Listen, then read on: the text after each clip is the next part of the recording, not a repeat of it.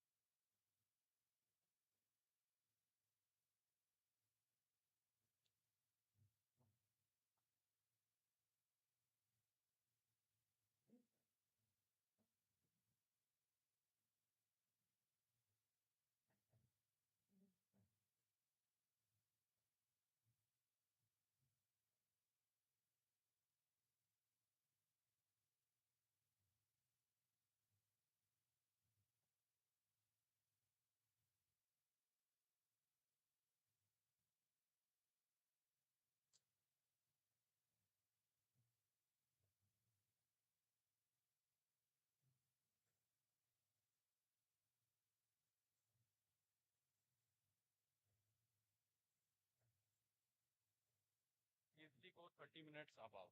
What I'm telling Vedant is that let's start showing some videos, audio video, so that audience is engaged. So maybe you can announce that our guests are getting a bit. So we'll show you some relevant material till the time our dignitaries come. On the way. Going by, we'll show you some video. Engaging content relating to walkability. But let me first speak with him, confirm. Go fast. Yeah. Speak to him.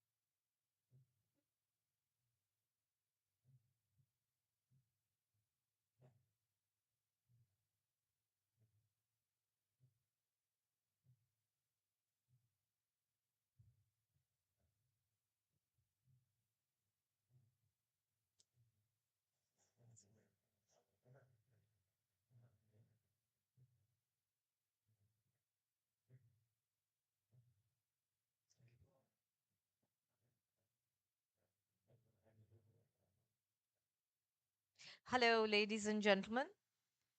It's wonderful and a pleasure to see all of you all in such large numbers. Our dignitaries are on the way. Thank you for your patience.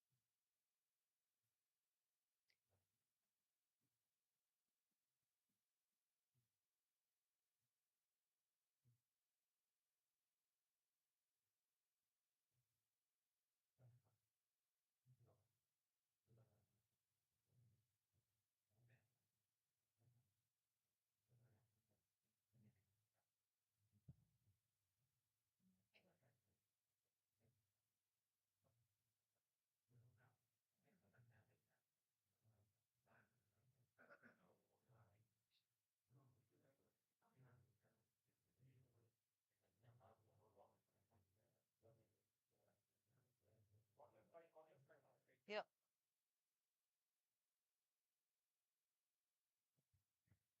Hello, everybody.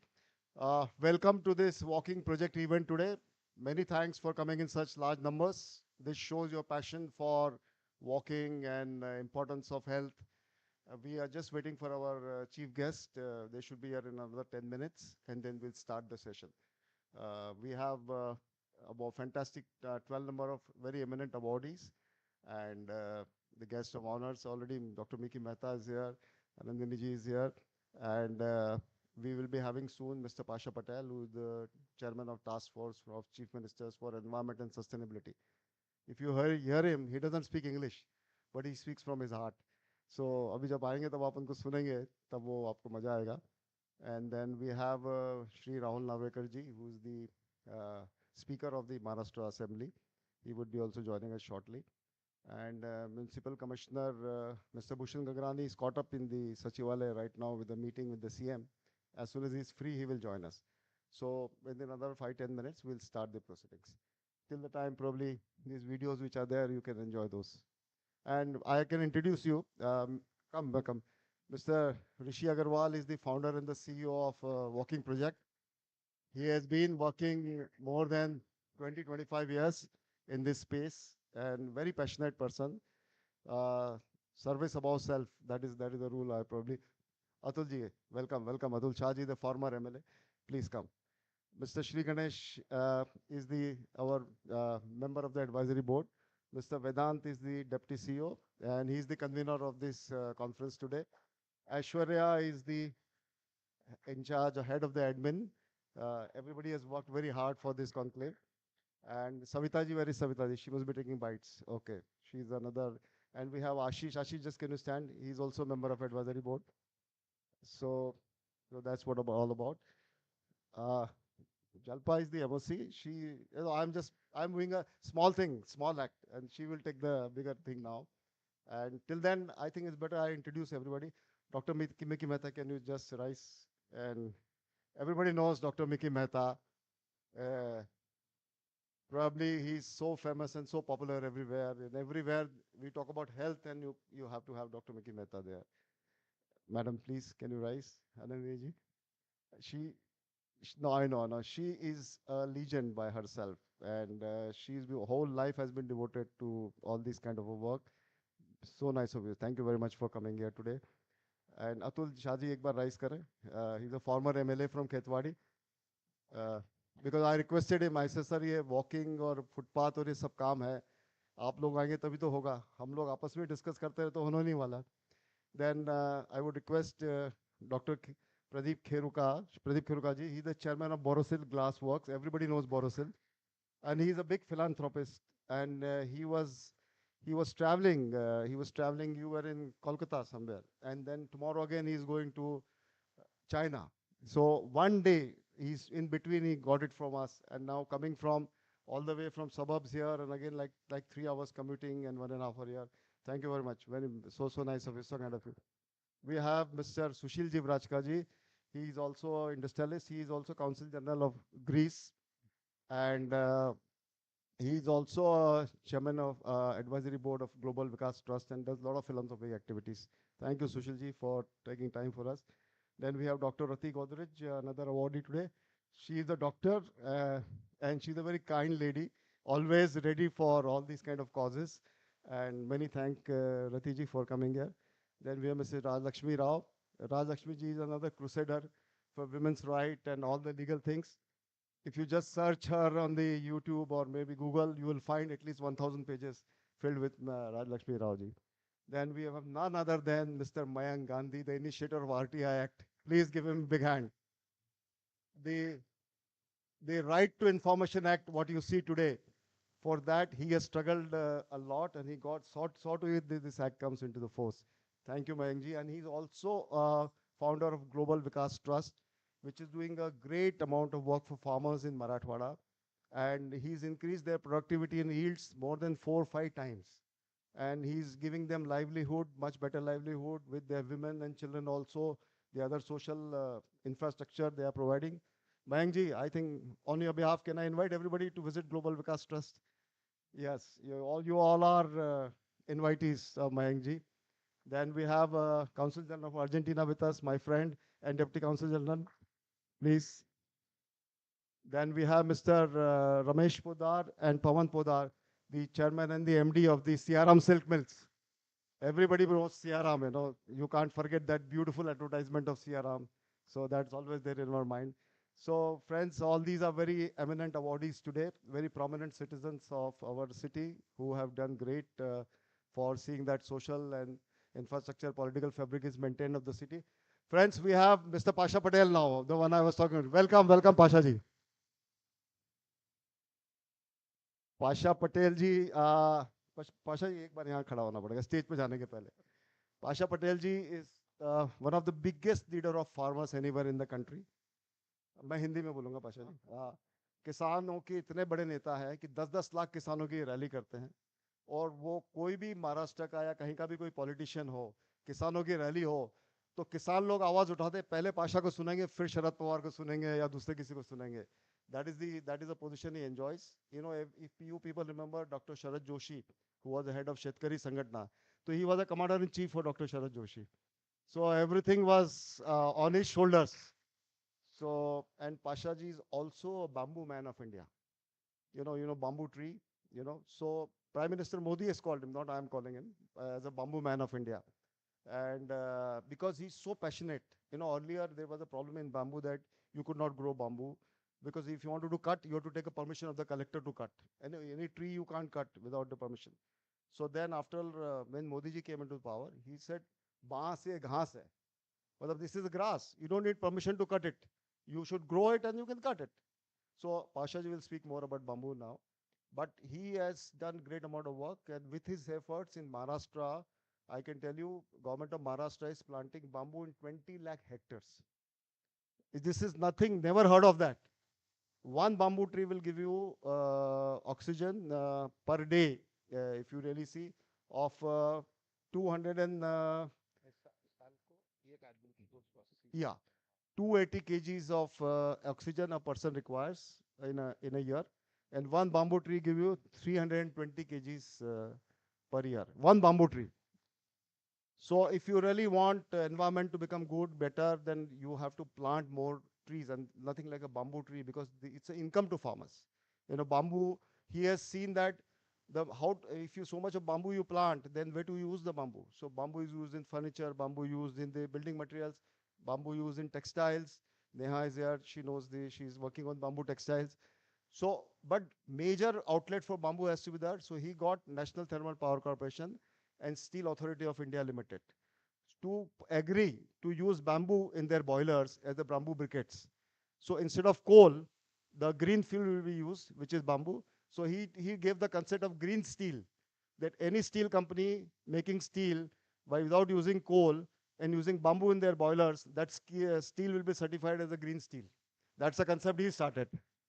And same way, the National Thermal Power Corporation also agreed in Jalna, their plant in Jalna, to plant to buy the bamboo briquettes for that. Yeah. Now with this introduction, I would say by the time other dignitaries come, I would just ask Pasha ji to start something. And Pasha ji, environment के बारे में बहुत है, दुनिया में क्या होने वाला है, अर्थ का क्या होने वाला है, पाशा जी जरा आप बताइए. नमस्कार. आप सब लोग आपके सेहत का ध्यान रखते हुए कि शहर में चलने के लिए पाथ कैसे रहना, इसके लिए आप सब लोग इकट्ठा हुए हैं. ऐसे विषय पे इतने लोग मुंबई में इकट्ठा होते हैं, इसलिए मैं आपका आभारी हूँ. ऐसे विषय पे विषय तो बहुत रहते, लेकिन ऐसे विषय पे भी लोग इकट्ठा होते हैं, ये सुन के मुझे बहुत अच्छा लगा, देखने को भी अच्छा लगा. मुझे लगता है कि जैसा टैबलेट जरूरी है, वैसा वॉक भी जरूरी है. इसलिए इसमें अब अवेयरनेस करने की जरूरत नहीं. खुद को जिसको जिसको जिंदा रहना है, हेल्दी रहना है, वो वॉक करेगा, नहीं तो मर जाएगा. अपने क्या करने का है उसके लिए, बरोबर है. लेकिन फिर भी आप लोग इसका प्रमोशन करने के लिए इकट्ठा हुए. मैं संदीप भाई का और बाकी सारे टीम का तहे दिल से शुक्रिया अदा करता हूँ. मैं इस विषय पे ज्यादा नहीं बोलते हुए सिर्फ आपको, आप सब 4 आंख वाले हैं, मैं तो 2 आंख वाला हूँ. मैं मुन्ना भाई MBBS हूँ, मैं किसान हूँ, आप पढ़े लिखे लोग हैं. मैं आप सब लोगों को 1-2-3 चीजें बताना चाहता हूँ कि हम आज क्या पोजीशन में है. आप अगर एयर कंडीशनर गाड़ी से अगर नहीं आते थे तो यहाँ तक आने में आपका क्या होता था पता नहीं. अभी गवर्नमेंट ने क्या डिक्लेयर किया पता है आपको? गवर्नमेंट ने डिक्लेयर किया है कि 12 बजे से 4 बजे तक घर के बाहर मत निकलो.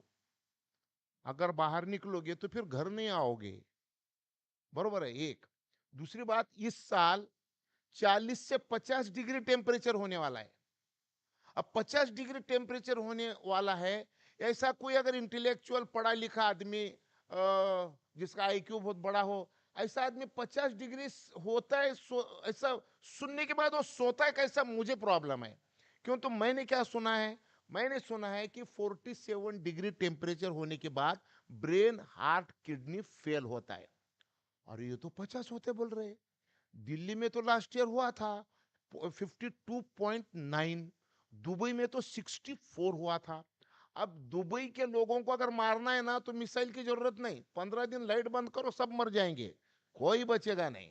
पूरे वो जिंदा है, डायलिसिस पे जैसे आदमी जिंदा रहते हैं ना, वो लाइट है इसलिए जिंदा है। अब हमको क्या सोचना है, मुझे लगता है कि हमको क्या सोचना है कि हम कहाँ खड़े हुए हैं। 1750 में ग्लासगो में जब पहला इंजन बना, तब हवा में का कार्बन कॉन्सेंट्रेशन 280 ppm था। होना कितना चाहिए? 350 ppm। अब हुआ कितना है? 422 ppm। और हमारा राम नाम सत्य है, सत्य बोलो सत्य है, कब होने वाला है? 450 ppm। ये मैंने बोला है क्या? नहीं, ये किसने बोला है? IPCC, inter governmental panel on climate change, जो 198 देश के लोग 1988 से 1100 साइंटिस्ट डिस्कस करके ये चीज निकाली है। तो अब हम यहाँ जहाँ बैठे हैं ना शाह, हम यहाँ बैठे ना, तो यहाँ 2050 में 12 मीटर पानी रहने वाला है। न रहे बांस तो न बजे बांसुरी। तुम्हारा तो मतदार संघ ही जाने वाला है, डूबने वाला है। तुम भी डूब रहे हो, तुम्हारे मतदार संघ के लोग भी डूब रहे। अब इसको अगर बचाना है तो कैसे बचाना पड़ेगा? इसको अगर बचाना है तो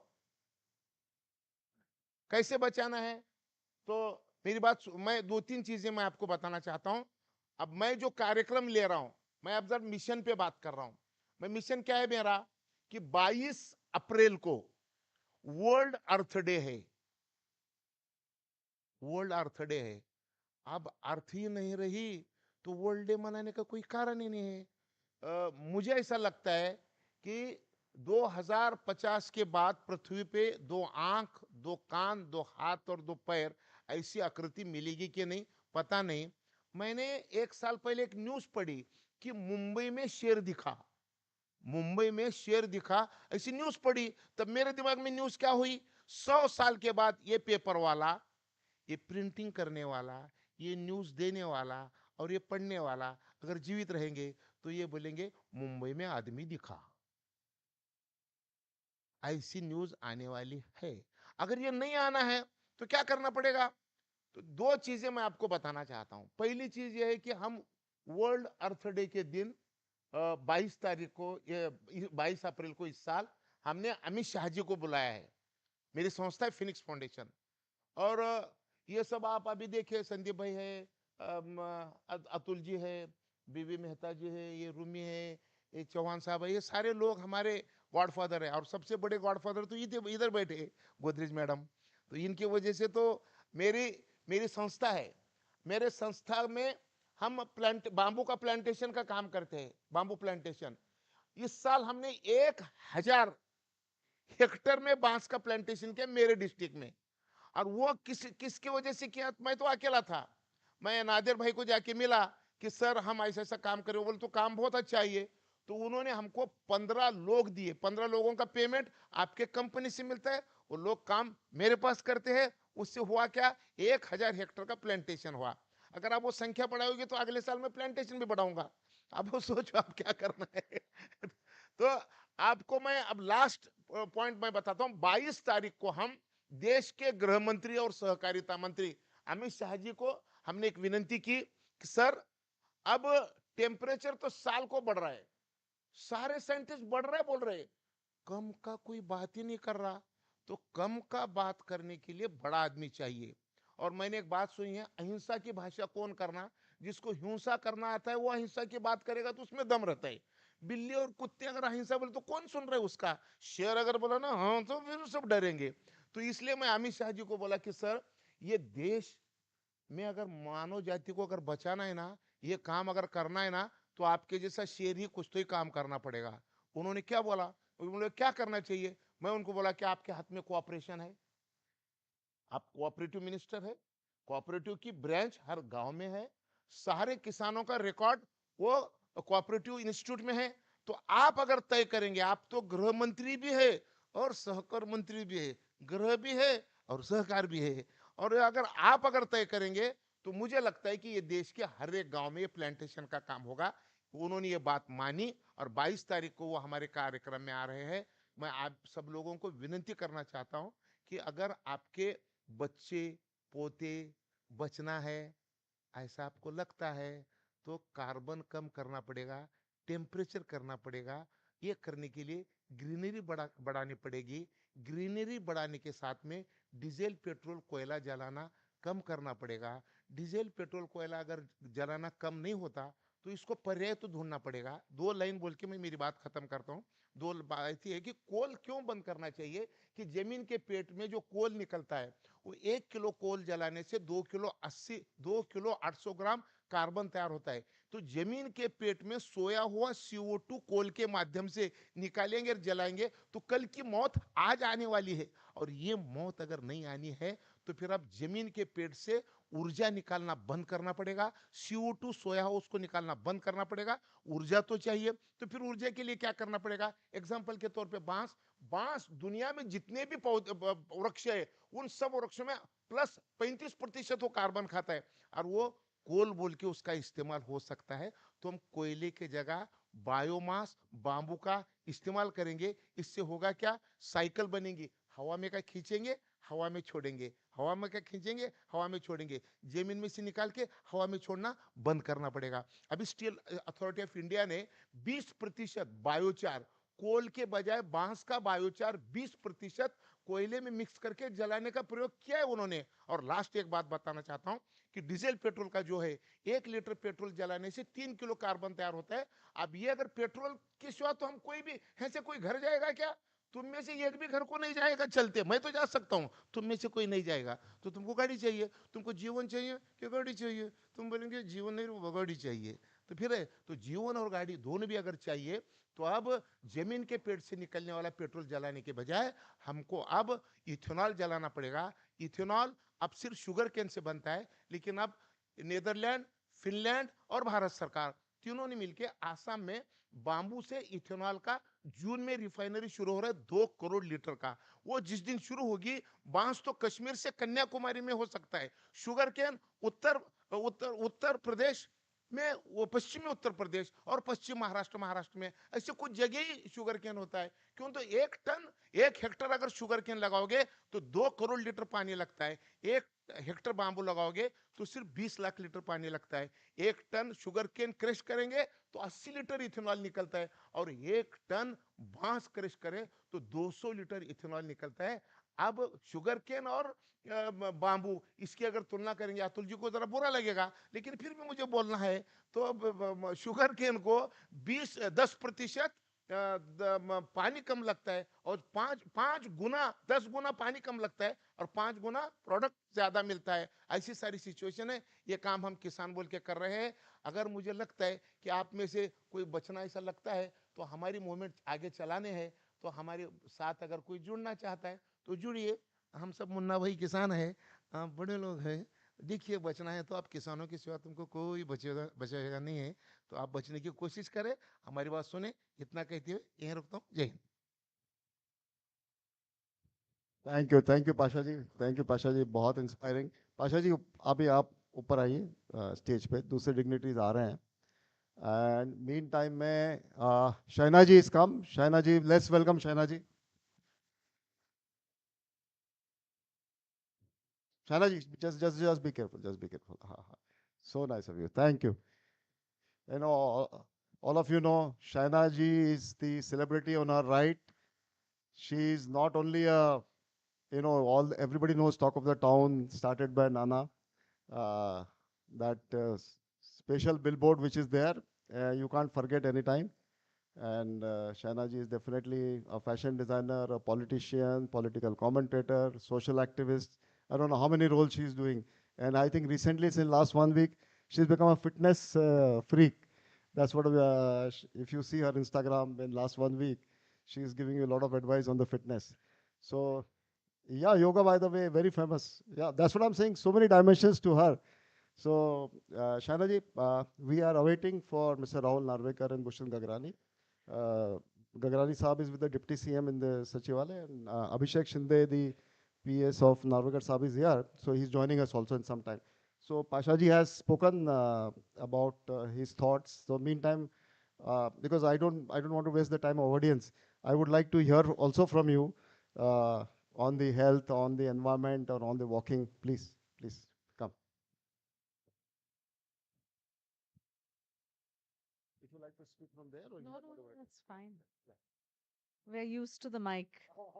But the problem is when you want it back. No, but television teaches us the beauty of putting the point across in less than a minute. So I'd like to compliment Sandeep ji and the entire organization. So many familiar faces here and so many people who are known. On behalf of my NGO, I Love Mumbai, Mumbai Mazi Ladki, which was started by my late father, Padma Shri Nana Chudasma. A lot of the members are also seated here who were involved in the campaign. I think this concept of walkable cities is not just the need of the hour, it is something which will unite all segments and sections of society. I know that Bhushan Gagrani, we've been speaking to him. There's so many thoughts floating vis-a-vis the heritage talks, heritage walks and talks. And of course, as our NGO, we've been also looking after Yoga by the Bay. Happy to offer that platform to you all. If it's an area that you want to start from, all our volunteers will be there. And I can only say that, hi Jalpa, hi, Pasha Bhai, काय म्हणतात तुम्ही वॉकमध्ये खेती पण करायचं का okay खेती करतानाच walk होते Anandi Niji has known my father, Mickey and Bidu. I love Mumbai. Atul Bhai, my brother's here. I'd like to say that Rati's known my father for so long, Mr. Jivraj Ka. Rani has known forever and ever, and for all our RSS supporters, friends of tribal society, etc. I think the beauty of a city like Mumbai is just joining the dots. So what we do is also a radio show, Sandeep ji, called Roshan Kare Dunya on Akashvani Radio, where we say that, many people say that they want to do something for society, but they don't know how to do it. So it's very, very imperative to just join the dots.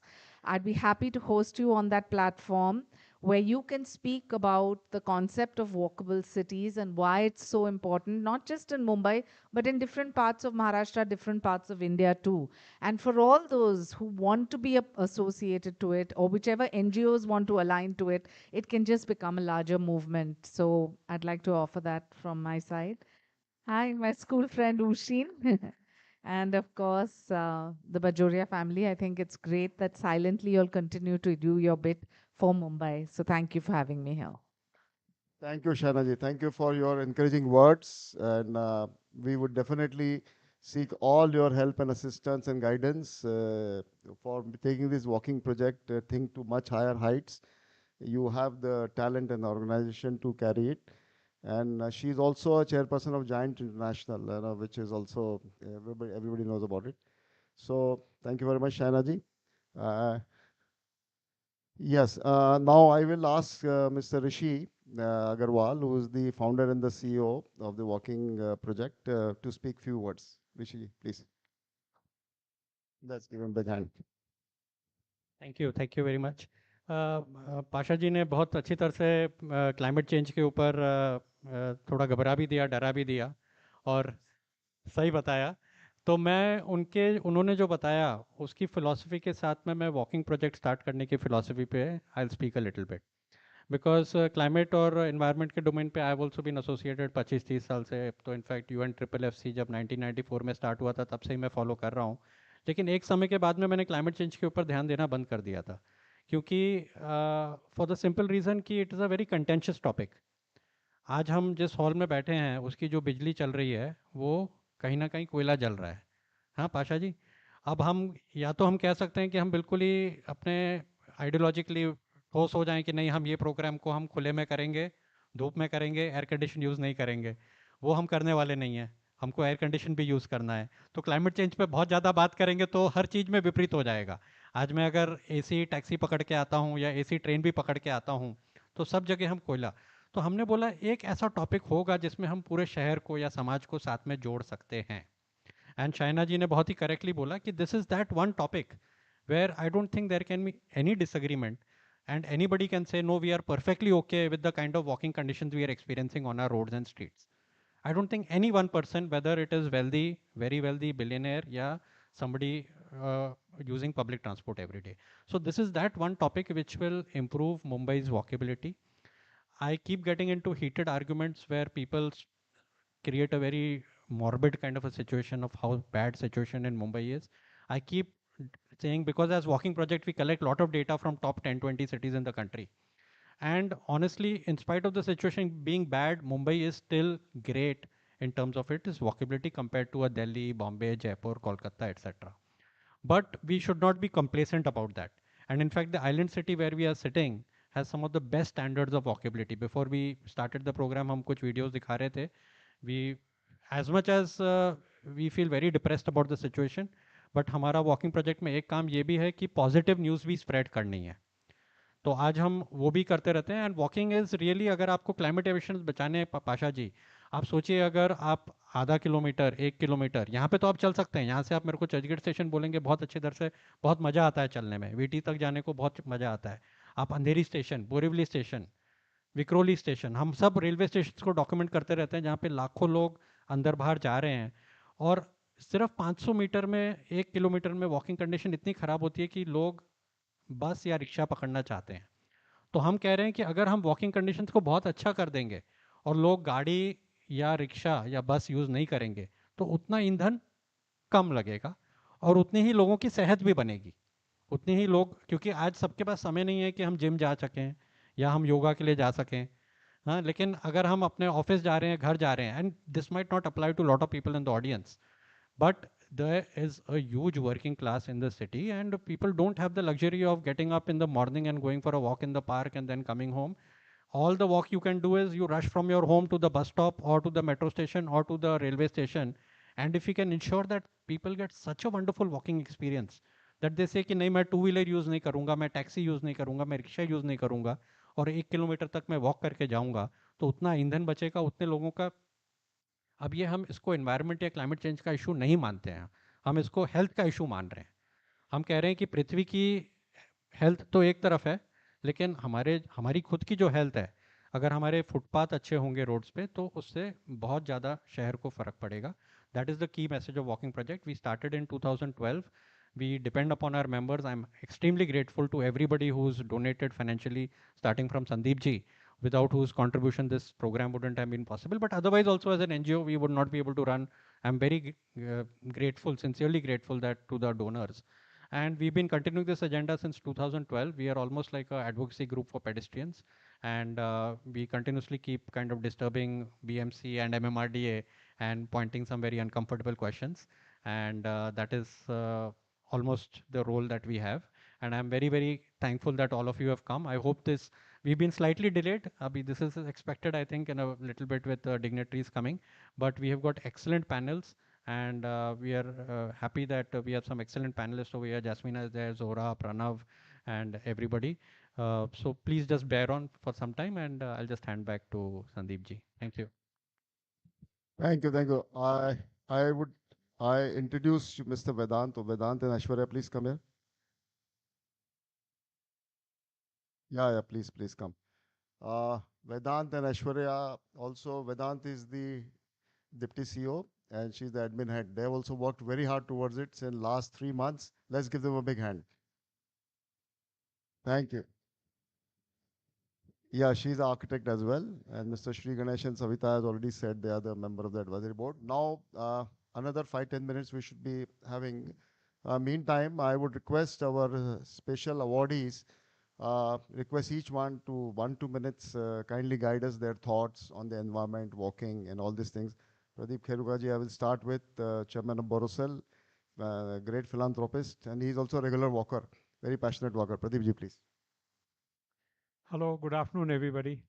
What a pleasure it is to be here today. I arrived in Bombay yesterday, last night from somewhere, and I'm traveling abroad tomorrow. Coming at 2:30 in the afternoon from BKC was a challenge for me, but because of the nature of the topic, I decided to come because there is nothing in the world that beats walking. I sincerely believe walking is really the best thing we can do, the thing that everybody can do. You don't need to spend any money to walk. You don't have to pay fees to clubs or anything of that sort. You need to walk. But the only thing you need to walk is a walkway. जहाँ हम सुरक्षित रह करके चल सकें. Oh, sorry, I must add something since I see the Honorable Consul from Argentina here. Now, even President Xi is talking about tango.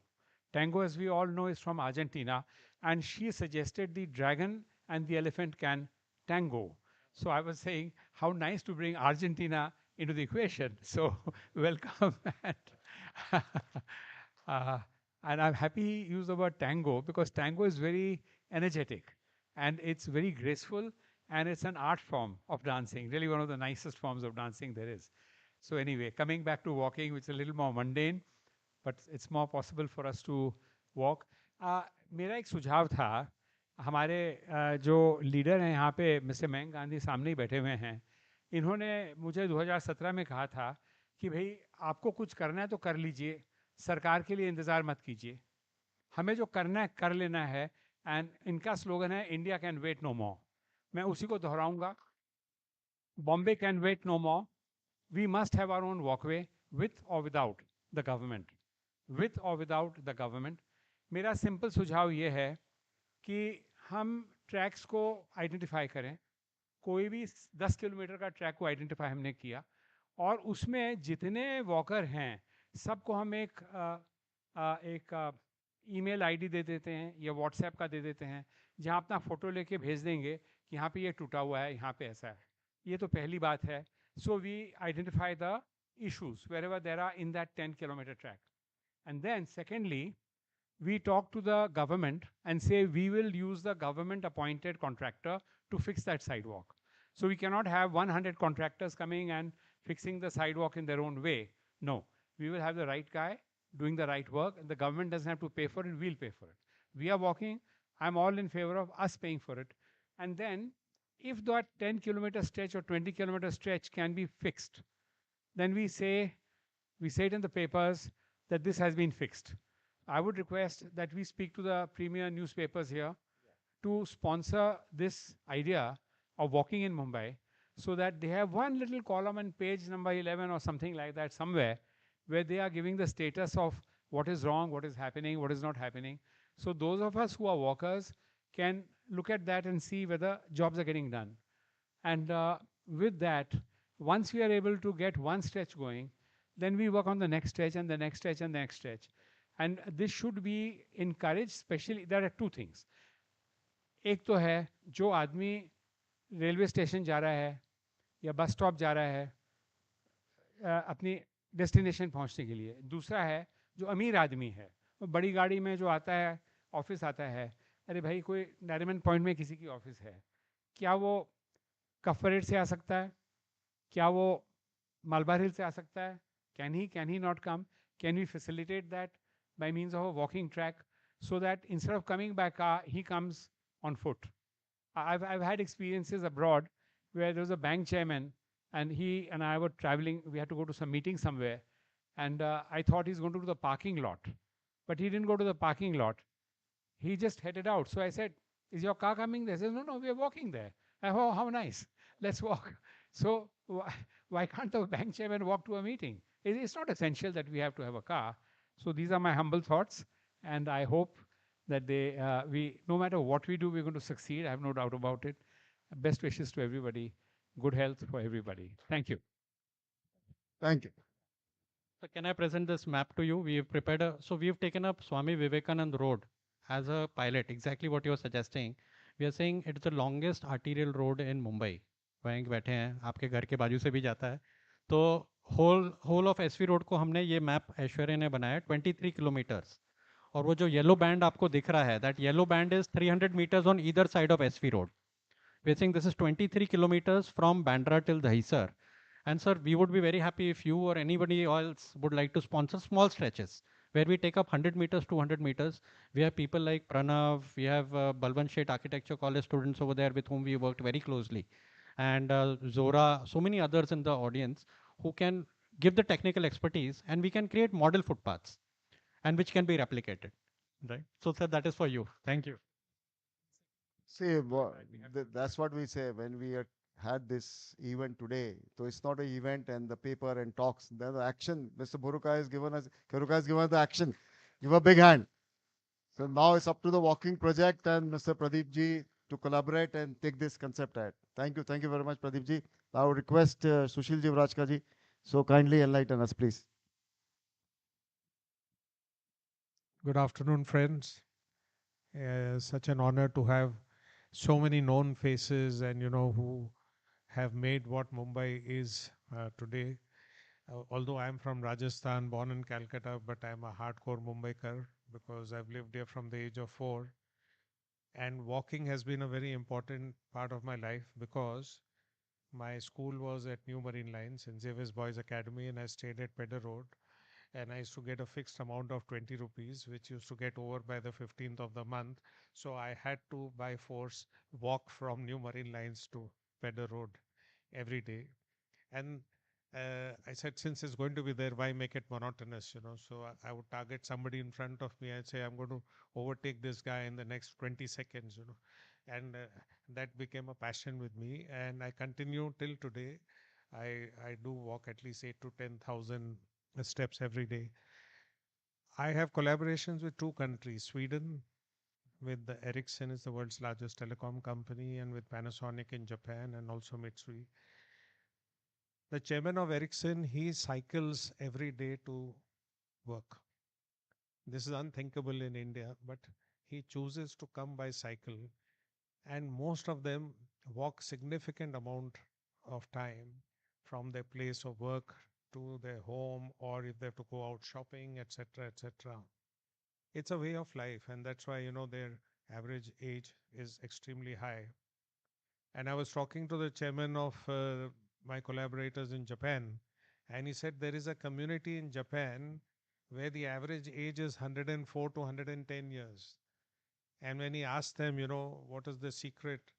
No medicine, no herbs, no food, walking. They say we walk for at least 3 hours a day. And I spoke to the Japanese. I said, you guys, you eat so much, and yet everybody's so slim and fit. So what do? They say, we don't go to a health club, we don't go to a gym, we walk. Uh, every occasion that we get, we walk rather than take a vehicle. That is the preferred choice of commuting, and therefore walking is so important. Now, walking used to be very pleasurable in Mumbai. I feel it no longer is. I live at Breach Candy. The footpath, kept shrinking, shrinking, shrinking. And if you see the tiles, they are in such a pathetic state that if you don't look down and walk even for 100 meters, I can guarantee you that you're going to trip and fall. Within that narrow place, you've got bootleggers, drug fellows, cobblers, vegetable vendors, fruit vendors. I mean, they've literally been taken over by every possible place. And if they're not selling anything, they are just sleeping over there. They are defecating over there. They're having their bath over there. And I'm telling you, after sunset, it is so difficult, so dangerous, because if you look at them itself, you will be scared. For a woman, it's extremely dangerous to try and walk. So not only that, we need to repair our footpaths, as you are taking up so honorably, but also we need to get them free of all these fellows, and there is a vested interest. I remember just before the election, Mr. Lodha came, and 3 days, everything was swept clean. We said, wow, I mean, Mumbai can do this. And 3 days after the election, every guy is back. So, and this will change only when it becomes a people's movement. There were a lot of issues relating to the coastal road. Breach Candy guys, they formed a residents forum. Till that time, no one was taking interest and nobody bothered. But once the residents forum, and you created a group and a WhatsApp, and people are taking videos and sending it to the concerned officers, they have been able to change a lot of things which were going to happen, which were against the interest of the residents.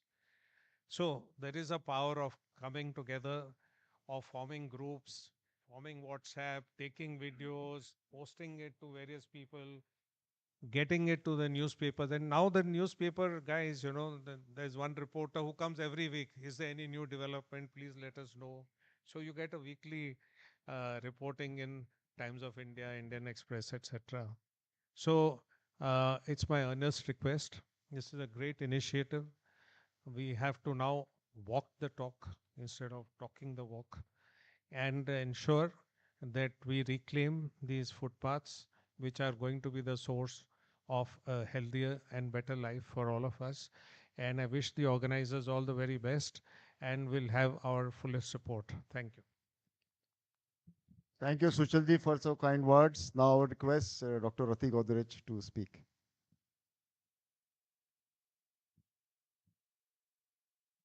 Thank you so much. It's such a pleasure and privilege to be here for something that is so dear to my heart, both personally and professionally. Personally, of course, I grew up in the US where we used to walk to school and walk to university and walk to the local pharmacy.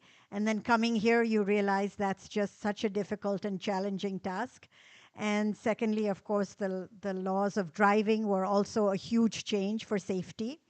And so, yes, we definitely need to improve both the transportation, the road safety, as well as for pedestrians. I grew up in a place where pedestrian rights were first. Whatever the pedestrian did, you protected them. And I think we need to bring that mentality back to people because we want more and more pedestrians to feel safe and comfortable. But as a doctor and a professional working in medicine and public health, I feel the most important thing we need to do is make people aware of what walking can do.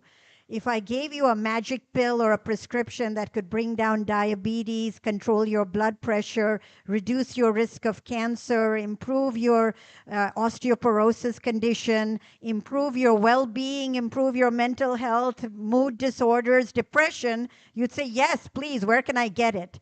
Well, you can get it by walking. And it's simple and it doesn't cost anything. So this is what we need to focus on. And we need to also realize that even cancer for women who walk, the risk of breast cancer is so much less by 15% if they walk 7 hours a week. So those are the kinds of things we need to make people aware. We also know that people get sick less often if they walk regularly, even for 20 minutes a day.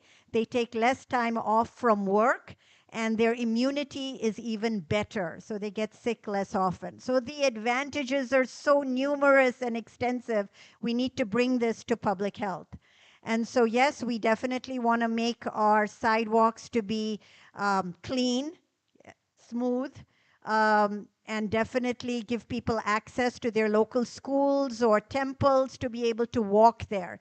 Does it really make sense to get into a car, go to a gym, take an elevator up, go to the 16th floor, work out on a treadmill, come back down, go into the car and come home? When if you have a safe space to walk around your home, you get much, much more benefit, as well as vitamin D, which is so important that we're all lacking, I think, when we check our blood reports. So let's encourage people to walk more and have a safer, cleaner environment for them to walk. So this is very, very important, and I give you my full support in whatever way we can to support these walking project. Thank you so much for having me. Thank you, Dr. Ratiji. Friends, we have now Padma Shri Amlaji Ruhiya. Amlaji, please do come here.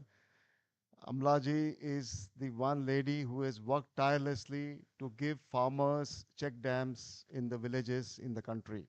And she has built innumerable number of check dams, giving 8 lakh farmers a new life. So let's welcome Amlaji. She's also a chairperson of the Phoenix Mill Malls, and a lady with multi-talent again, singing, dancing, and yoga, meditation, everything we learn from her. Amlaji, please. When Sandeep ji told me about this project of walkable footpaths, I was so excited because I, for one, had always been one for walking. And up to now, I had been doing 10,000 steps. But lately I was told that, after a certain age, you need to cut it down to 7,500, which is what I am doing currently. Now, regarding footpaths, I was wondering that, we also have trees on our footpaths. Now, how to get those trees, get the water since I am in the field of water, I want to tell you that it is with the roots of the water that the roots of the trees that the water can go down to the underground aquifers. We have paved all of Mumbai. Water doesn't sink, and our underground water sources are becoming depleted. So I was observing that in Western countries, we don't make a high boundary outside of the tree. We allow the water, all the water of the footpath should go sink into the trees. And we must have a kind of a grill on near the tree so that water can go in. So I think when we are doing the footpaths which are walkable, we should also look at that aspect. And of course, walking is the one thing which will always keep us healthy. It is the safest and the best form of exercise, and I'm very excited to be part of this project. Thank you, Amlaji. Thank you so much. Friends, because I'm starting with the ladies and I want to finish the great ladies who are here today. We have Mrs. Manju Lodha. Manju, I want to finish the speeches of ladies. Manju Lodha ji is here. Let's give her big hand. Manju Lodha ji is again very famous social worker, and she's done a lot for the society, and again multi-talented, singing, dancing. She is doing everything together, and she organizes so many social events, and she also is a wife of our Honorable Minister Mangal Upad ji Lodha and the chairman of Lodha Group. Manju ji, with few words from you, आपसे कुछ और बताइए आप.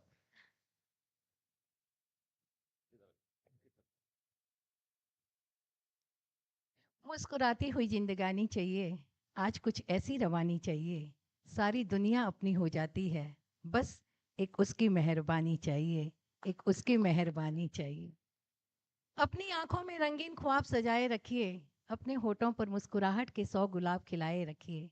वक्त अच्छा हो या बुरा कोई फर्क नहीं पड़ता, खुद को खुद के दिल की राजधानी का शहंशाह बनाए रखिए, शहंशाह बनाए रखिए. नमस्कार. और सबसे पहले मैं बहुत बहुत धन्यवाद करती हूँ मिस्टर बिजोरिया जी का कि आज के इस कार्यक्रम में उन्होंने मुझे आमंत्रित किया और इस प्रांगण में बैठी हुई सभी खूबसूरत हंसनियों और हंसों से मिलने का सुअवसर प्रदान किया. वॉकिंग तो मेरे लिए तो सबसे ज़्यादा ज़रूरी है. क्यों मिकी भाई, ज़रूरी है ना? कहते हैं कि स्वस्थ शरीर में ही स्वस्थ मस्तिष्क का वास होता है. वह व्यक्ति बुद्धिमान होता है जो बीमार पड़ने पर दवाइयों के सहारे अपने आप को ठीक कर लेता है, लेकिन वह व्यक्ति अपना सबसे कुशल चिकित्सक होता है जो अपनी दैनिक दिनचर्या में थोड़ा सा फेरबदल करके अपने आप को बीमारी न पड़ने दे. प्रकृति ने हमें बहुत कुछ दिया है, शुद्ध हवा है, पानी है, नींद है, लेकिन अगर मेरा हमेशा मानना है कि लंबी उम्र हमें चाहिए और वो भी बीमारी रहित, तो जीवन में 2 काम करने चाहिए. एक, कभी भी किसी का बुरा मत सोचो, और दूसरा, हमेशा किसी की मदद करने की कोशिश करो. ये 2 वो घटक हैं जो आपको लंबी उम्र भी देंगे और बीमारी रहित भी देंगे. आज मैंने कुछ नहीं किया, यूं ही बैठी रही, सोचती रही, आत्मलोकन करती रही, आत्ममंथन करती रही. जीवन में जो भी गलतियां की हैं उस पर विचारती रही, जो भी अच्छा किया है उस पर भी एक नज़र डाली.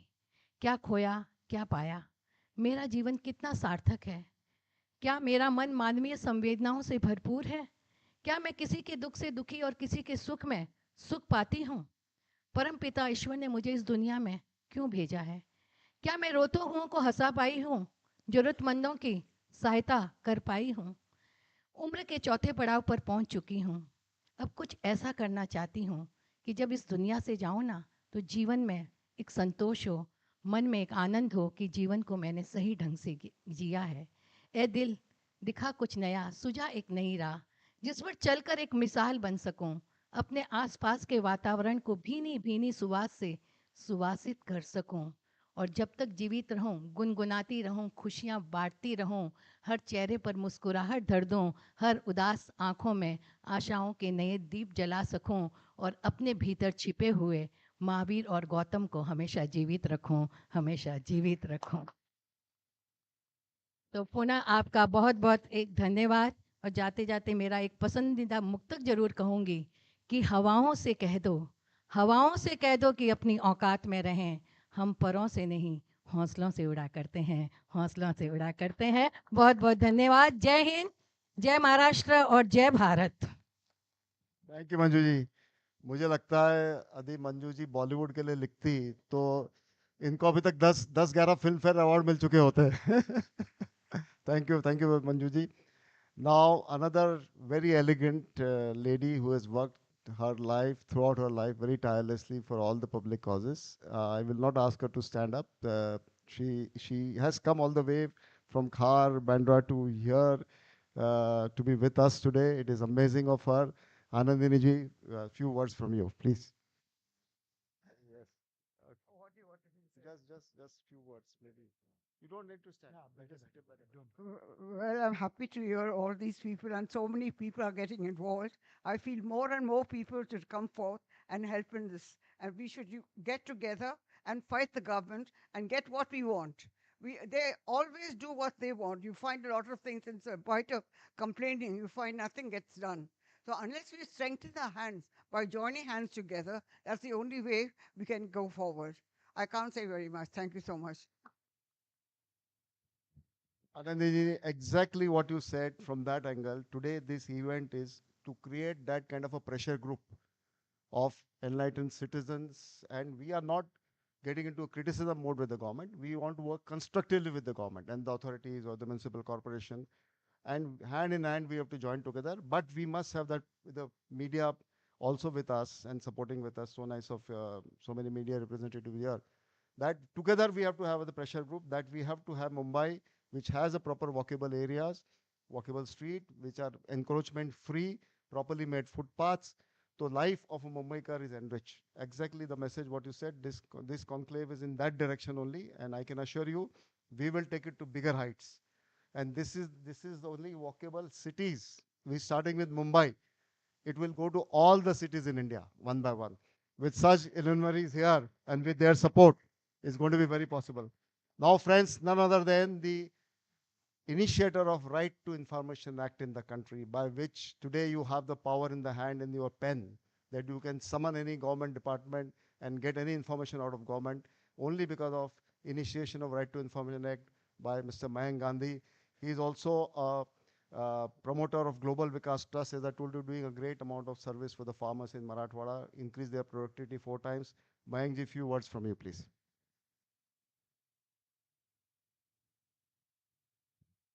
नमस्ते।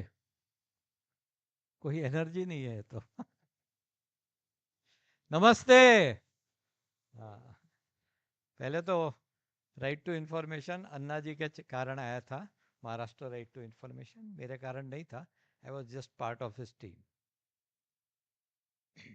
एक पर्सनल स्टोरी ये है कि एसवी रोड के ऊपर मेरे पिताजी चल रहे थे, तो वहीं पे वो फुटपाथ इतनी ख़राब थी कि वो गिर गए, और फिर वहाँ से वो हॉस्पिटल में गए और फिर वापस कभी नहीं आए। तो एसवी रोड और फुटपाथ के साथ मेरा बहुत दुश्मनी है, और मैं 15-20 दिन गांव में रहता हूँ और बाकी के दिन शहर में रहता हूँ। तो गांव में मैं बहुत चलता हूँ, लेकिन मेरी अभी तक हिम्मत नहीं चल रही है कि मैं एसवी रोड के ऊपर चलूँ।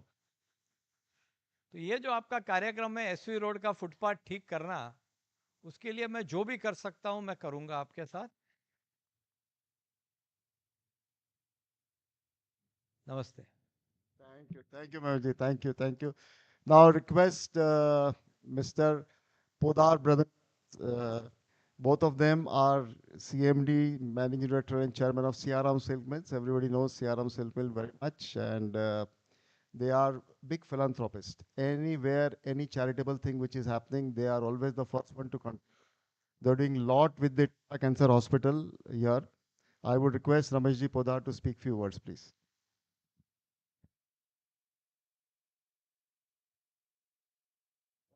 नमस्कार।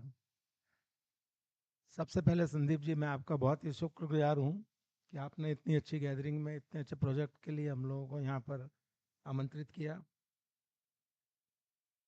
बहुत ही अच्छा लग रहा है और जो ये कॉज बॉम्बे के लिए कर रहे हैं, खास करके जिस एरिया के लिए कर रहे हैं, हम लोग पहले वहीं रहते थे एसवी रोड पर, तो बहुत ही अच्छा लग रहा है। वॉकिंग जो है सुबह जब हम उठते हैं तो हमारी शुरुआत वॉकिंग से होती है, तो ये बहुत अच्छा कार्य है और जो भी ये कार्य कर रहे हैं हम उसमें हम आप उसके साथ में हैं और हमारी शुभकामनाएं हैं और ज़रूर ये कार्य अच्छा पूरा होगा, हम आपके साथ में हैं। और संदीप जी को मैं बहुत अच्छे से जानता हूँ, तो उनकी कुछ बातों से कुछ शायरियों से एक दो बात तो आपके लिए कहना चाहता हूँ कि सपने वो नहीं होते जो रात को नींद में आते हैं, सपने तो वो होते हैं जो रात को नींद ही नहीं आने देते हैं। ये संदीप जी का और इनकी टीम का सपना है और ज़रूर ही पूरा होगा। So all the best and thank you. Thank you very much. Thank you, Ji. Ramesh Ji and Pawan Ji, thank you very much. Now I have, I think the awardees, what we have today, we have taken the first round with them. Now Dr. Mickey Mehta is with us. He is our guest of honor. As Municipal Commissioner is just going to come in 5 minutes, so I will request Dr. Mickey Mehta to enlighten us.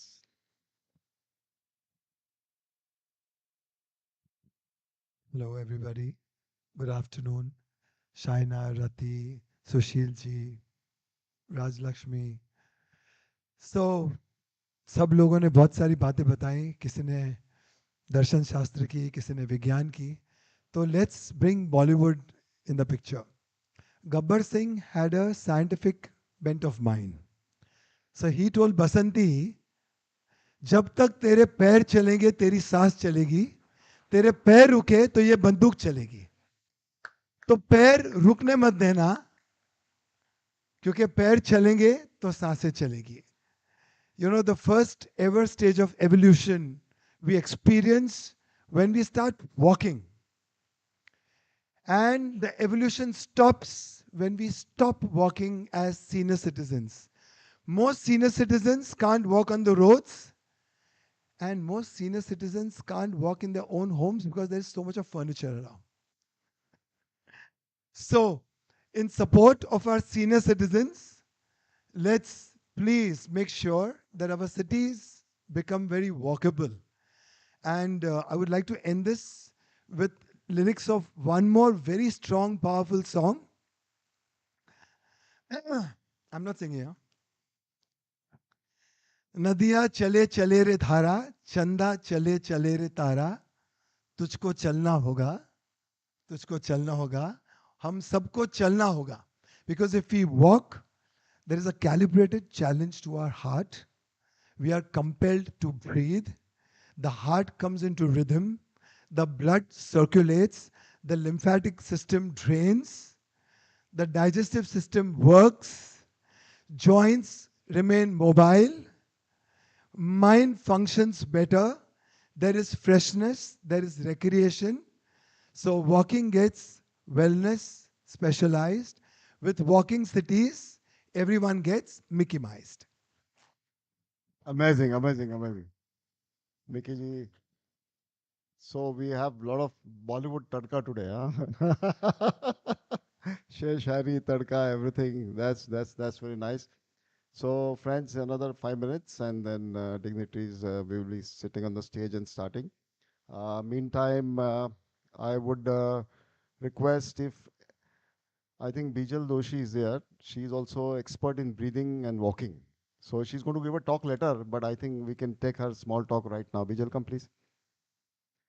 She is the leading light of Fit India movement, and she has done a lot of meditation, breathing exercise shows with the foreign dignitaries. And I think recently the New Zealand Prime Minister came when she also made a presentation.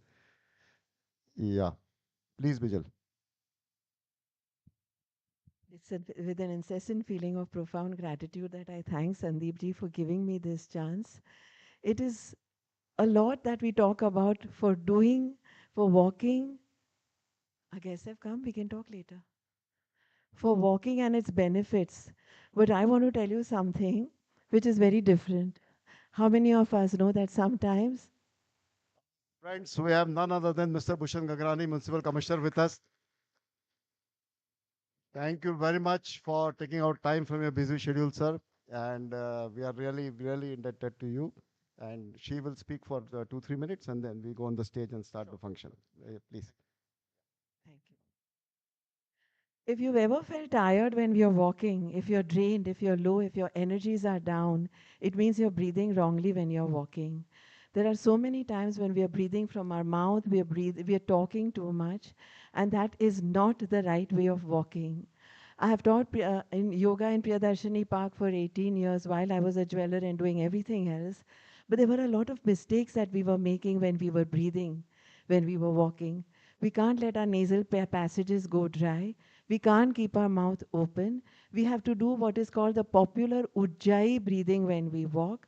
When we complete our sentences, we have to know that between one breath and the next is life.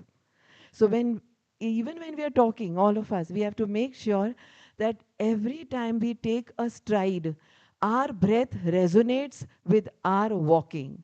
This is a very important thing. Each one of us feels like मैं चलता हूँ चलती हूँ फिर भी मेरा diabetes, my blood pressure, my this, my that is. We have long orders from the walks we take, but we don't realize that between one breath and the next is life. So we have to realize that we need to also breathe correctly when we are walking. This is extremely important. Thank you. More later. Thank you, Vijaldi. Now request Shri Bhushan Gagrani ji and Miki Mehta ji, please take the stage. Rishi, please escort them. Yeah.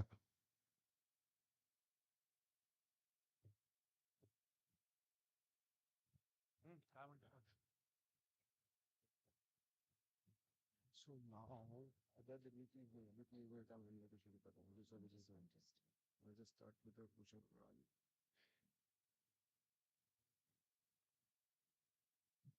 Good evening, everyone. Very, very warm welcome to our esteemed dignitaries, guests, students, fellow citizens of Mumbai. My name is Jalpa Merchant, and I am the anchor for this event. For the first time in Mumbai, we are convening for a very important and a much neglected topic, making Mumbai walkable, making Mumbai street smart, pun intended.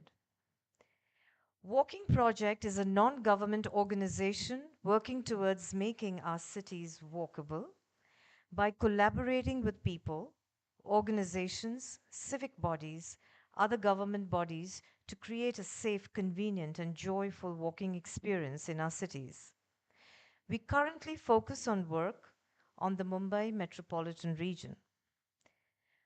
Our respectable dignitaries here on stage are Sir Mr. Bhushan Gagrani, Municipal Commissioner of Brihan Mumbai Corporation, the BMC, Mr. Pasha Patel, Chief Minister, Environmental and Sustainable Development Task Force. We have Dr. Miki Mehta, global leading holistic health guru, and he is also the Prime Minister's Fit India Movement ambassador. We have Bhushan Gagrani ji. I'm sorry. We have Sandeep Bajoria, CEO, Sunwin Group, Chairman, Board of Advisors, Walking Project. And we have Rishi Agarwal, Walking Project founder and CEO.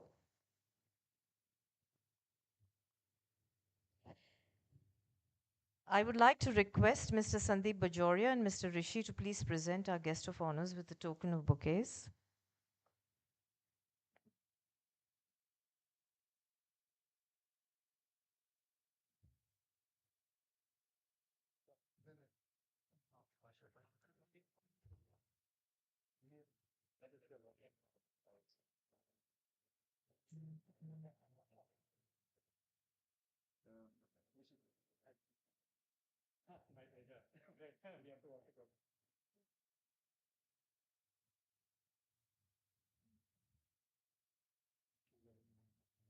To set the tone for today's discussions, we have a little special ceremony. As passionate believers in sustainability and preservation of all resources, may I invite all guests of honor to please come up and water that plant which is standing on the globe.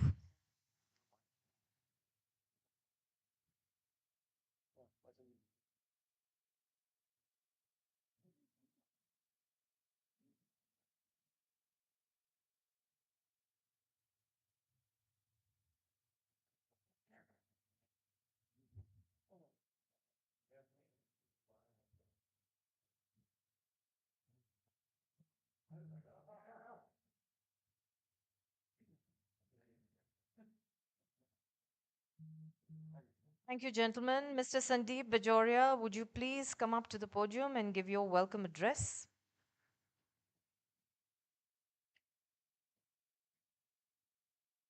Thank you, Jalpa. Shri Bhushan Gagrani ji, the Municipal Commissioner. I can just tell you one thing about him. When I first time WhatsApped him about this walking project thing, at very first instant he said that's a brilliant idea. And the whole thing started from there. That if we can get that comment from the Municipal Commissioner, then we were really motivated that we have to do something big and better. You know, we must thank Bhushanji for this particular gesture. And I can say, I can feel that he's so much passionate and feeling about that. Yes, we must have walkable places. We must try to do as much as possible for citizens of Mumbai. And I think he'll enlighten us all the schemes which BMC has done. Probably they have earmarked 100 crores, especially in this budget for walkable footpaths and everything. You know, a lot of things they have done. So thank you very much, Bhushan Gagrani ji, for being with us today, sparing your time. And Pasha Patel ji, already you heard because we started the talk. He's the bamboo man of India, and he's the main guy who's working for environment. And 22nd April in Delhi, World Earth Day is there. And Mr. Amit Shah, our Honorable Home Minister, has agreed to be the chief guest on that function. Pasha ji met Amit Shah ji just 10 days back. And Amit Shah ji, that also, Pasha ji had the request that on the World Earth Day, these are the things. And you are the only man who can give this in the movement such a big push. And Amit Shah ji agreed in 5 minutes. Amit Shah ji agreed for that thing in 5 minutes only. So it's going to be a big event on 22nd April in Delhi. We are all going to be there.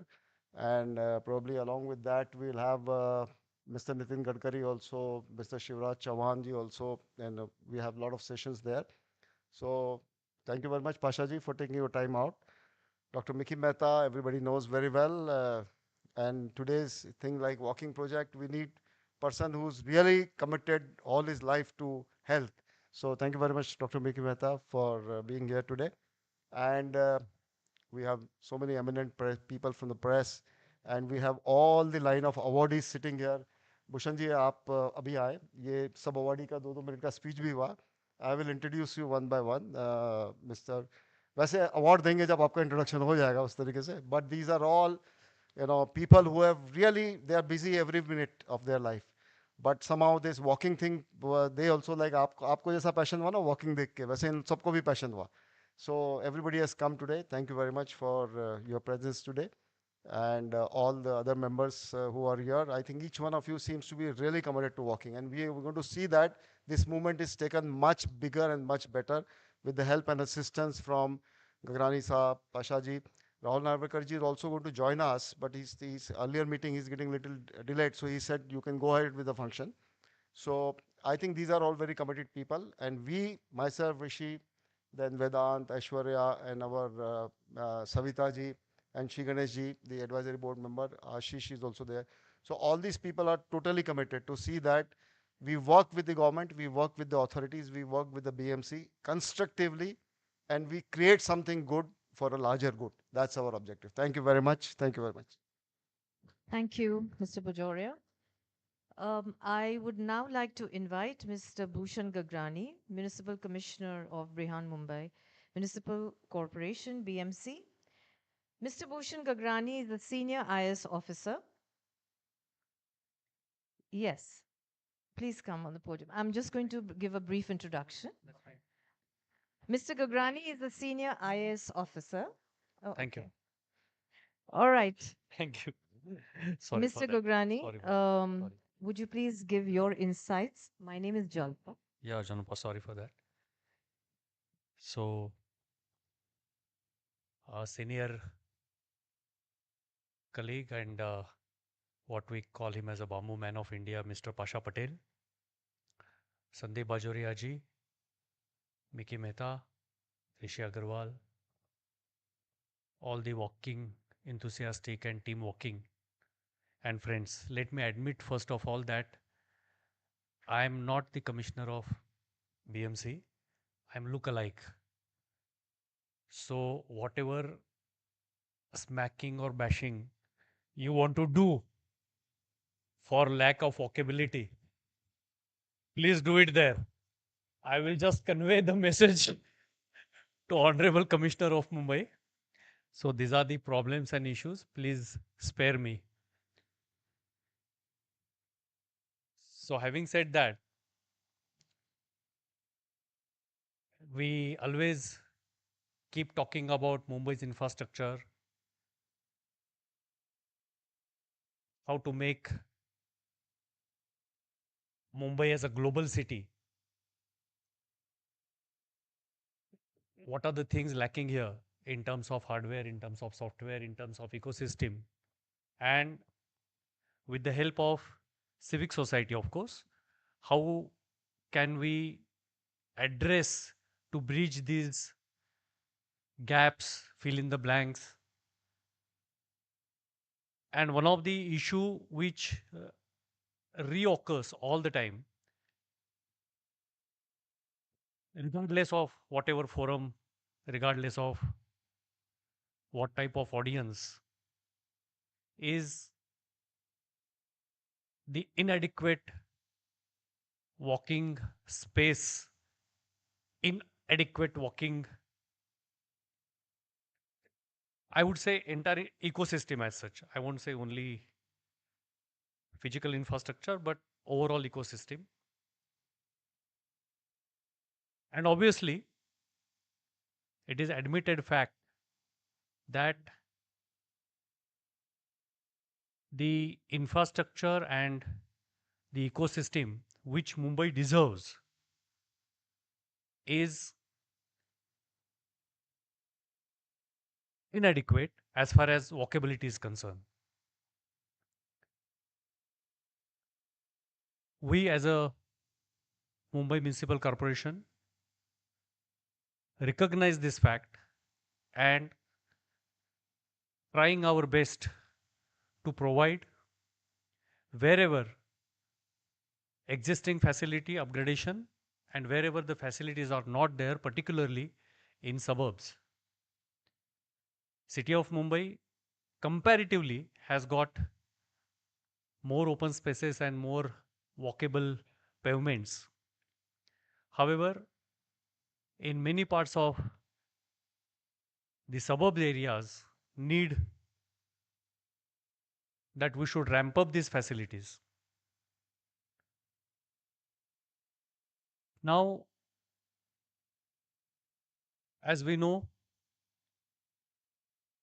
that we are undergoing a huge infrastructure transformation in Mumbai, whether it's about 400 kilometers of metro, whether it's a coastal road which is just completed and thankfully applauded by Mumbaikars, and now from Bandra onwards it is going to Warsaw, then Dahisar and then Bhainder. Then Atal Setu, which is connecting Navi Mumbai seamlessly. Then lot of other projects and the huge amount of concretization of the roads. Now, whether concretization is advisable or not is again a matter of great debate and deliberation. But to address the issue of waterlogging, as we know, historically, 40% of the Mumbai is being reclaimed. 40%, staggering. We just know little bit of Back Bay area, which is being reclaimed, and now the coastal reclamation, but the entire center Mumbai is reclaimed area over the years, over the century. So the challenges before us are multiple, and because of the heavy rainfall and intensity of rains during a small period of say about 70 days of rains, even less than that, has posed a challenge before us of improving the road quality. Now we always keep comparing, and rightly so, the conditions of road elsewhere. And while admitting the fact that roads in Mumbai are not of international quality, at the same time, the challenges we face in Mumbai are much diverse and much different than that of other cities. And particularly the very intense rainfall during the small period. And as I said, 40% of the Mumbai is reclaimed. So regardless, whatever you do, the natural things will keep coming back to you. And in addition to that, the huge redevelopment transformation going on in public sector as well as in private sector. So now coming back to the concretization of roads, why I am telling all these things is not necessarily to justify what we are doing, but to tell you that with such a huge different kind of a challenge, the emerged consensus is only concretization.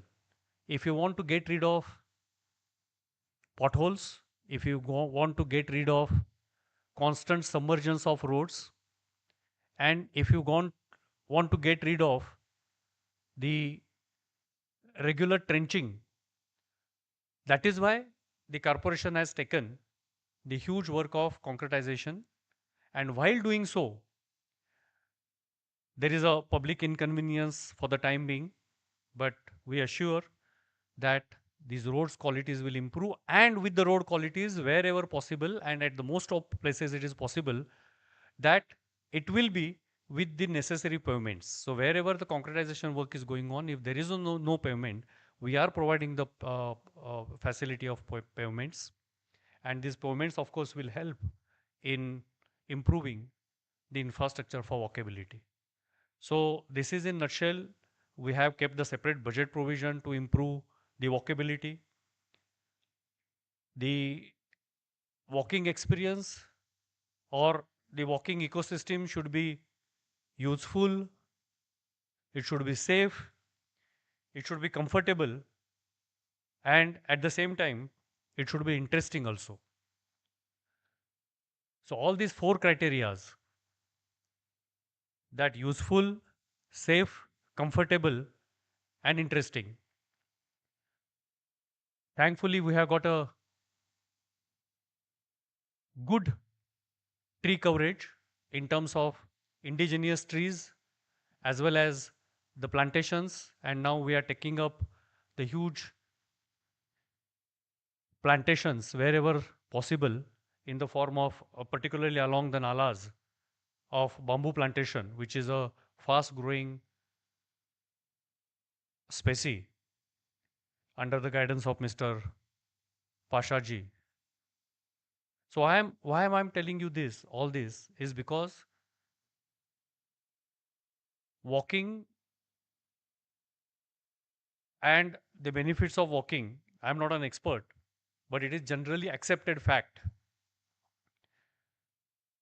The physical benefit, mental benefit, emotional benefit, and as a civic body, we are trying our best to reach up to the expectations, to meet up to the expectations of people, and keep constantly upgrading the entire ecosystem. Having said that, what we are talking is about infrastructure. We still have not talked about, I don't know whether it's the right forum or not. However, I will take this an opportunity to just mention this thing, that any living entity like a city, whatever we get is always reciprocative from the civil society. So necessarily it is the same kind of reciprocatory reception and involvement of people is required. Like for example, only constructing good pavements is not going to address the issue as long as we do not control the hawkers. And hawking control is possible not because of not by doing every day going and throwing them away. If we stop buying something from them, automatically they will go away. And people keep complaining every day. Every day, my 10,000 people are busy in removing hawking. Every day they come back. So it's a kind of a yeah, it's not a very pleasant problem to solve. It's a zero sum game. All railway stations, all subways, and constantly we are doing it. Easier said than done. However, this hawking thing is a great obstruction, big obstruction in walking, and whatever facility we create, that facility is also being occupied. Whatever limited space Mumbai has got for walking, that is also occupied. So what we expect as a civil administrator is that there has to be a collective common consciousness amongst the people to a certain extent, so they will be a participatory or stakeholders into all the efforts what BMC is doing. And I think I compliment Sandeep ji for bringing all of you together, that this message should spread widely and good enough for every Mumbaiker to understand that what we are trying to provide, if it is being accepted, reciprocated equally, then this facility and this ecosystem we will be able to provide to each and every Mumbaiker, which he and she deserves. So I compliment again for these efforts, this initiative, and we as a BMC are open to suggestion, whether it's a local area suggestion or whether it's a policy suggestions. So thank you very much again, and yeah, I'm BMC commissioner only. So now, no problem. So thank you. Thank you so much. Thank you so much, sir. We will now would like to take a moment to honor individuals who have significantly contributed to the city and philanthropy. So each of these contributors, we would like to award them with a shield and a bouquet. I will go in order. May I request them to please come up on stage and collect their shield as well as bouquet. First is inviting Mrs. Amla Ruya on stage. Madam Amla, she's left. Okay. Inviting Dr. Manju Lodha, please, on stage. She's an Indian author, a social worker, a philanthropist, serving as a chairperson of the Lodha Foundation, a charitable trust dedicated to various social initiatives. On stage, and please receive your token of appreciation.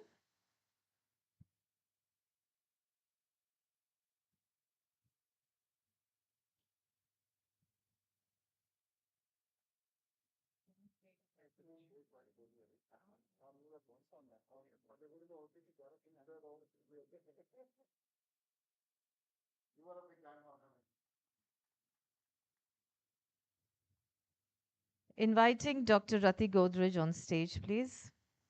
She's a physician based in Mumbai with a distinguished career in internal medicine and significant contributions to public health and medical ethics.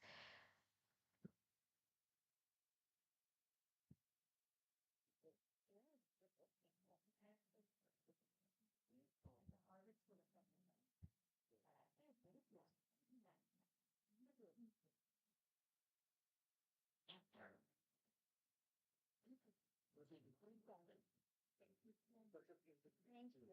So kind. Thank you very much. Thank you. Inviting Mr. Ramesh D. Podar and Mr. Pavan Kumar Podar, please. From the Siaram Silk Mills Limited, leading Indian textile manufacturers known for high quality fabrics, ready made garments, and home furnishings. Mr. Ramesh and Mr. Pavan, both recognized for their commitment to sustainability and innovation within the textile industry, have overseen the implementation of eco friendly practices and the adoption of advanced manufacturing technologies. Congratulations.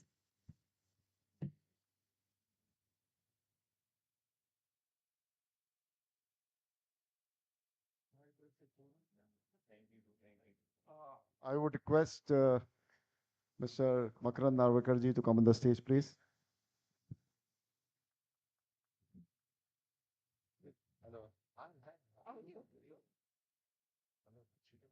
Hi.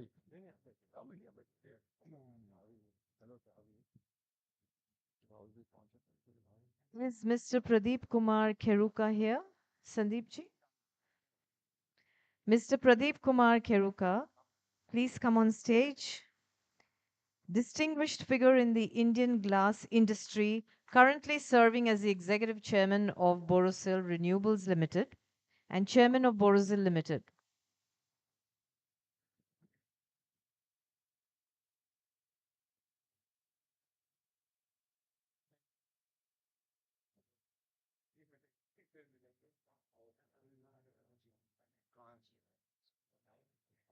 Mr. Sushil Jivarajka, please come on stage.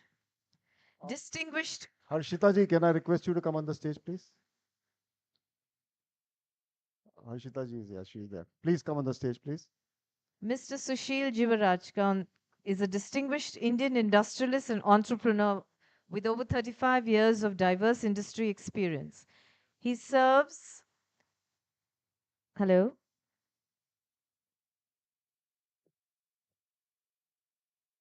Dr. Niranjan Hiranandani is not here. Mrs. Anandini Thakur, I think we will have to go down and.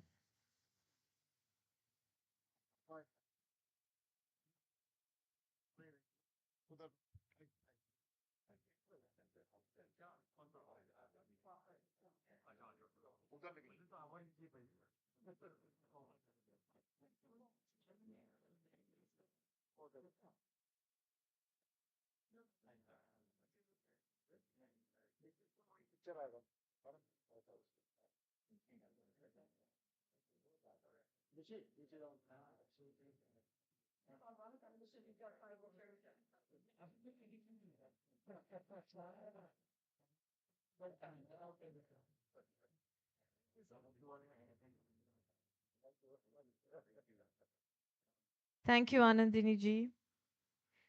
Inviting Mr. Mayank Gandhi on stage, please. Social activist, urban planner, former politician. He is the founder and managing trustee of Global Vikas Trust, working to uplift drought-affected farmers in Maharashtra and Madhya Pradesh.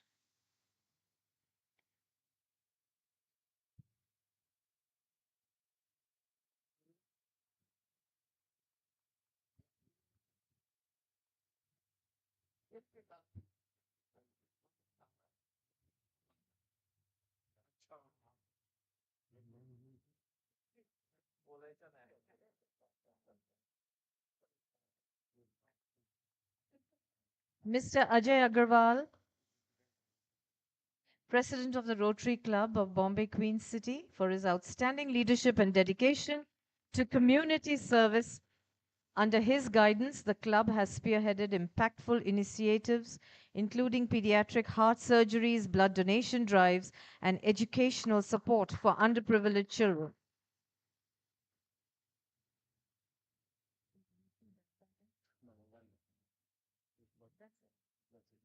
So we sincerely thank all our esteemed guests for gracing this conclave with their presence, and congratulations to all of you all once again.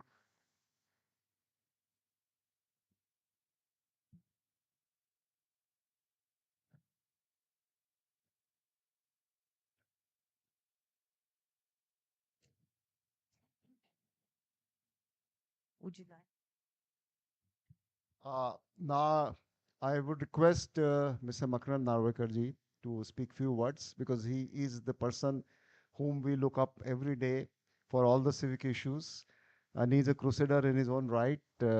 Many times you see he's been taking up issues in person, in newspapers everywhere. And Harshita ji is also here. She is my corporator, so we could not do a program without her today. Thank you, ji. Thank you, both of you. Please. Well, good afternoon to you all.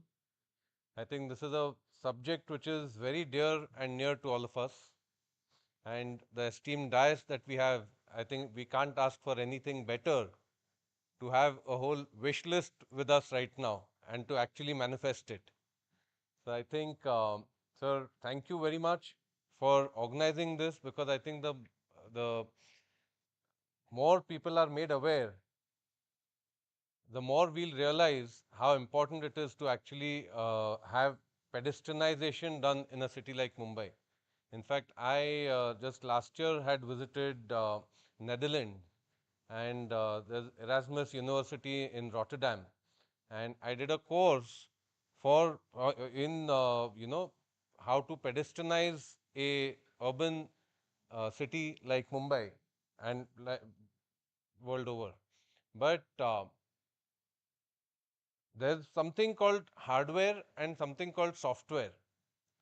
I think, and both should go hand in hand. So, sir, whilst we have organized, you organized a gathering here where there are people from all walks of life, as well as, you know, the man in the hottest seat in Mumbai, which is the BMC.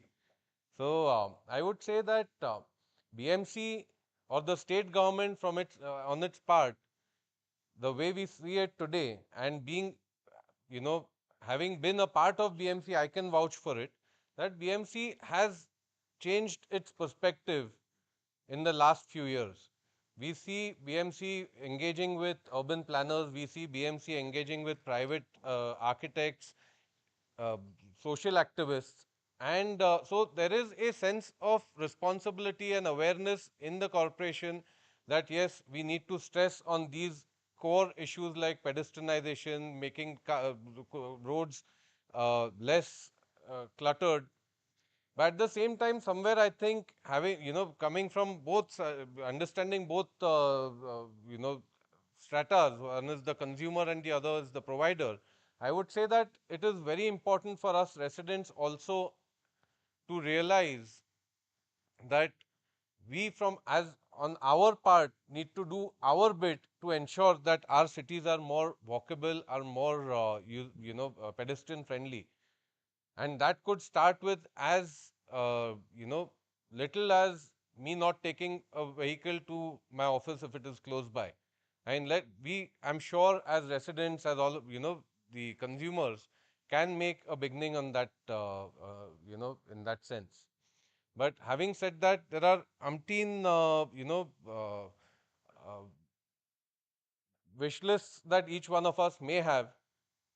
And having realized that, in fact, we were going to have our Speaker of the Legislative Assembly, Rahul Narwekar ji, attend this gathering as well. But since he is not here, I'll take the liberty that Rahul ji and Harshita ji, in fact, initiated one of the first, and with the blessings of our municipal commissioner, one of the first pedestrian only zones in Mumbai, which is at Kalagoda. So, and let me tell you, sir has been very forthcoming himself. He's had a number of meetings even before he became the municipal commissioner. He had a number of meetings. It is something which I believe very dear to his heart as well, this project. And I thank you on behalf of residents for taking this initiative and gifting Mumbai city its first walking zone, which will be in A ward, where 6 lanes are designated to be pedestrian only.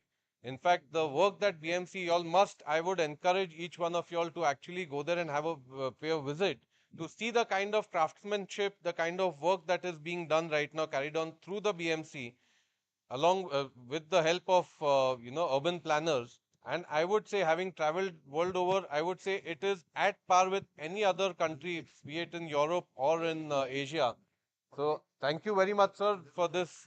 And I take this opportunity that if, and I'm sure it will be, if this is a success, please do replicate this in other parts of the city so that people can actually enjoy the beauty that this Mumbai city has.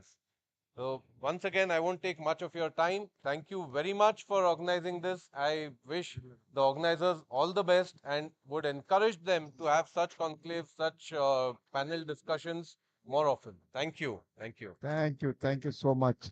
Harshita ji, few words from you also, please. Good evening. Thank you for having this, Sandeep ji. Today we have, as Makranji mentioned, we have a very august gathering here. We have, the most hot person on the hottest seat in Mumbai, Mr. Bhushan Gagrani ji, our Bamboo Man of India, Pasha Patel ji, Dr. Miki Mehta, Makaran Narvekar ji, and Rishi ji. Shaina ji was here, but she had to go somewhere. So- DCM called her, so she's finished her speech. So, as Makranji mentioned, and as a lot of speakers here mentioned, it is this initiative of walkable cities or walking cities is actually a public-private, public, government and citizen partnership, because we need to be active citizens in that regard.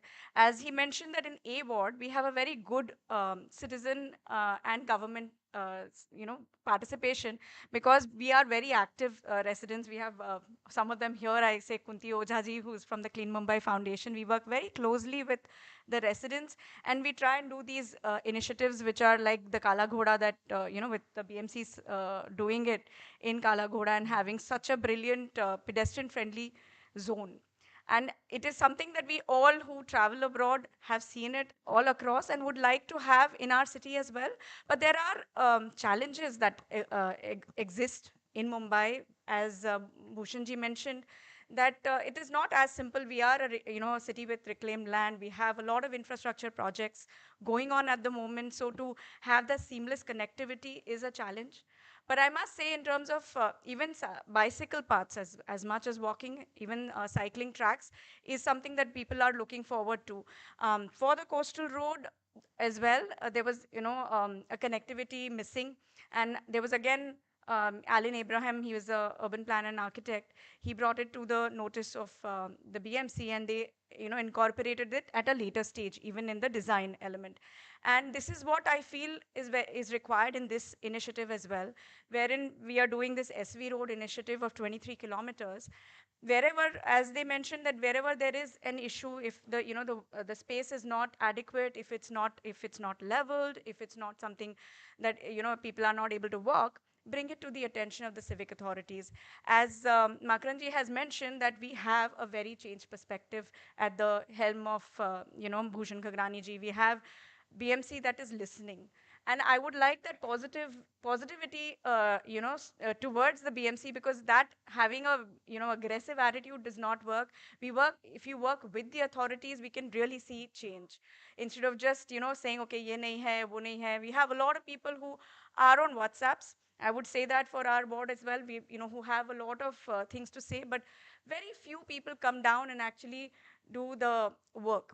We have Zoru Bhatina here, who's been a very, very active citizen, representative, and he has managed quite a lot of change and managed to keep our trees in our city, save a lot of the trees in our city. So it doesn't take many people, but it takes us to come together, and these initiatives, these conclaves that raise awareness towards such causes. So I think this is, I didn't know that it was from 2012, but I'm very, very happy that I'm part of it now. And whatever we can contribute in South Mumbai, we'd be happy to collaborate for making South Mumbai as well more pedestrian friendly as well. We are very blessed with very wide footpaths as compared to the suburbs. And so we would like to have the encroachments also kind of streamlined. We have to do that in Nariman Point, in other areas as well. So we would like a good participation in our area with our residents, and the same thing being replicated in the city. And believe me, we see change. I mean, we are the change we want to see, so we have to make the change ourselves. Even in terms of hawking that he mentioned, we are the ones who patronize these hawkers. So we have to kind of, and there is requirement for affordable, food. So we have to streamline, make hawking zones so that there is affordable food and, for everybody to eat, but in a more disciplined manner, like it's, in other cities in the world, good prime cities in the world. So we are getting there. We are a work in progress. We are seeing that the Mumbai is, changing. So we hope to see a good SV 23 kilometers SV road very soon, and would like to be participating in that as well. Thank you for having us. Thank you. Thank you, Arshita ji.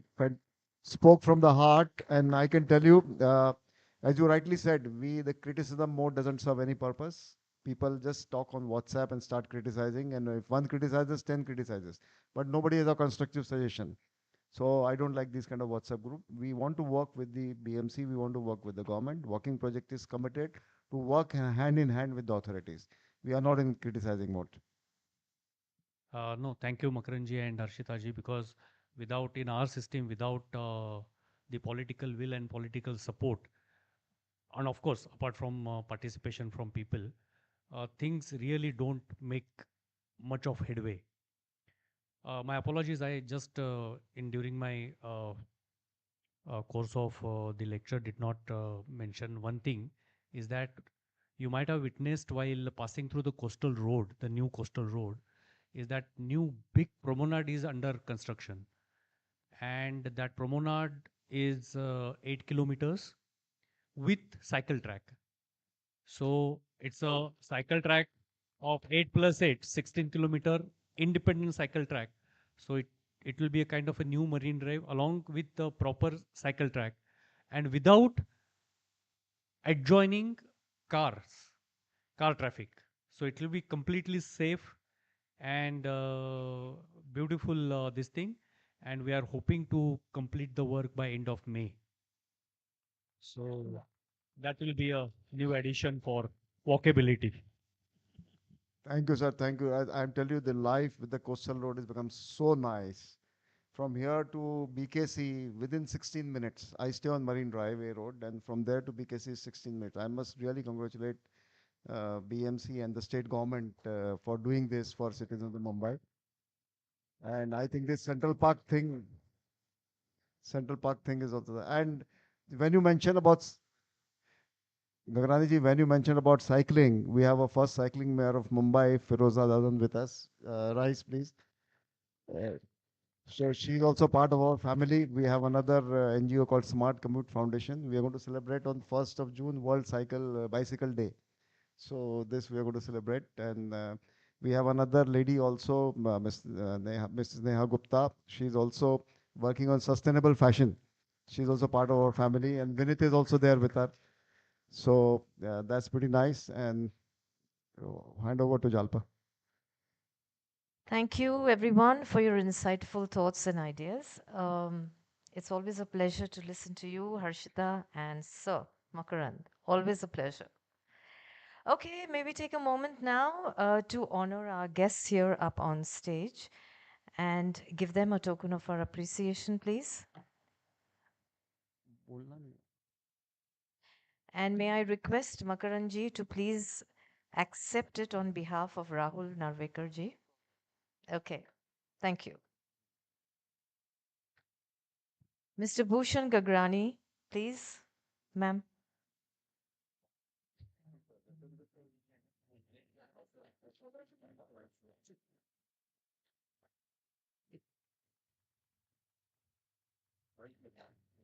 You've given the wrong thing. Mr. Pasha Patel.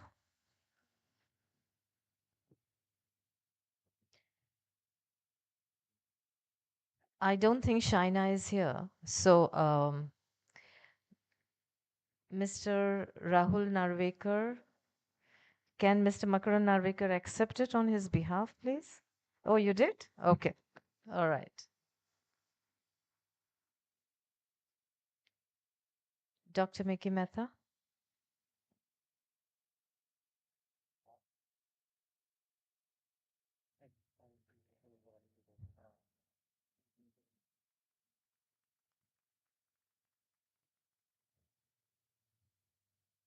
Okay, thank you, gentlemen. I would like to invite Dr. Mickey Mehta. Whose is left? No, Bhushan is given, yeah. I think Mr. Bhushan Gagrani, you were given the wrong plaque.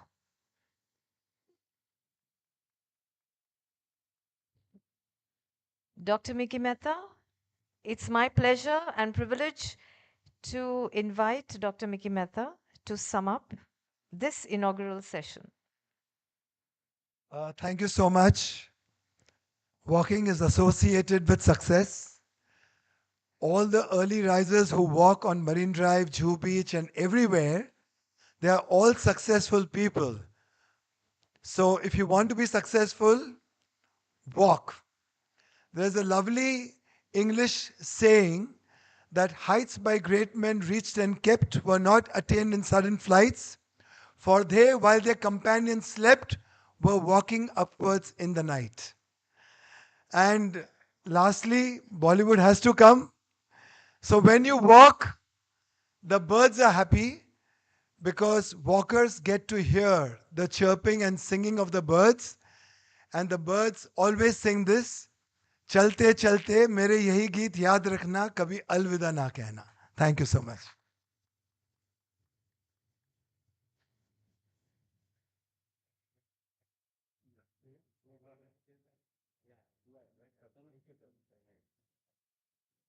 Thank you. Thank you.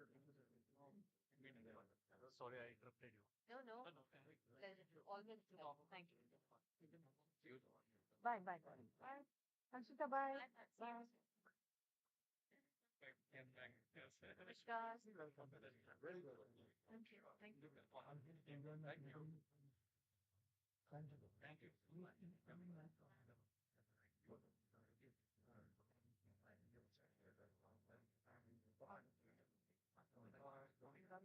Namaskar.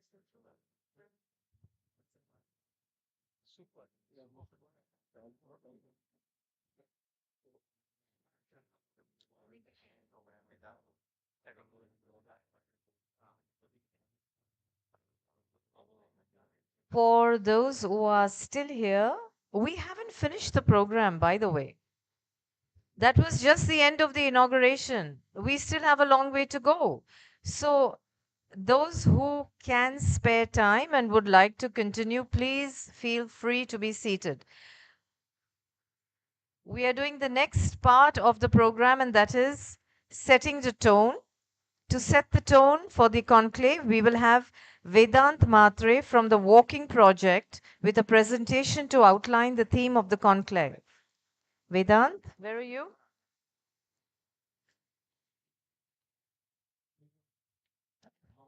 Vedant needs an extremely enthusiastic audience. Can we just have a round of applause? Thank you. I just need to say this, that one of the reasons we are able to convene is because 2 years back we were able to revive Walking Project, and that is almost entirely thanks to Vedant. So, I mean, the whole program had gone dormant, and I think now we are getting to the meat of the matter, to say, so to say. Yeah.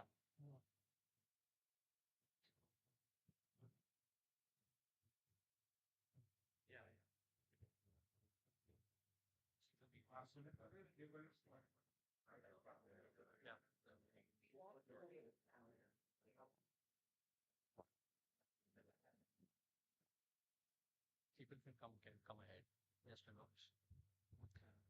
I think since a lot of the seats have emptied out in the front, a lot of the people can actually move ahead if you want. Yeah.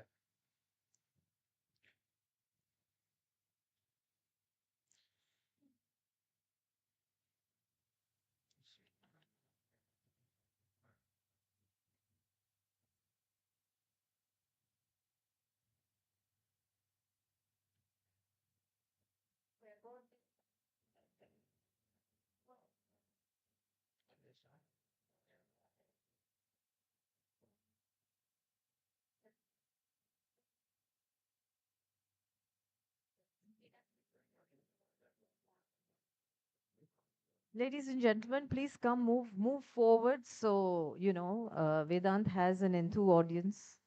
He needs some motivation. Yeah. Thank you.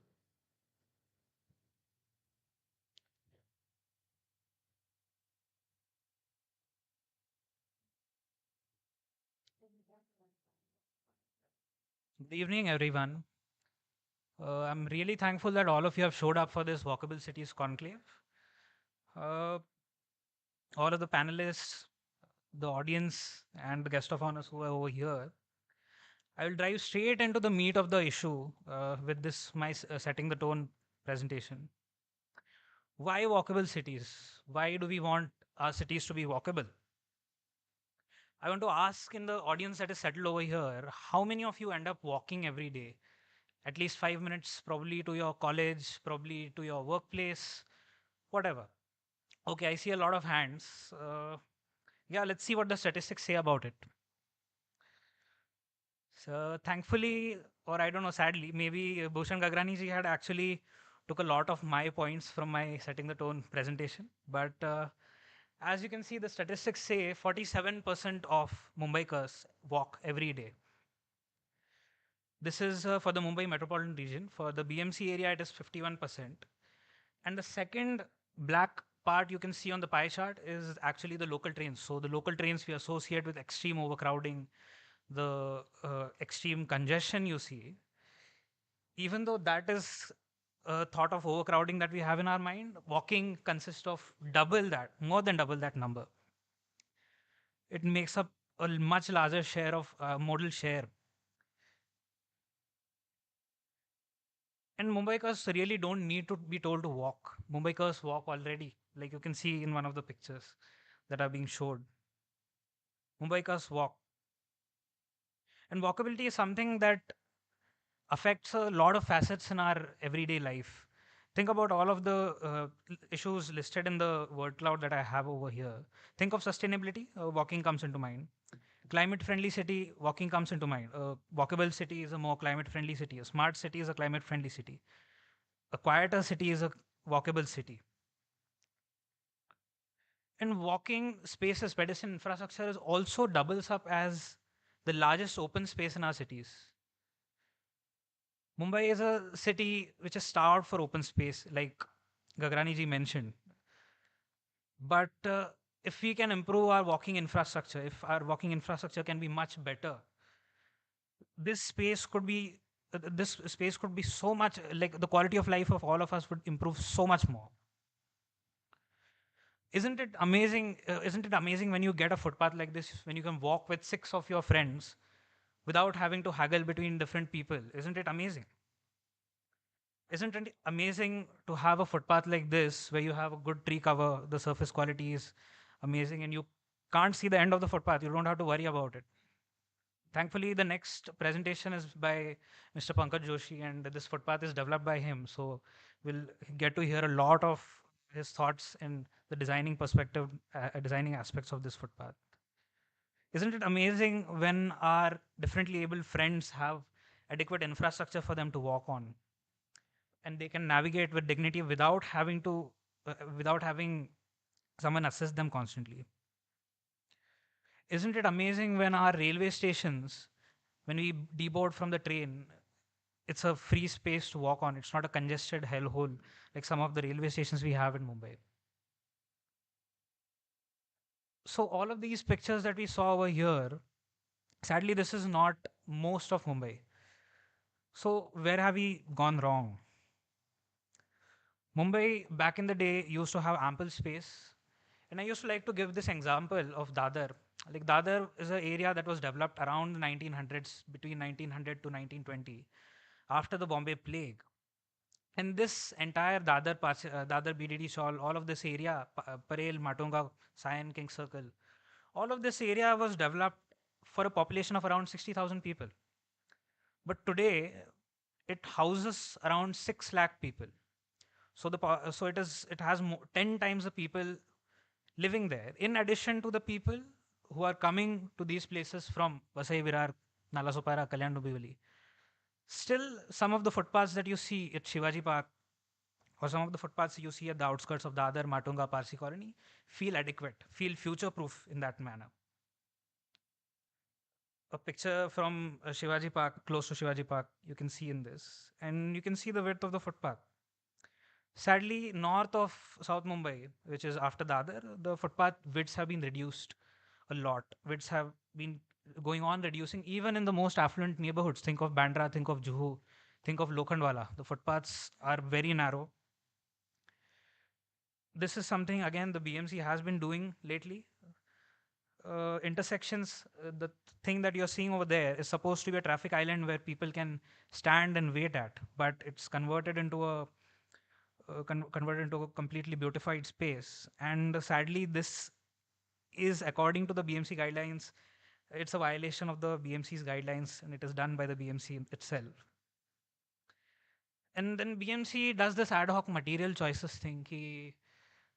You'll see articles that every year IIT Bombay has been delegated to find out the best material कि footpath कैसे बनाना है. It feels very sad that we kind of have to constantly each and every year trying to solve, like make the circle, like find the circle. All of the cities across the world have done it. We can just copy some of that knowledge sharing. The joint ventures that we do for our knowledge sharing and improving the knowledge of our local industries. Some of that knowledge can be used. Pedestrian crossings have been reducing. According to the guidelines, there should be a pedestrian crossing every 70 meters to 150 meters. That would be 2 crossings in one railway platform length. Do we find that many crossings? A lot of places these crossings have been reduced because of BMC beautifying a lot of these medians. On the right hand side, on the right picture, you can see these students, these people. None of them are undereducated. We have to understand that crossing, walking is a basic need of human beings. It's not something we can just let happen. Hawking, again, extremely contentious issue.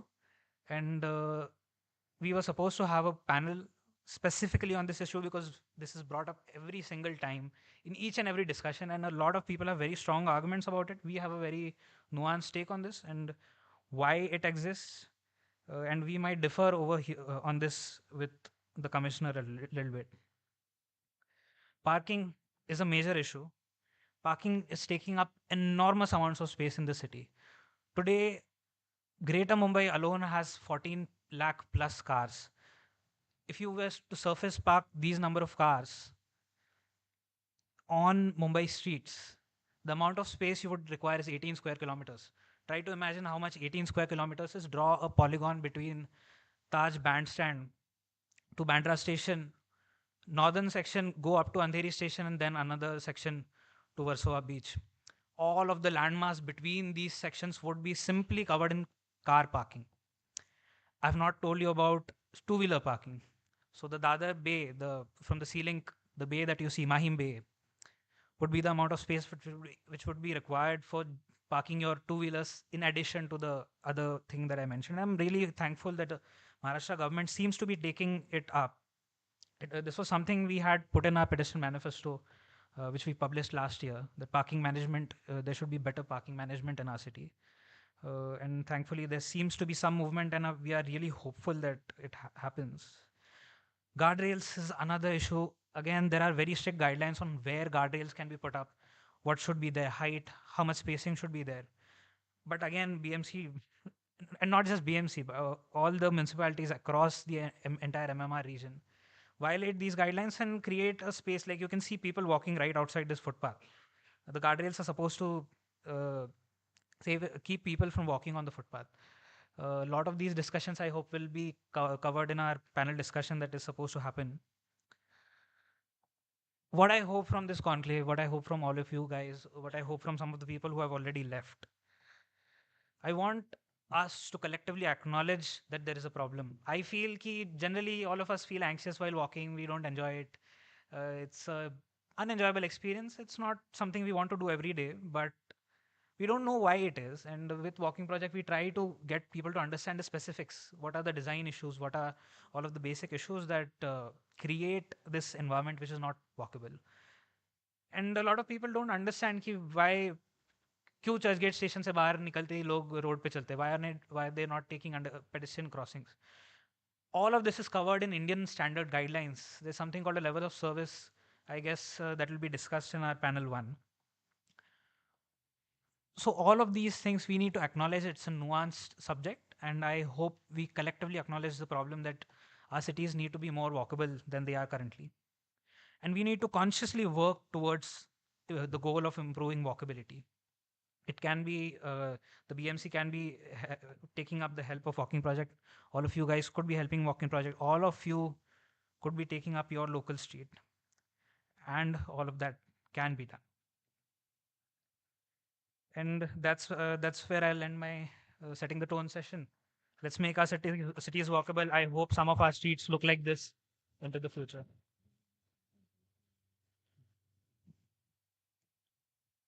Thank you very much, Vedant. We now have a presentation, Design Standards for High Quality Pedestrian Infrastructure by Pankaj Joshi. To commence the conclave discussion, we will now invite architect Pankaj Joshi for a presentation on the design standards for high quality pedestrian infrastructure. Pankaj Joshi is an architect, Mumbai-based conservation architect and an urban planner. He has significantly contributed to enhancing pedestrian infrastructure and promoting walkability in the city. Joshi has overseen and consulted on several projects in different parts of the city. Thank you, sir. We look forward to listening to you.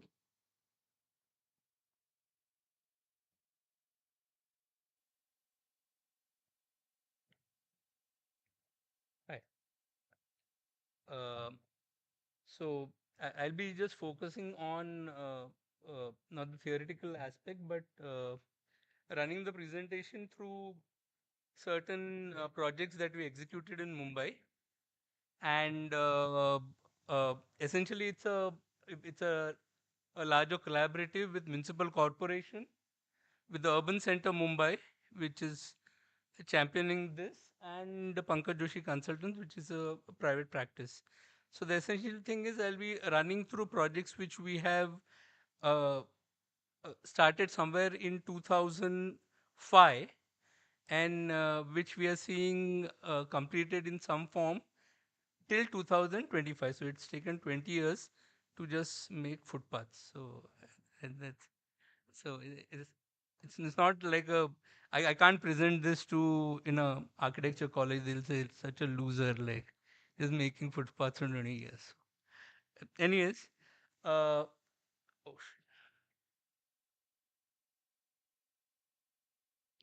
Yeah. So to start with the issues, I think my earlier speaker talked about this, and these are kind of what is happening? Okay. Yeah. So these are the situations which we see very often in Mumbai. Like we sow paddy every year, we do footpaths every year. It's like agriculture. We har saal ka kheti. So we need to kind of do it. And every time there's a new layer, there's a new kind of texture, and then of course these layers kind of come one about another, and these are sites which are there, and of course before the season we kind of open up the whole footpath, just the top layer, and then change it, put something, hope that it'll work. Then someone comes and digs up a utility line and forgets to kind of close it before monsoon, so that. And of course we blame the hawkers, but most of the footpaths which we discovered have been encumbered by cars. And when we ask why the cars are parked, they say hum kidhar karega park, tum parking de rahe kya humko? So essentially that's also residents who are kind of entitled to park on a public footpath. So that is kind of, I think if the constitution changes, one of the entitlement will be parking on the footpath. One small thing. Jaruri hai. And then of course there have been kind of people trying to protect encroachment and encroaching the footpath. So gardens karenge, and then of course, बहुत कितना भी बड़ा झाड़ रहेगा, you need a tree surround above the footpath, so नहीं तो गिर जाएगा. And then we are, putting bollards so that vehicles don't go where anyways vehicles can't go. So, both sides are blocked. जाएगा किधर? So, and then the kind of creativity in bollards, like we have amazing amount of bollards. The utilities come and they kind of do their own bit, and then they go, and you are expected to kind of find your way around. And then utilities also give an opportunity for people to kind of settle on footpaths. So I don't think we can blame them. Of course, junctions are one of the worst to kind of deal with. And where footpaths are being done at level, they are at a level where, virtually it's like 2 steps or 3 steps. And it's like this was a Hindustan Times image, which we like to kind of use it. This is very old, from 2002, so things have not changed. Like, how do we really walk on our footpaths? Like, if it goes every time you have to kind of climb 2 steps. And then the medians are as beautiful as they can be. And of course, getting with a sari and crossing a median itself is a challenge. So, because there's a crossing is quite far. So I think there is somewhere you have to cross.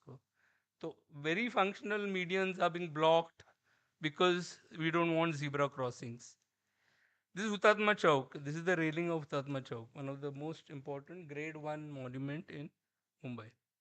And the solution that we have kind of found is this, which is called stamped concrete. Somewhere it looks like wood, somewhere it looks like cobble, somewhere it looks like, I don't know, polygonal masonry. I think students from architecture can tell much more clearly what this pattern is. But essentially something which survives only for a year, maybe max 2.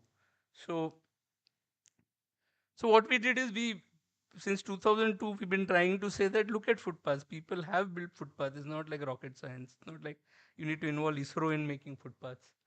And this is like, we're looking at New York City because we found it quite symbolic, because footpaths are built and have remained there in many places since 1880. So 140 years the footpaths are intact, and we'll show you certain examples. Of course, the lithographs show it. And they're plain cement, concrete, cast in situ pavements. There are no paver blocks, there's no stamped concrete, there is no granite block, there's no fancy thing. It's plain cement, concrete. And if you see this, you'll realize that the color is different because they only repair sections which have cracked or settled. There also there is settlement, there are also cracks there, and those are.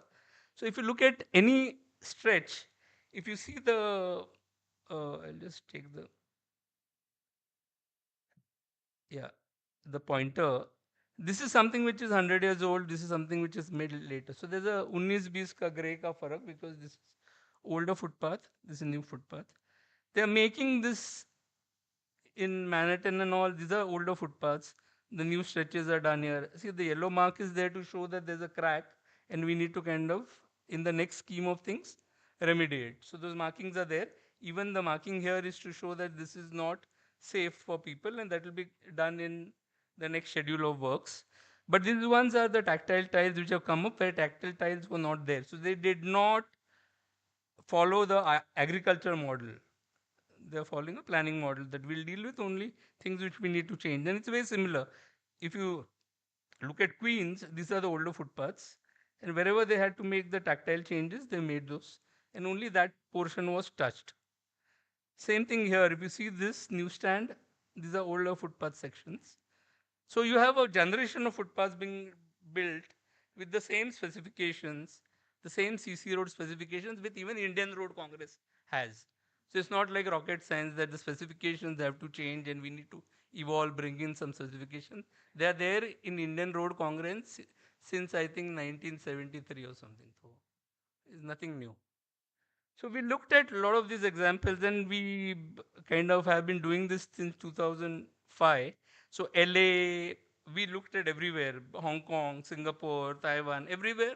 They're following a same standard set of footpaths. Even in Australia, Of course, they are being much more sensitive. They don't want people to go up and down. They would rather want the car to go up and down. So they have the footpath at grade, and then the car kind of goes over a tabletop. So we went to the municipal corporation and we said that, okay, through the guise of heritage conservation, we said you can't look at any of the heritage building because the thing is you tend to fall. So if you need to improve visibility to heritage building, can we do some footpaths as samples? And after a lot of persuasion, they said, okay, एक pilot कर लो. Normally municipal corporations throughout India are, when you kind of sit on the head, they say, एक pilot कर लो, चल. Get off my head, do this thing. So we started with the first pilot, which was MG Road. We said that, it does not have a character. If you just have a median, if you kind of just do up the footpath, just take 5-6 elements, and these elements will be good enough to render it into something which is much more walkable, but you can improve visibility of heritage buildings. So, and this was done in the COVID times in 2019 and 20. And what we discovered was that when we opened up the stretch, we found sand which was from 1850s. So every year footpath was getting done, but there was no underlayer. So the old beach which was there of Churchgate, we could find the old sand. So kitna billing hua, we don't look at that in between. But we found the old sand. We kind of went through the Indian Road Congress, took the layers, and we started kind of doing it as per the Road Congress.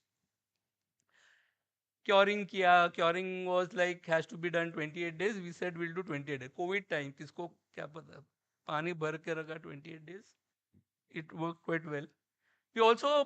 We found that most of the time, the people who are digging were the new fiber optic utilities. So fiber optic utilities does not require the whole footpath to be dug. So we laid certain service lines which can be used. So even a small pipe of 8 inches can take about 140 fiber optics. So it's not like something which can be put in. So we put the layer, we did the median. We took this opportunity to also open up tree surrounds. Concrete was up to the bark. So we opened up and we said that, 1 meter by 1 meter, we kind of keep it open and do a ring beam. We also started working on the sections and developing the crust. And the crust, this is all using BMC specifications, BMC contractors, BMC SOR, standard schedule of rates. So it's nothing which is not there. It's something which is there throughout. And I think it's there since 1888. So only thing what we got is we got some new tools, hand tools, magnesium bull float, groover, edger, which are small tools again available locally only, which could be used to kind of get the patterns right on the panel which we were doing. We also got some tapkars from bead and all. So wherever we found old stone, we got the people used to make varvanta, pata varvanta to make chutneys. The same guys we got, and we got those dressed again, the same stone with black basalt, massive 5,500 kilograms per cubic meter density. Nothing will happen to that. For 100 years, nothing happened. I don't think for the 100 years anything will happen. So we set it right. So something which was, on your right side is how it was when we discovered it. On the left side is once we set it out using the. We also re-engineered the footpath so that it has all the ramps, and we had the tactile tiles in at the ramps. So those details were sorted out. And we did this in 2019 using the BMC contractor, and it's still intact, 6 years. Only because nobody has gone ahead and broken it, because there are services which have been laid below, which need not require to be touched upon. We also brought in some furniture. So if you now go to National Gallery of Modern Art and Chhatrapati Shivaji Maharaj Vastu Sangrahalaya, that whole stretch is done by us, and that's like from 2019 till 2025. खेती नहीं किया अभी तक. We also used the stone which was behind Bombay University and set it up, and whatever was not there, we put it in CC Road. what it kind of brought to us is that a clear comparison of cast in situ vis-a-vis stamp concrete vis-a-vis your paver block. And if you're looking at it, the design life of cast in situ is minimum 30 to 50 years. In New York, it's gone beyond 100 years in many cases. Concrete is done from Roman times. Nothing happens to concrete if you don't touch it. So the patterns which we see, all these nice brown wooden patterns and all, they last for 1 or 2 years. And paver blocks is more or less same. So essentially, the choice is these three. These three, all of them conform to the standards, but the design life is different. So the choice that you take is something which we need to kind of, and of course the cost wise it's around 20-25% more expensive, but it is 50 times in terms of life.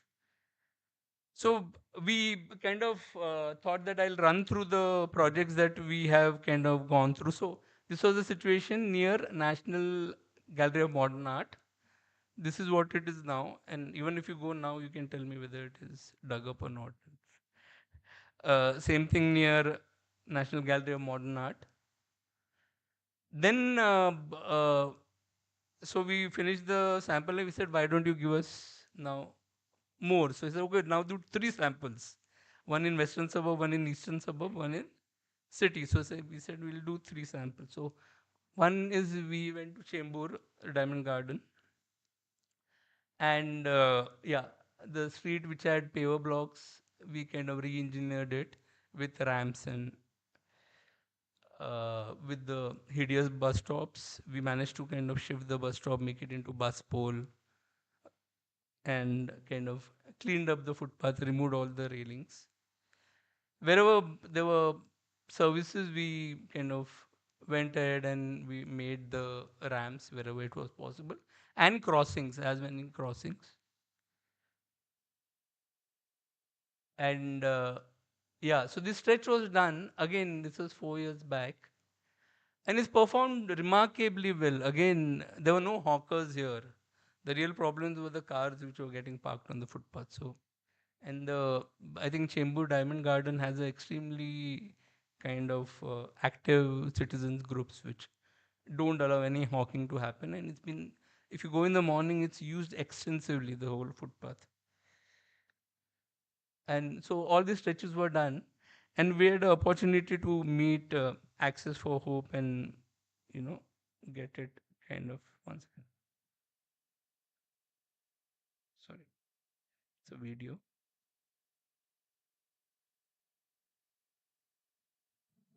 So we Access for Hope tested the thing. That's Sanket, and we found it works. So we got a lot of feedback from them, and one of the most important things is that they went ahead and asked the commissioner that put these tactile tiles all along, so visually challenged can kind of be far more kind of guided through each of the guiding tiles. So you see the lanes, but if you see the footpath, I think this was the best test which we could do. Like, let IIT do whatever they want to do, but this was something which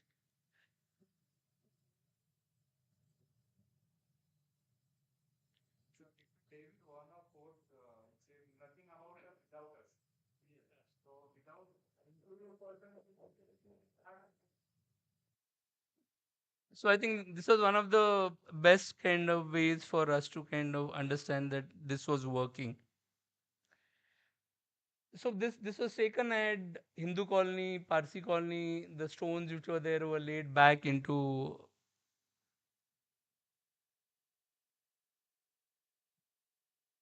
so brought in. This is new VJTI,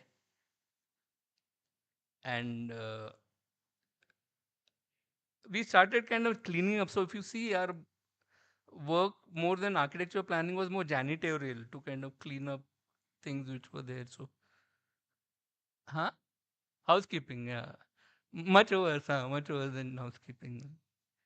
So we found that yeah, the bollards were required in certain cases not to allow the cars in, but they were not so closely required so that the wheelchair could be prevented from going in. So this is in the other participant. The image is outside on your banners, so those are much better images.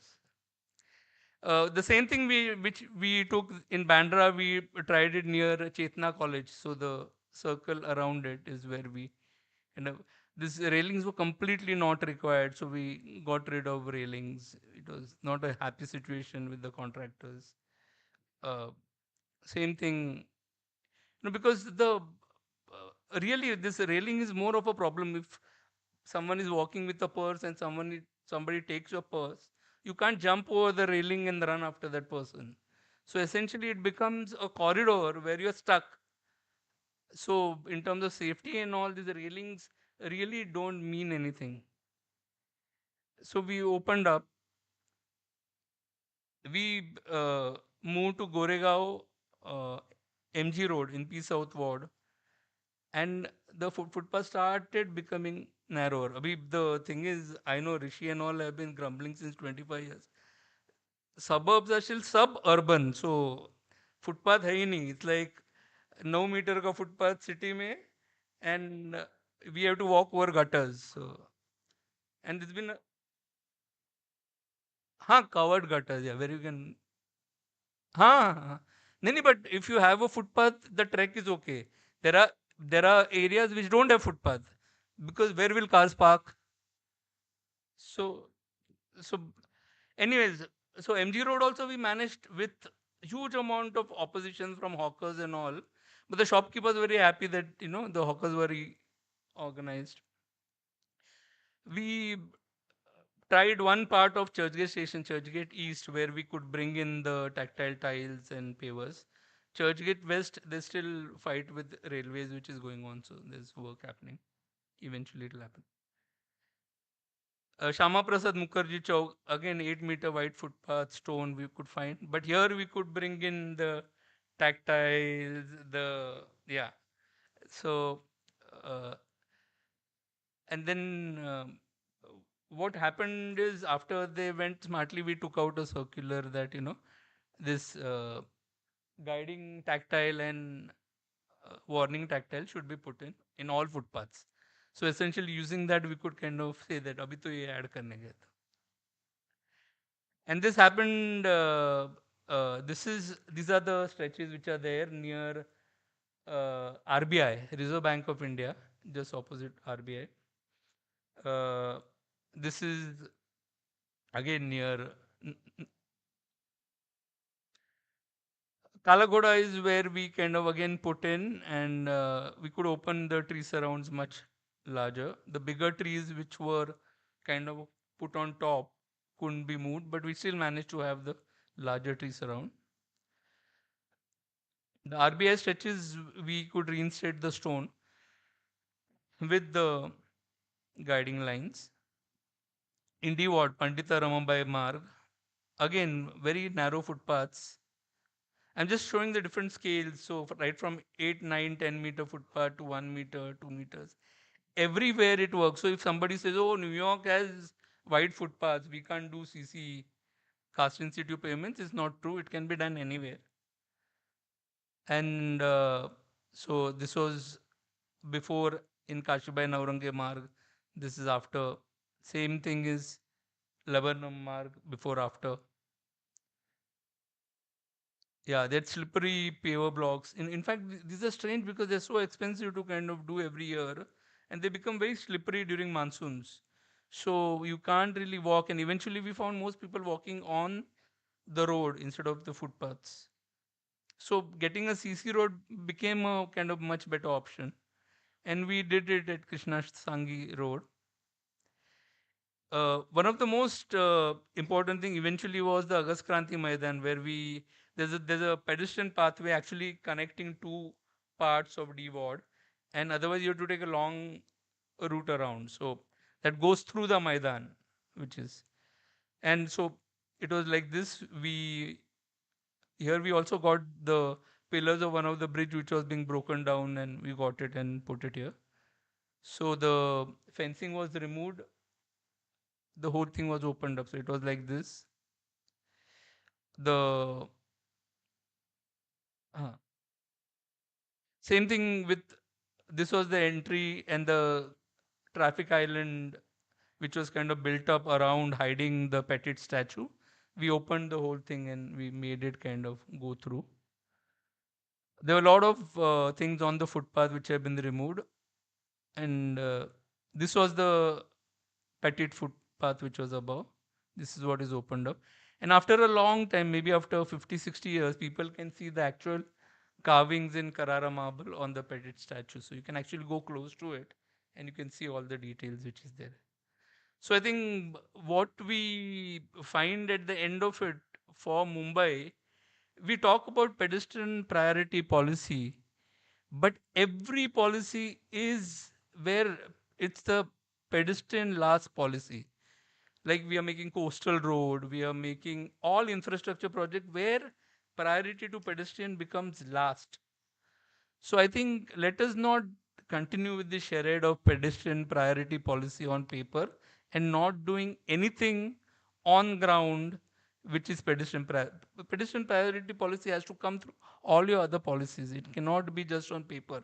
So very smart to kind of take it to COP and other places. Say we have a pedestrian priority policy, but we implement everything which is pedestrian last policy.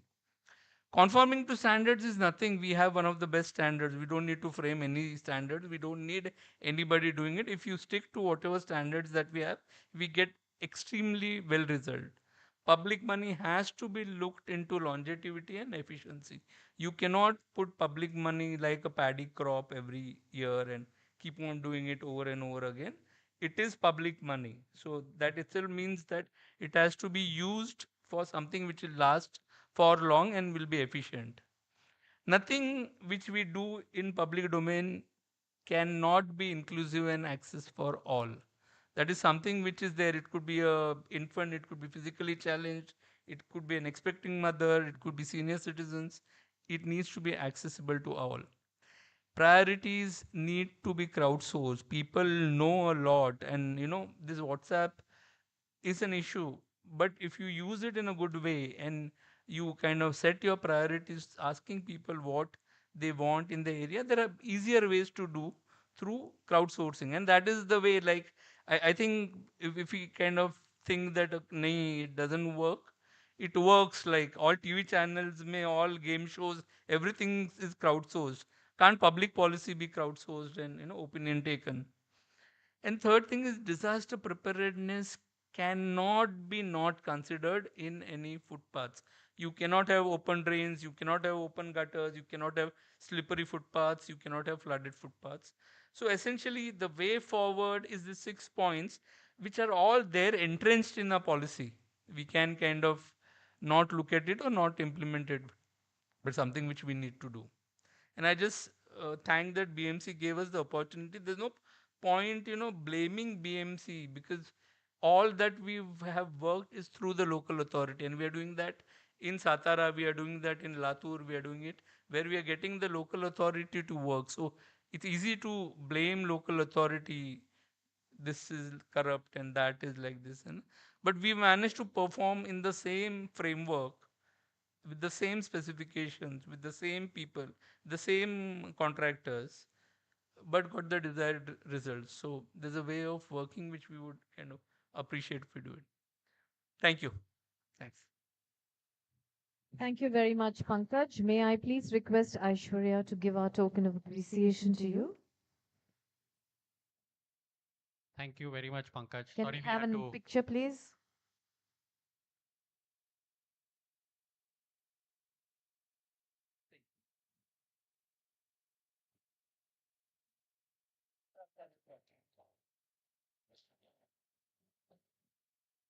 Thank you, Pankaj, once again for all your insights. Okay, ladies and gentlemen, we have a very, very intriguing lady sitting here. She is going to speak about breath work for longevity. Her name is Bijal Doshi. She has 1.5 million views on YouTube, 10,000 subscribers, who has played many roles as a jeweler, and she is also heading several women organizations. She is with PM Modi's Fit India movement and has worked with celebrities. Bijal Doshi, hold your breath.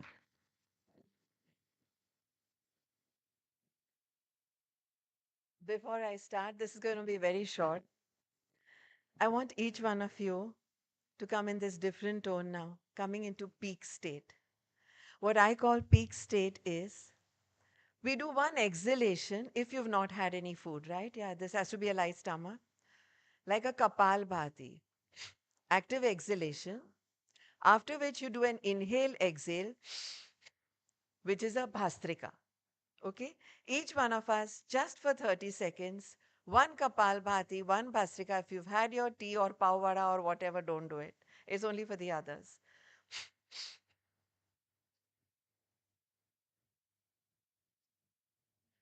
If you have hypertension or high blood pressure, go slow. If you have low blood pressure, go faster.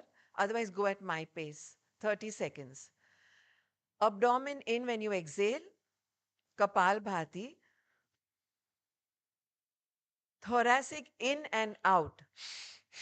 Bhastrika. Pick up speed. Let's hear it.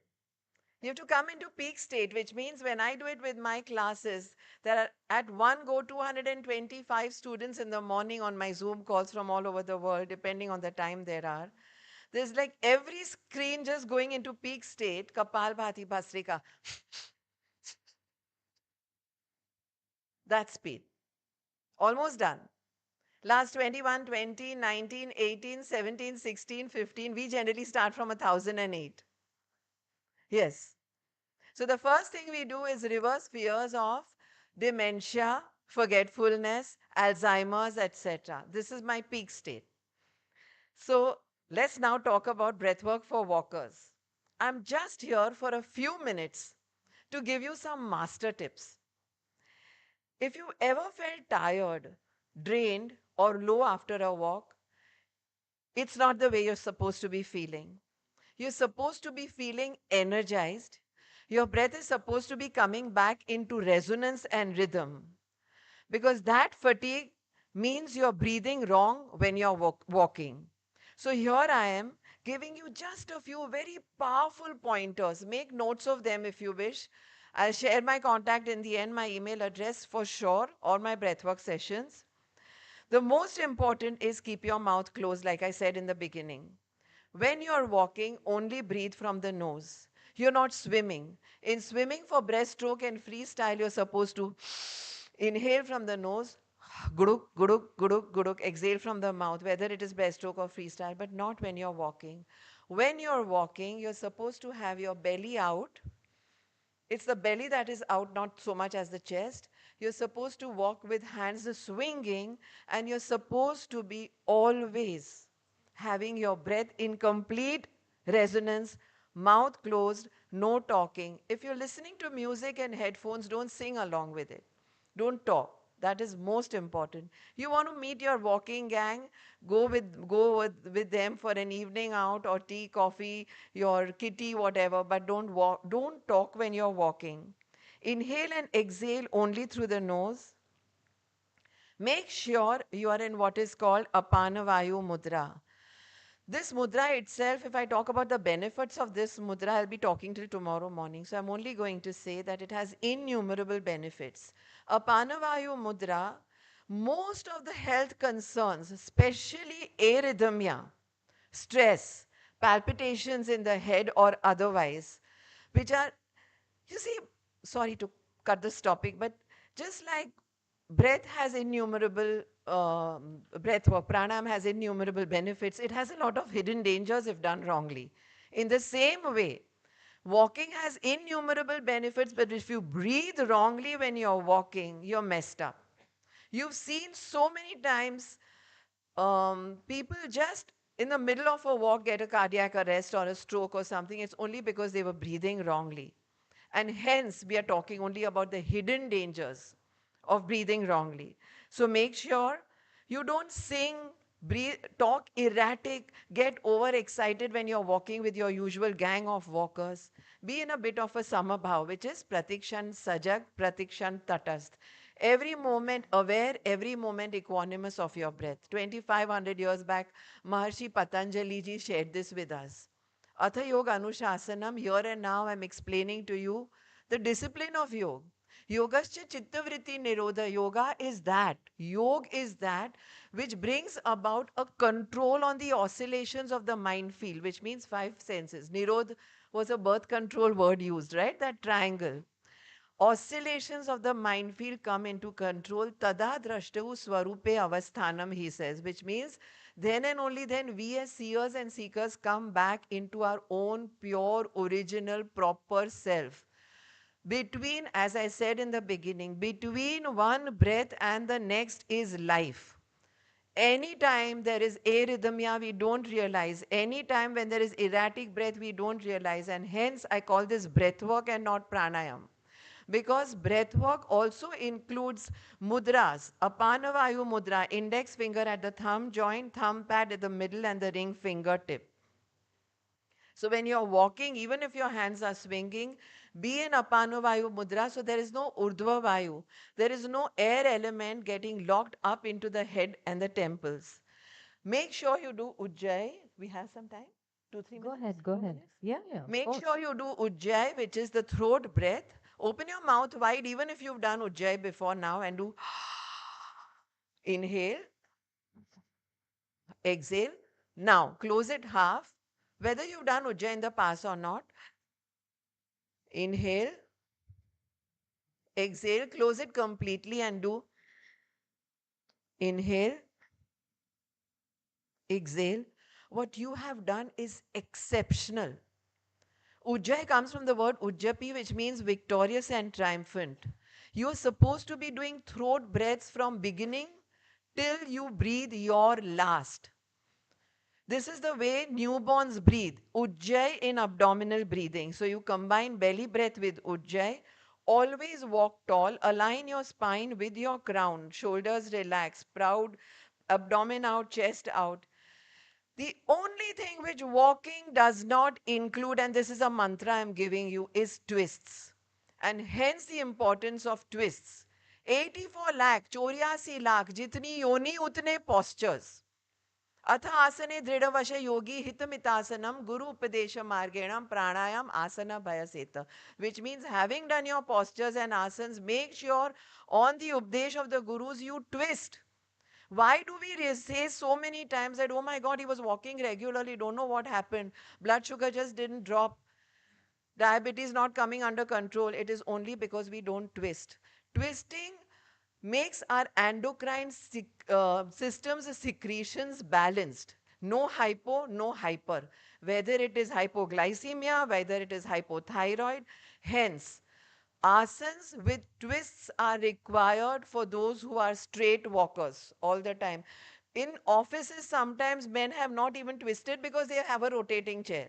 Twisting is very important. There is one very beautiful posture for twisting. Where the namaste comes to the chest center. Twisting very important. Integrate your mudras. Stay in Apanvayu mudra. Stay silent. Breathe in rhythm. Practice pranayams only in the mornings after or before your walk. Slow down your walk. Be aware. Every breath is a step. Every breath is a step towards longevity. Slow breathers live, literally surpass their 100th birthday. The Hunza tribe does. Mammals, reptiles and all in the species in water. Quahog lives for 700 years because it's the slowest breather. So we need to bring our breath not only into slowness but in rhythm. With that, I end my talk. Make sure you're often in your Apana Vayu Mudra when you're walking. Try walking bare feet on grass if possible.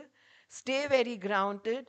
Mentally, don't chant any mantras when you're walking. At that time, like you may have done Vipassana or meditations, just watch your breath. Do nothing more.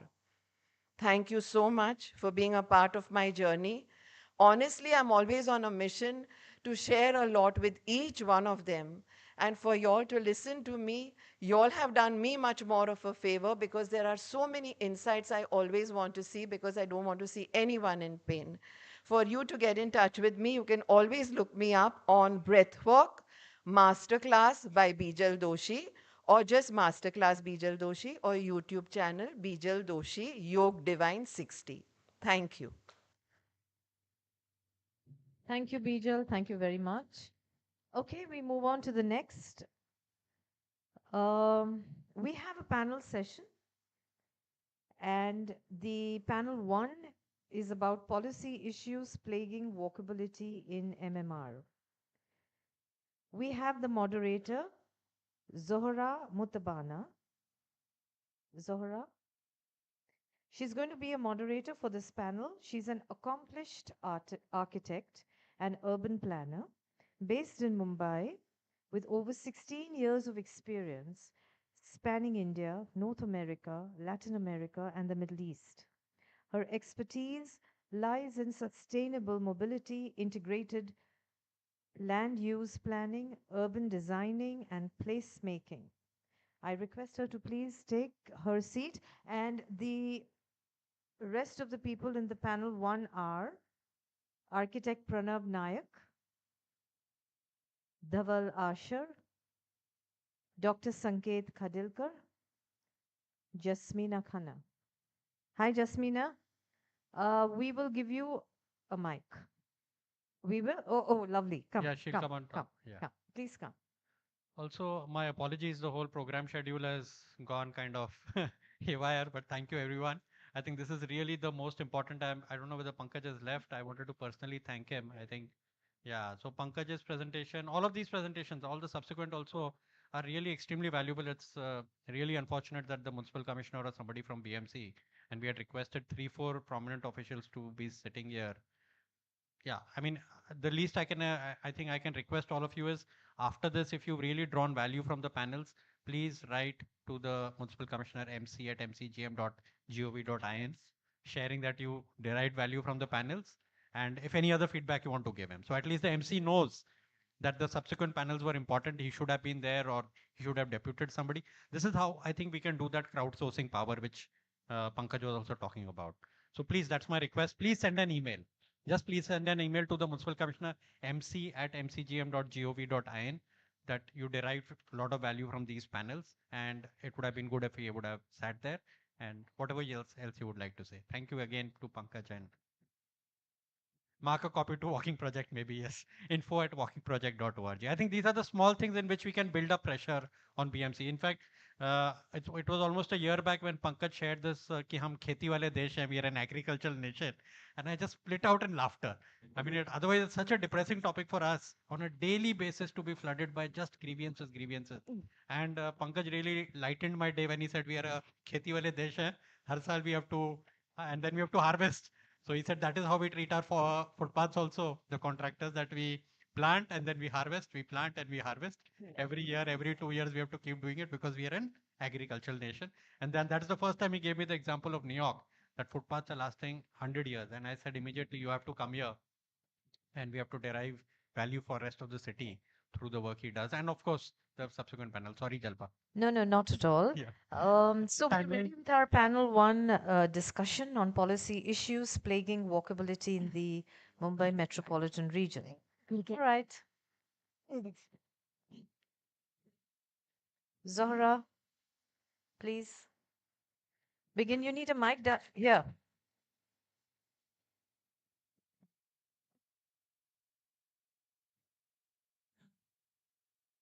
Thank you so much, Jalpa. So we have, I think, a few slides and presentations that each of the panelists is going to give. So I would request if Access for Hope can first start with the presentation. Am I audible? Mic. It's on. Am I audible? Yeah.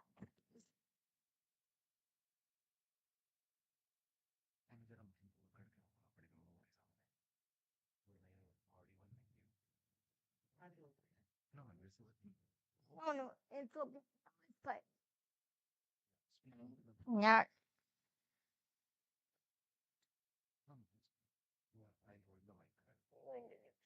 No.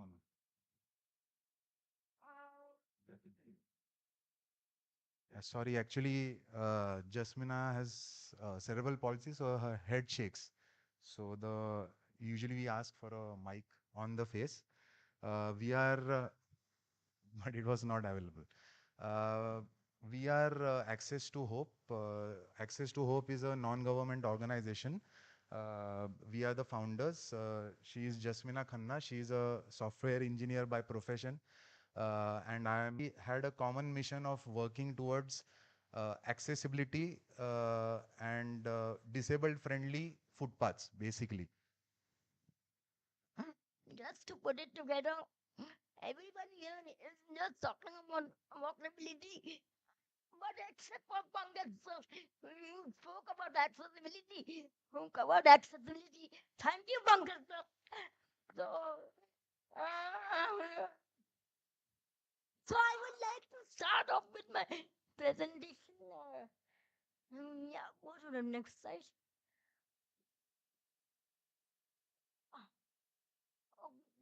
So, today I'm going to cover good, bad, ugly part about the whole accessibility scenario. So, I think I'm not audible. Yeah. So,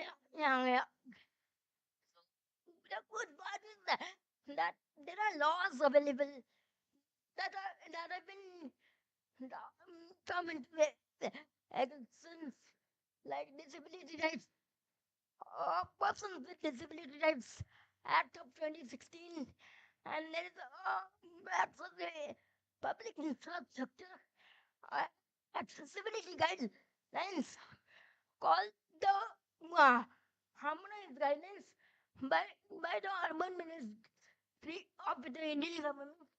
Okay, the bad part is that there is not much awareness about accessibility.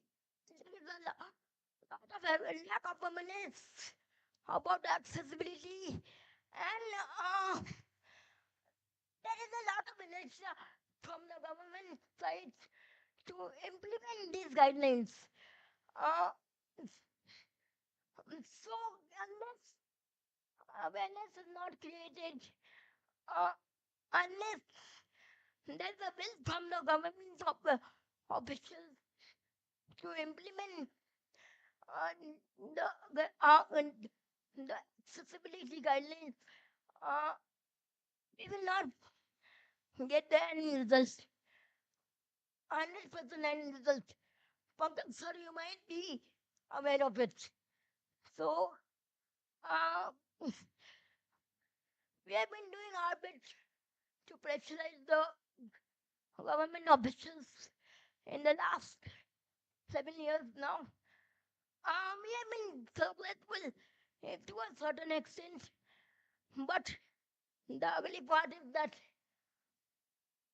there is a lot of corruption at the official level.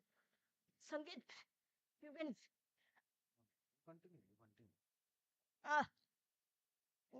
so this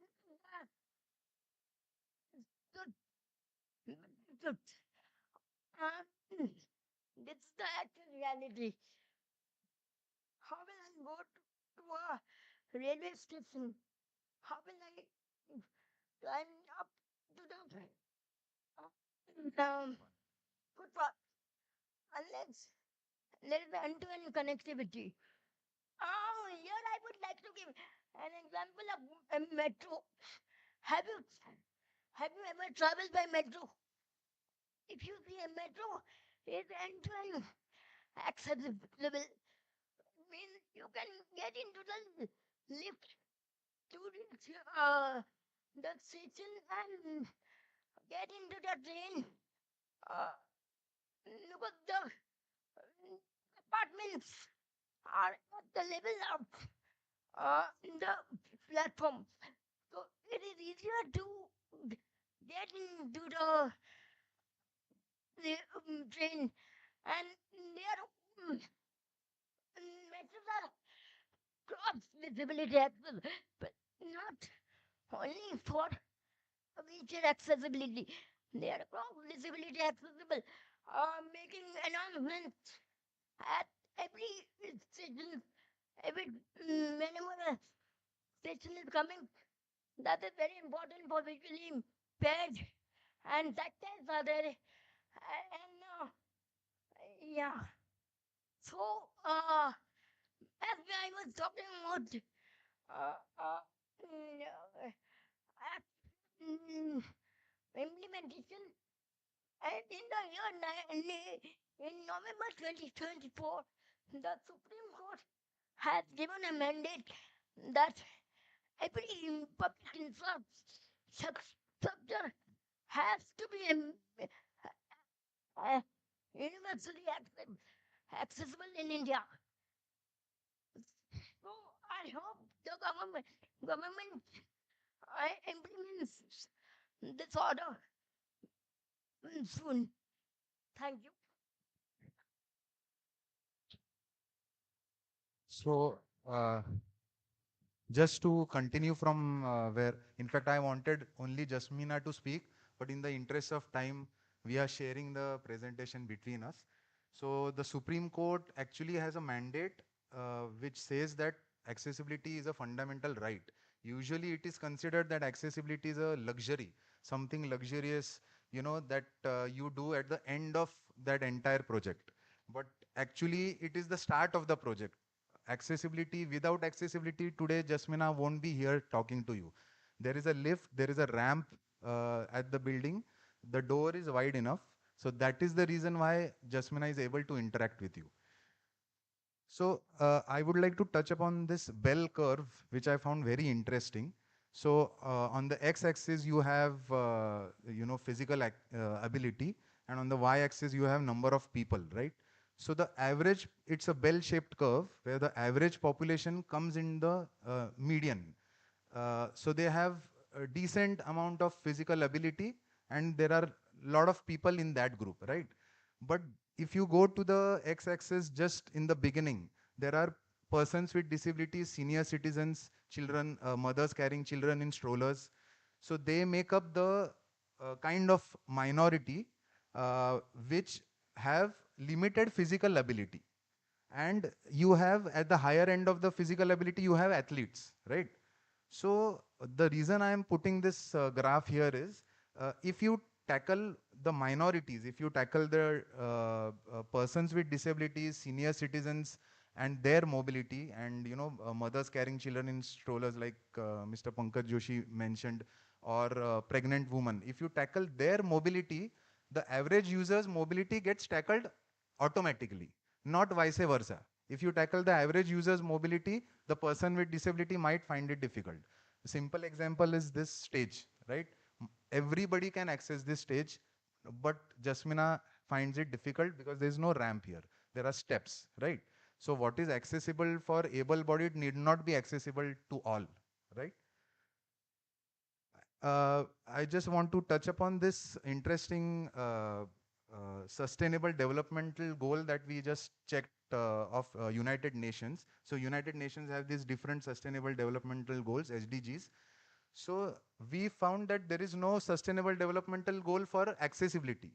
And the simple reason which the United Nations gives is accessibility is a horizontal goal across all verticals. So it is not a separate goal. Everything that you do, that has to be accessible. So it need not have its separate place. And what Jasmina was talking about, the harmonized guidelines, they are given by the Urban Ministry.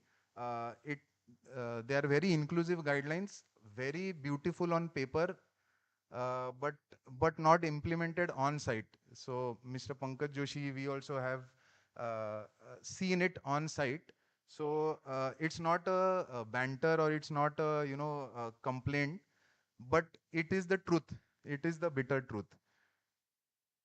So just to give you an idea of what work we do, uh, this was our first initiative in Ville Parle East, where we did footpath accessibility. So you can see that there is a ramp. Of course, we want to be very careful when we say ramps, because ramps are not the only thing that you should have for making structures accessible.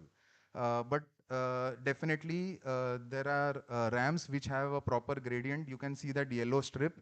That is actually, it was done in stamp concrete.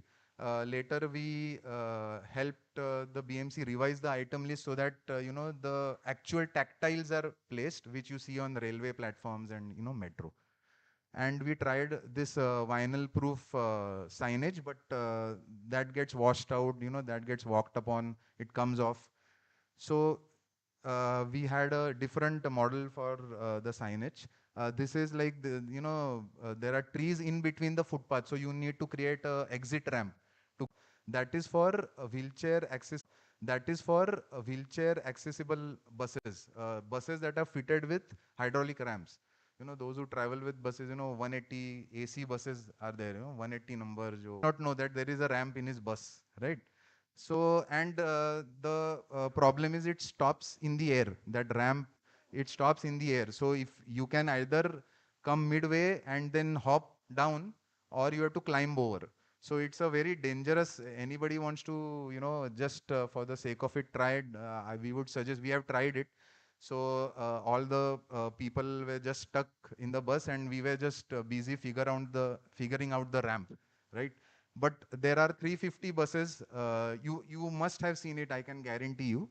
So for those buses, we created these type of ramps, which are and a platform where the ramp will come down, the wheelchair person will come off, and then get off the footpath or go onto the footpath. On the right is a simple design where you just shift the bus stop towards the compound wall, and we removed the that advertisement banner type thing in front. So we just removed that. So the bus stop stays where it is, and the wheelchair can move freely. I'm talking about wheelchairs more, but we do cross disability accessibility work. This is accessibility, footpath accessibility that we did at Ghatkopar. It was a Godrej residential complex, and we actually used tactiles, and we worked with CC, cement concrete, which is our favorite mode actually to work with. This is just some technicalities about footpath. So on the left, you see that's a 2-meter wide footpath, right? So the upload on the website. So the footpath, universal footpath policy has been approved. The pedestrian first policy has been converted into a universal footpath policy. The word universal itself states persons with disabilities and senior citizens and pregnant women and average user, right? So there is the 2-meter wide footpath I was talking about. That is the width you require when there is multi-directional travel. This is all mentioned in the universal footpath policy. Another that is warning tactile, the grooves have to be 5 mm, because another that is warning tactile, the grooves have to be 5 mm, because that the visually impaired have to feel that tactile, right? It's a tactile. On the lower side, you have a gradient. I will not go into detail, but the ramp should not have a very steep slope. Many times you see the ramps which are so steep that you might as well go to the moon, from that ramp. Just launch yourself into the moon. So that gradient has to be gradual, because there are some people who, like today, since the venue wasn't, the stage wasn't accessible, Jasmina used a manual wheelchair. Otherwise, she uses power wheelchair. So I need to hoist. So if the ramp is very steep, it becomes difficult. If in my place there was any senior citizen putting the person on wheelchair over the ramp, it has to be easy, right? Mr. Pankaj Joshi mentioned, if you keep bollards to obstruct two-wheeler entry, then you obstruct the entry of wheelchair users also. Otherwise, if you have spaced bollards, then they have no purpose at all. And then, they fall down, they lean on one side, and it becomes like a kind of a beautification, which BMC loves using, beautification word.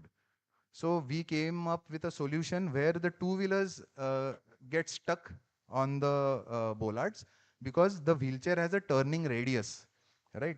So Jasmina can literally turn on spot. But with two-wheelers, they have a larger turning radius. So they will get stuck, but the wheelchair can move freely. And of course, the pedestrians can use footpath. And mind you, bollards are very unique solution only to India. Elsewhere, people know that footpaths pe bike nahi lana hai, you know.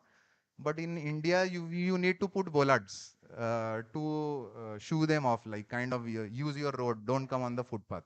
And this has been especially when, uh, thank you. Thank you so much, Jasmine and Sanket. So we're going to skip the rest of the presentations in the interest of time. I think we have to speed up what we had planned. So I will request if Dhaval, you can introduce yourself quickly and then give us like a 1 minute quick thought on what you think where we stand on policy issues in walkability, especially responding to also that we're talking of universal accessibility in general and where WRI has been working in this space. No, and thank you, Sanket and Jasmina. This was a lovely presentation. Right, so my name is Dhaval Asher. I work with the World Resources Institute WRI India program. I head some of the transport work around the region. So we've been working, I think, in Mumbai since about 12 to 15 years, uh, fairly closely with the BMC all these years. I think, I mean, between Vedant and Pankaj kind of really nicely sort of covered what is possible. Vedant showed what the problems are. I feel like, there's a sort of a new baseline that I think we need to acknowledge right now. I mean, Pankaj, correct me, or I'd love to hear what you think about. I mean, if you're sort of a 16 to 18-year-old, if you know someone who's this age in the city right now, when they become working age, okay, they're going to travel very, very differently compared to what I went through in that phase. Like, I used to live in Borivali, my college in Andheri, then the trains were like so packed, and my early working life was also, it's going to be very different. Like, you like the metros, you can, debate its sort of feasibility and things, but it's going to transform in many ways the way we are going to travel in the city in many years. Now, that is also, I feel like we are at a very critical crossroads. Whatever we are building right now, it's with the intention of making it, like, letting it happen for the next 20, 30 years. And I think the chief ministers quoted this also, just wait, like, let's just finish concreting all the roads. So you don't have to worry about potholes. Like the commissioner said, right, concrete is the only material that they are thinking is the pothole solving material. Asphalt can do it, but itna saal se we've not done it, so let's just concrete it. 30 years, right? We'll not have to break it very likely. Um, and metro, I mean, this $6 to $10 billion investment, we are not making it in the next 20, 30 years. In terms of drainage, I mean, we have now upgraded our entire drainage system, gone above and beyond what Brimstow had. I don't know if all of you know, but some of you should go and look up what it was, and done it. I think unless the nature becomes very furious, like it did in July 2005, we may not have that kind of a problem. But we'll have these ankle type of problems, in which case you may not access the metro. Arey bahut pani bhara hai, I'll just take my car or something. Your city will move on. I'll come to the point. Few things. As we stand today, I feel like with parking, Vedant kind of gave us an idea of how much space we need for parking that many. Let me tell you one thing. Our parking demand and supply gap is 10 times. Simply means that you are never going to meet demand with supply, right? So the spillover is going to happen. Now, this is a management exercise on the one hand, right? The other is, for those of you who are civil engineers, you will have studied about concrete being a rigid pavement. The rigid pavement for concrete was because it has very low elasticity. It can't do this, whereas asphalt can. But it's rigid in many other ways. If what we are building right now is going to go on for 30 years, but we can't tell, has it been designed carefully? Has it been designed with full accessibility? Have we achieved that we wanted? No, it's fine to say no also, because city is a perennial project. we do something, something happens, we learn, we get to do something. To do this, you know, when we were in the flexible mode. Now it's concrete.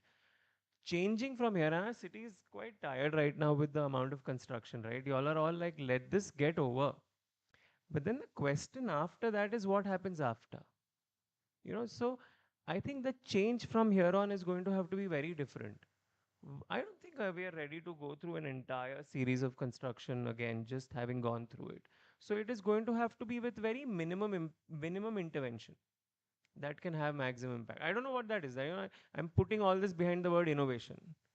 So just wanting to say that, you know, it's kind of, there's a lot of kind of public transport capacity that is going to be added. I hope BST, as promised, also kind of keeps up with that capacity. It is poised to frequently like that. We've designed some 15-20 kilometers of footpath, built about 5 maybe in Mumbai, mostly again around where I live and where I go to work. So the idea of my presentation was just to get more people, to encourage more people to go out and just find out what they can do around their neighborhoods and see what, you know, what we can do together. Let's build together. That is the idea. The second part is the way the BMC's role has been. So, you know, while the first few projects were sort of, you know, incidental with us going out and all of that, we then participated in something called the Mumbai Street Lab, and Dhawal was a part of that. It was a WRI a competition. We started designing it only 4 days before the deadline, and somehow we won the competition, won one of the streets. And once we went to the BMC, the municipal commissioner gave me a piece of paper, certificate, and all of that. And we showed them our models, spent lots of money on this. Then they said, we won't give you award money. Then they said, we won't give you fees also. Then we fought with them. We're like, what is this? I want award money at least. So they said, okay, we'll give you 50% of it. And then the rest is GST. So fine, okay, then give us that. It'll at least cover our costs. It didn't, but okay, it'll cover our costs. We then got GSW to pay for that footpath and build it at Nepean Road. And after building whatever was outside the Jindal's house, then the footpath stopped. So that is another problem. And we've been growing tired of this, you know. Then the government came up with this idea of tactical urbanism. Now, why is a government doing tactical urbanism? The government is a government, no. Tactical urbanism is what you and I do when the government doesn't listen to us. So why are they saying that we do? Then after that they said we will do this new tender, and all of you can participate, pay us 15 lakh rupees. So you weren't willing to pay my fee. What is this 15 lakh rupees? I'm not going to pay you 15 lakh. So they said, okay, we'll reduce it to 2 lakh. No, sorry, can't pay 2 lakh also, can't afford it. So that's how it's been going. So I don't know what the BMC is saying that they are listening to us. I don't know what that is. I don't think they're listening to us because our calculation 12 years ago when we built that first footpath was that Mumbai needs about 6,000 crore to do all of their footpaths. Now that is only 0.8. Like if I was to divide it by their whole budget, it's only now 0.8% of their budget. So we can't even spare 1% of the budget. So now they're saying that we're going to spend 100 crore, which won't even cover fees to design all these footpaths that are 4,000 crore, 4,000 kilometer of footpaths to be done in Bombay. So we have a big problem. We have 20,000 crore being spent on the coastal road, which actually, if you divide that, you will get to 232 million US dollar per kilometer. If you just compare that to Austria, which has the best roads in the world, Austria spends $13 million per kilometer, and Bombay has spent 232. So we have spent $220 million per kilometer more than them, than Austria. So we could have gotten Austrian engineers to come here, put them up in the Taj and Four Seasons and all of that, and yet got better footpath, better, you know, road. That coastal road would have been better. and we would have spared money to, like, I don't know, build jacuzzis for ourselves. Like, I don't know what we would have done. So, so this, I think, you know, this, the numbers is something that they never talk about, and it would have been great to have them here so that we can debate them on this number. Because, you know, if the number was you know, $1 million per kilometer, okay, fine, you know, we agree. But 220 is way too much. So what where do we go next? Ms. Pranav. Thank you. Great thoughts. Okay, I want to take you to one more. Maybe that can be our last question, and all of you all can address it as you see fit. We heard a lot about, you know, the effort in making our footpaths better, and hawkers being a big problem, and also parking is a problem, and a lot of things are a problem. But are we missing the real problem? Are all of these just symptoms of the issue? Maybe we have to go a little far back and think about how did we land here? And my theory is that possibly there are two policy thoughts or policy directions that we took maybe much earlier that have led us in this situation. One is a prioritization of cars, because of course we're a upwardly mobile, aspirational middle class, and Mumbaikars are being richer and they want to drive cars apparently. Whereas we saw that half of our population still walks, and a quarter goes by train. So there's a very small percentage who really drives. And yet we thought that we needed to widen roads for cars, and so let's take away some space from these the footpaths that we have. And the second thing has been that we have priced out the poor. We have priced out their ability to live, their ability to shop, their ability to even fund basic things to live. So all their functions are out on the street. The poorest poor live on the street, but the not so poor eat on the street, they shop on the street. They cannot afford to go in a shop. If you go near a station, anywhere near a station, the shops that are there near a station are not affordable by half of our population. It is the hawkers who are on the road that are really affordable. So we keep thinking of them as a problem, and who are we telling that you should not buy from them? Half of your population is poor. They are not attending such conclaves. They don't know that they are supposed to avoid buying here. So all of these issues together now, bringing back to the question that we have prioritized cars over people, even though our national urban transport policy says that we should do the reverse. We have priced out the poor, and now their functions are happening on the street. We want our streets back. And obviously the footpaths are the pedestrians are the one who are squeezed in the middle, and they have no space now. How do we even address this? Is not an engineering problem. We are trying to address it through design and engineering. How do we go back? How do we address this as a policy issue? What are your thoughts on this, and who are all the stakeholders who need to be a part of this conversation to even start making it happen?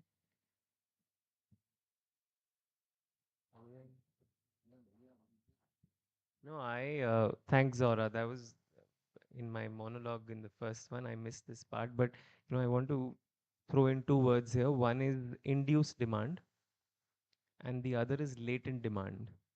And simply sort of tell you quickly what it is. So induced is if there is an empty road, okay, and you know about it, you're like, okay, let me just drive today. It's empty. You know, in city of 2 crore people, there's going to be a lot of people like you. So that road sort of has induced demand. What we've seen in Mumbai, there was a graph actually in my that was the only slide I had. Was as we've built these projects over 20 years, we've constantly seen our sort of vehicle ownership go. The other is latent. You know, all those that have cars are also not driving, right? That doesn't mean they won't or they can't.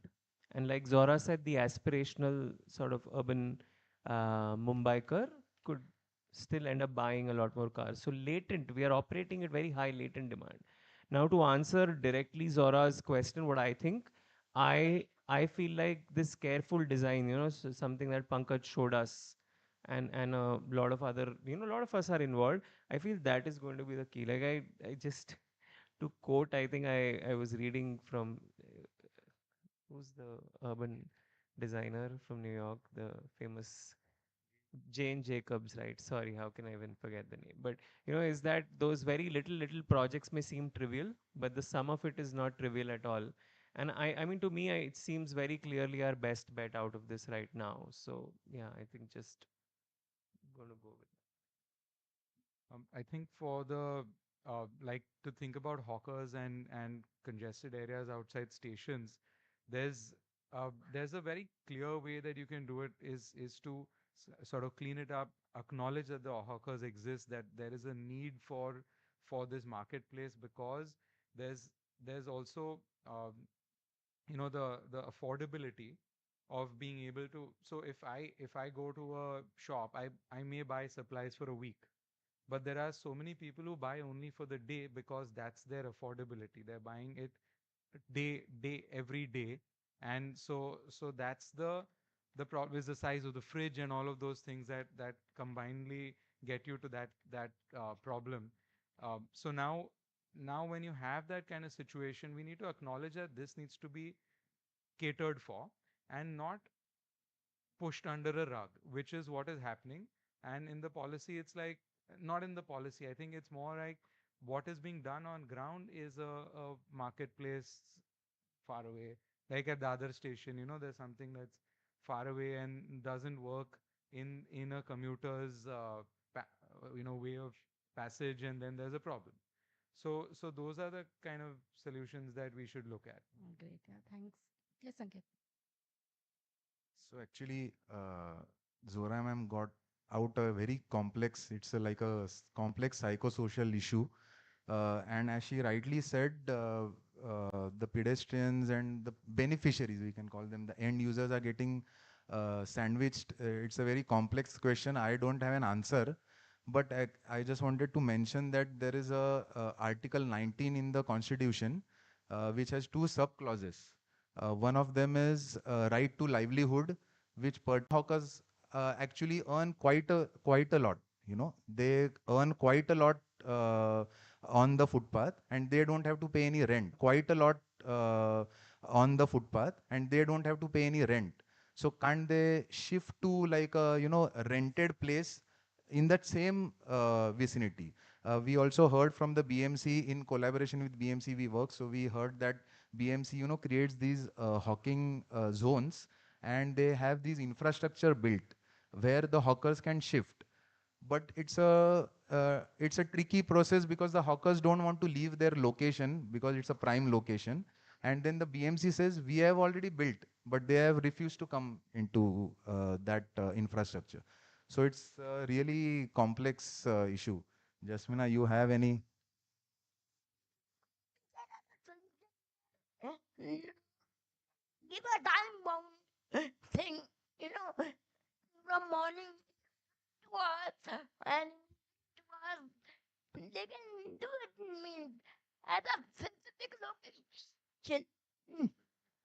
At a Actually, the word hawking means you do your hawking and you leave. Like that is the definition of This Bhelpuri mismatch kind of a thing of panels, but now we have no option because we have to leave the hall. This Bhelpuri mismatch kind of a thing of panels, but now we have no option because we have to leave the hall by 7 o'clock. So we have to accommodate the next panel by Savita and then a presentation by Shreya. Sorry. Good evening, मेरा नाम हैदर इमाम है. मैं hi tech hawkers union को represent करता हूँ. यहाँ जो एसवी रोड का जो बात हो रही है, ये जो 23-25 किलोमीटर लंबा जो रोड है, इस पूरे रोड के ऊपर जो फुटपाथ का विड्थ है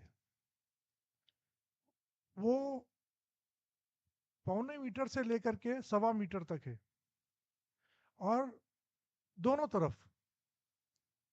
और जो रोड की वाइंडिंग है वो 1979 से पेंडिंग है. कुछ इलाकों में रोड वाइंड हुआ है, जैसे अंधेरी वेस्ट में वो कुछ इलाकों में किया उन लोगों ने, लेकिन स्टेशन के पास आकर के रोक दिया. क्योंकि वहाँ पर कुछ प्रभावशाली लोग हैं उनके वजह से। तो जो हॉकिंग जो पूरा एसवी रोड के ऊपर है वो सिर्फ 2 जगह पर है, बांद्रा में नहीं, खार में नहीं है, सांता क्रूज में नहीं है, पार्ला में नहीं है, सिर्फ अंधेरी के एक पार्ट में है, वो भी ईस्टर्न साइड में मुश्किल से 500 मीटर के अंदर है। और वो फिर पूरा आप जोगेश्वरी वो कहीं नहीं है, फिर बोरेवली में है जाकर के स्टेशन से थोड़ा पहले, वो भी एक 500-700 मीटर इलाके में है। तो जहाँ तक हॉकिंग का सवाल है, हॉकिंग जो लोग कर रहे हैं उनका सर्वे कॉरपोरेशन ने 5 बार किया। 1996 में किया टीस युवा के जरिए, फिर 2001 में किया, उन्होंने लाइसेंस फॉर्म बांट के किया, फिर उसके बाद 2014 में किया जब ये एक्ट आ गया कि रजिस्ट्रेशन करना है करके, फिर हाई कोर्ट ने 2017 में ऑर्डर दिया, उसके बाद वापस 2018 में किया। और जो सुप्रीम कोर्ट का जजमेंट था 2013 का, उसके बाद ये स्ट्रीट वेंडर एक्ट बना, जिसके बाद फाइनल ये गवर्नमेंट ऑफ इंडिया ने मई 2014 में यह एक्ट पास किया। महाराष्ट्र सरकार ने उसको जून में लागू किया और जुलाई और अगस्त 2014 में सर्वे हुआ और उनका रजिस्ट्रेशन होना था। लेकिन 2014 से लेकर के आज 25 हो गया, अभी तक इनका रजिस्ट्रेशन बीएमसी ने नहीं किया। और वही हाई कोर्ट भी पूछ रहा है और सुप्रीम कोर्ट भी इनसे 3 बरस से पूछ रहा है कि आपने इनका रजिस्ट्रेशन क्यों नहीं किया ताकि इनका रिहेबिलिटेशन कर सके। अगर रजिस्ट्रेशन होगा तो ही रिहेबिलिटेशन होगा, रजिस्ट्रेशन नहीं होगा तो नहीं होगा इनका।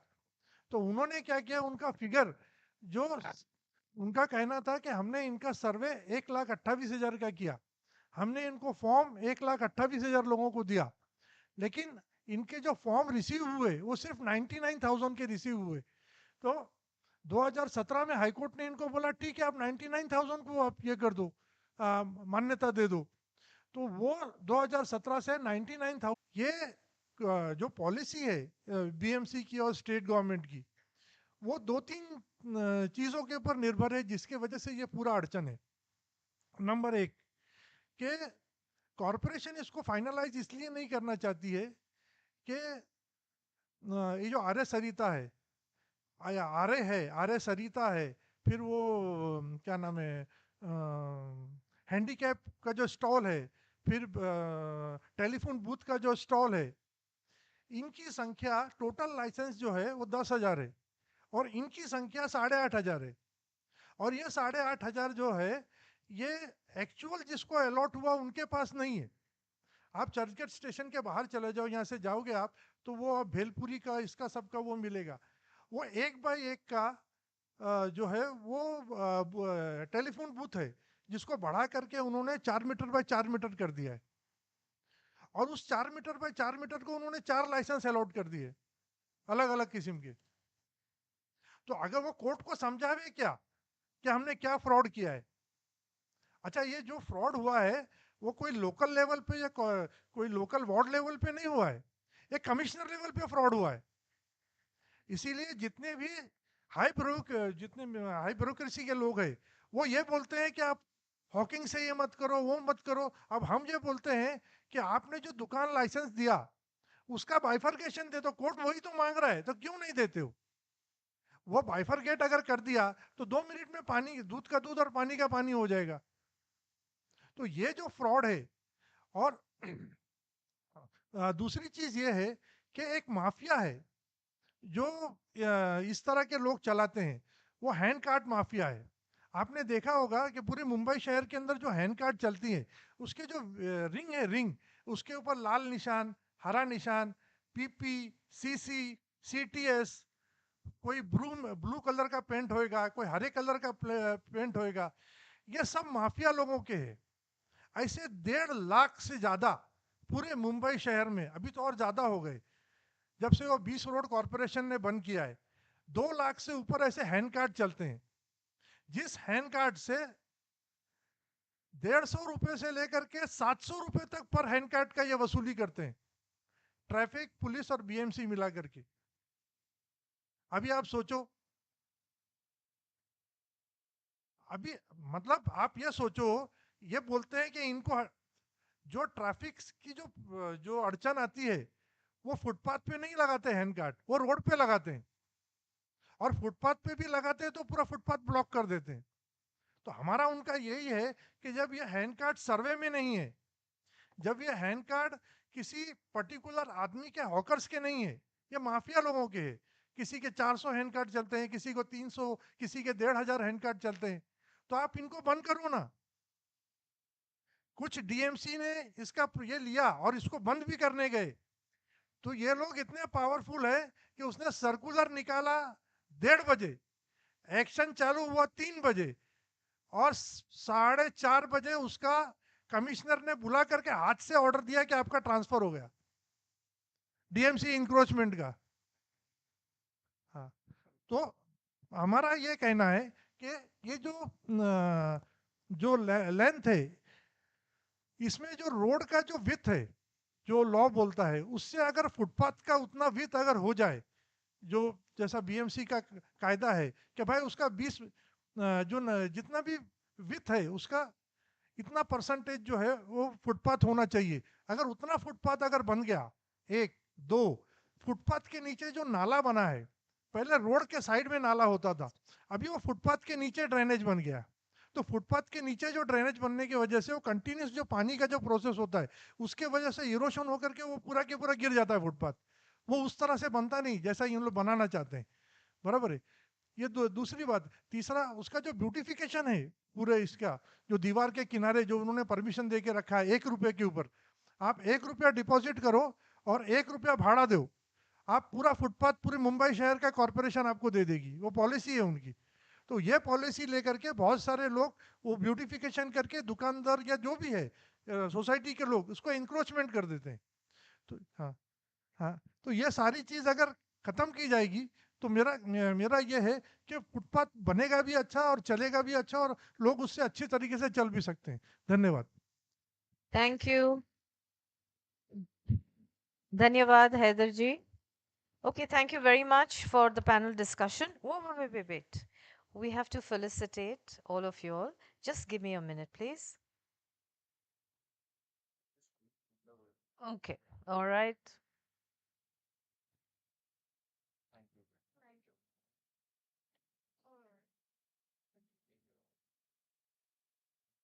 We are, Rishi, are we moving on to panel 2? Yes, okay. We are moving on to our last bit for this event today, and that's panel 2. Panel 2 will tackle social aspects of walkability. It's going to be moderated by Ms. Savitha Rao. Savitha is an Indian entrepreneur, author, and sustainability advocate dedicated to promoting eco-friendly practices and active citizenship. As an author, Savitha has penned a book called India Positive Citizen, Building a Great Nation, One India Positive Action at a Time, a book that provides actionable ideas for individuals to contribute to nation building through consistent positive actions. Joining her will be the panelists Ms. Ratula Kundu, Mr. Raju Wagmare, Dr. Prakash Borgaukar, and Mr. Rishi Agarwal.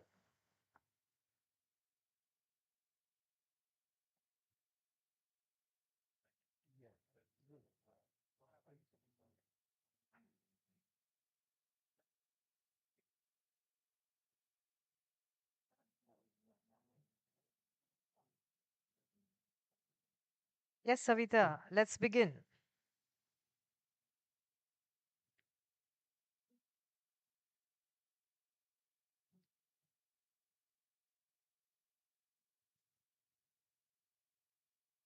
Hello, hello.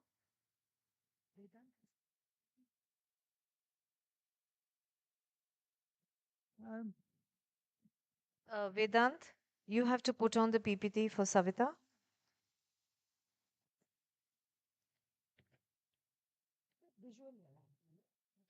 So good evening, everyone. It's wonderful to be here and to have an audience at this time of the show. We are here to talk about the social cost of unwalkable cities. Who gets left behind?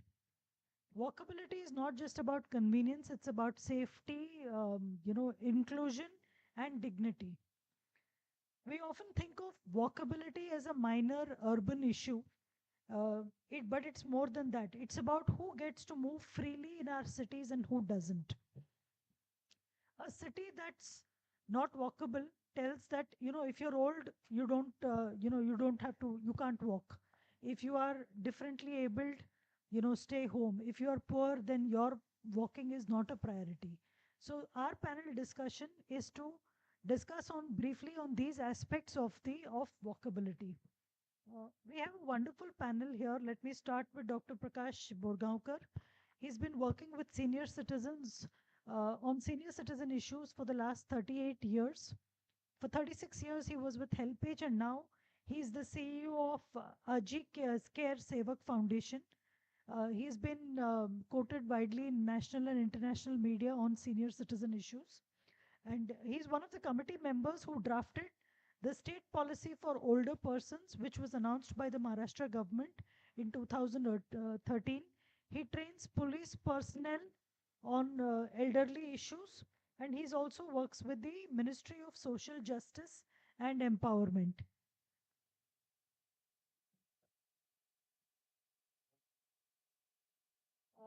Next, we have Mr. Raju Wagmare. He's a visionary leader defying limits.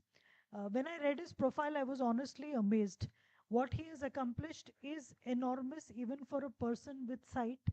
What he has done despite his challenges is enormously inspiring and humbling. He lost his eyesight at the age of 5, and that could have defined his life. But he chose to define his own path and uplift people along the way. He's a fierce champion for the rights of the differently abled since 20 years. After graduation, he did a MSW course from TIS, and then he worked with the Human Rights Law Network extensively for the rights of persons with disabilities through research and representation to various courts. Currently, he is the social service superintendent at the JJ Hospital. It is thanks to his efforts that the differently abled are able to actively participate in voting. His PIL and relentless efforts have made railways improve the accessibility of railway stations, and he has enabled the increase of reservation in MADA for the differently abled from 1 to 4%. He is, of course, understandably the recipient of multiple awards at national and state levels. And despite his own challenges, he has built a legacy of empowerment. His life is a proof that true vision is not about sight, it is about the courage to create change. And we're really honored to have him on our panel today. Ratula Kundu has trained. Okay. So Ratula Kundu is trained as an urban planner with a background in sociology. She completed her doctoral studies from the University of Illinois in Chicago and then joined TIS as an assistant professor at the Center for Urban Policy and Governance at the School of Habitat Studies.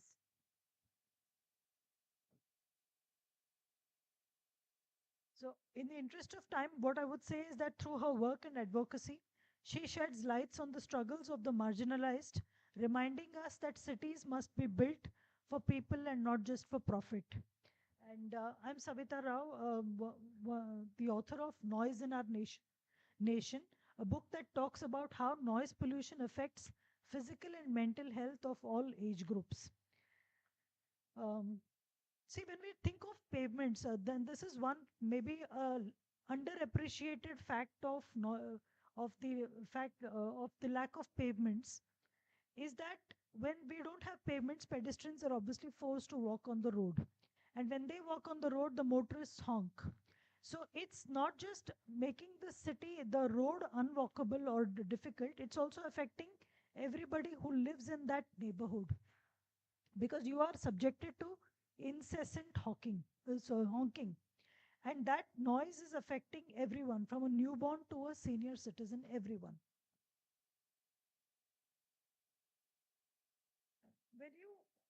when you think of a brief this thing on the impact on various age groups, the visually impaired, they use sound to navigate. So when the noise is levels in an area is very high, it makes it even more challenging for them to navigate. Senior citizens, when faced when they are constantly in places of very high noise, they sometimes lose their balance. It affects their physical and mental health. Children are finding it difficult to concentrate. You see a lot of people saying, oh, aajkal ke to bacche alag hain, but they are subjected to enormous kind of stressors, whether it is air pollution, noise pollution, the kind of processed food that they are getting. So it's affecting children, it's affecting everybody. uh, Anyone who's ever been a patient or has someone who at home who's unwell, you go to a doctor, the doctor will give you medicines and a treatment protocol, and they'll say, please take rest. Rest means quality sleep. Rest is not just about lying horizontally on the bed. So the lack of rest is actually impeding recovery in people in high noise areas. Let's also be clear that the lack of pavement is not the only source of noise pollution, but it is an important source. So noise has other sources of pollution as well. So and medically it has been proven that one night less sleep affects immunity. So that's just one night less sleep. So you imagine when this happens on an everyday basis for weeks, months, and years, the kind of toll that it is taking on the health of people. So pavements is not just pavements, it's affecting many more dimensions of physical and mental health of the residents of a city.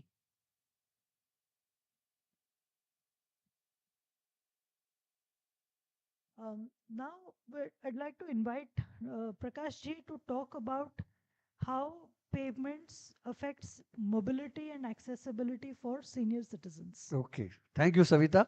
Good evening, everybody. Good evening. I know it's a very long time. I know you must have also got some news on your WhatsApp. I also got it. So many people send me that the actor Manoj Kumar expired today. And when I read this news, suddenly I remember one song of Manoj Kumar that is from the film Shore.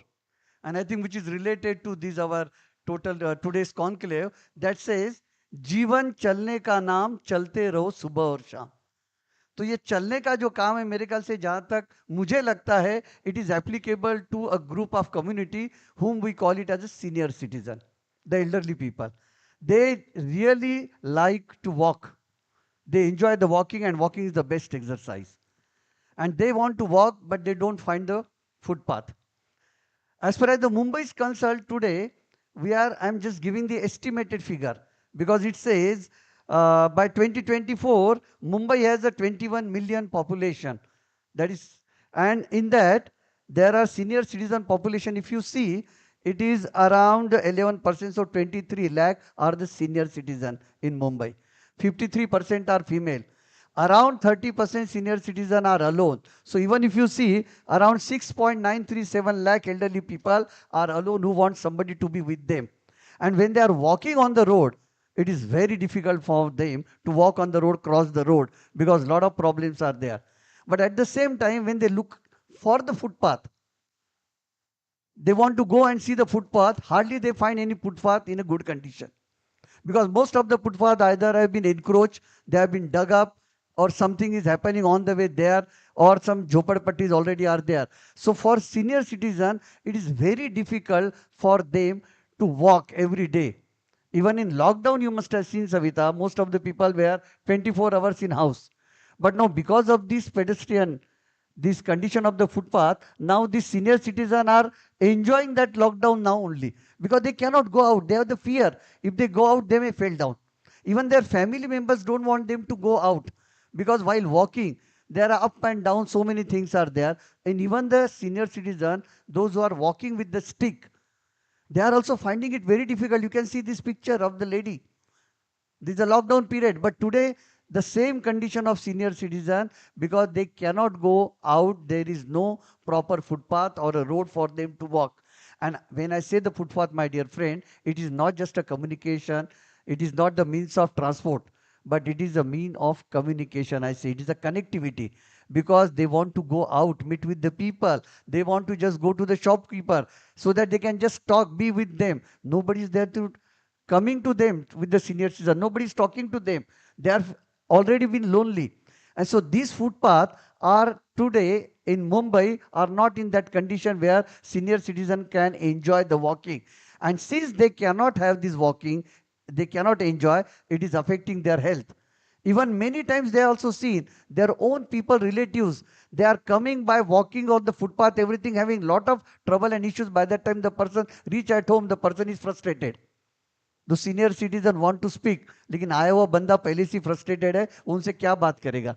तो senior citizen again feel very sad कि मुझसे बात भी दिन भर तो मैं अकेला था या अकेली थी, अब आके मुझसे बात भी नहीं कर रहे. But when I was going through some report, just 1 minute I would like to say, I found there is a municipal corporation of Greater Mumbai, BMC had the footpath guidelines. And the guidelines say the pedestrian first. And this is a policy and the circular by BMC dated 30th June 2014. It is there already, the policy circular. Same policy they have been also amended, and in 2023, the same policy, and it says footpath should be regarded as a part of transportation system which is connected and continuous, just like roadways and railways. And also the circular also say the continuity of the pedestrian facility is very important for the pedestrian with disability and old age. And they also clearly mention in that how should be the footpath. They are given so many even instruction in that. They say an even surface without cracks or bumps for comfortable walking. For comfortable walking, my dear friend, the footpath are there, but the condition, today's condition, you know very well. See, as a senior citizen, I'm telling you, because I'm also 64-year-old. When I came to Mumbai, now I start believing in magic. जादू में मेरा विश्वास हो गया है, because रातों रात मैंने फुटपाथ गायब होते हुए देखे. रातों रात मैंने फुटपाथ गायब हुए देखे. दूसरे दिन मैं आता हूं, मुझे समझ में आता फुटपाथ था या नहीं. दूसरा, रातों रात मैंने फुटपाथ आए हुए भी देखे हुए, जो गायब थे वो सडनली आ गए कुछ दिन के लिए. So this is the condition. So my dear friends, it is not just only for senior citizen. Each every one of you and me are facing this problem. So this conclave is giving us an opportunity that we must start doing something, this awareness amongst everybody, and let us work together. This is just a beginning, today's conclave. लेकिन इसके बाद हम लोग मिलके अगर काम करें तो मुझे विश्वास है ये एक दिन में नहीं होगा, पर एक दिन जरूर होगा. That is what I want to say. Okay. I'd like to now invite Raju ji to share his views. Good evening. मैंने जो मेरा काम था, मेरा एक्सेसिबिलिटी को लोग के लेके ही शुरू हुआ था. जैसे संविधान ने मेंशन किया कि वोटिंग राइट्स एक्सेसिबल नहीं था, और उसके साथ ही मेरा काम शुरू हुआ था कि वोटिंग प्रोसेस एक्सेसिबल होना चाहिए.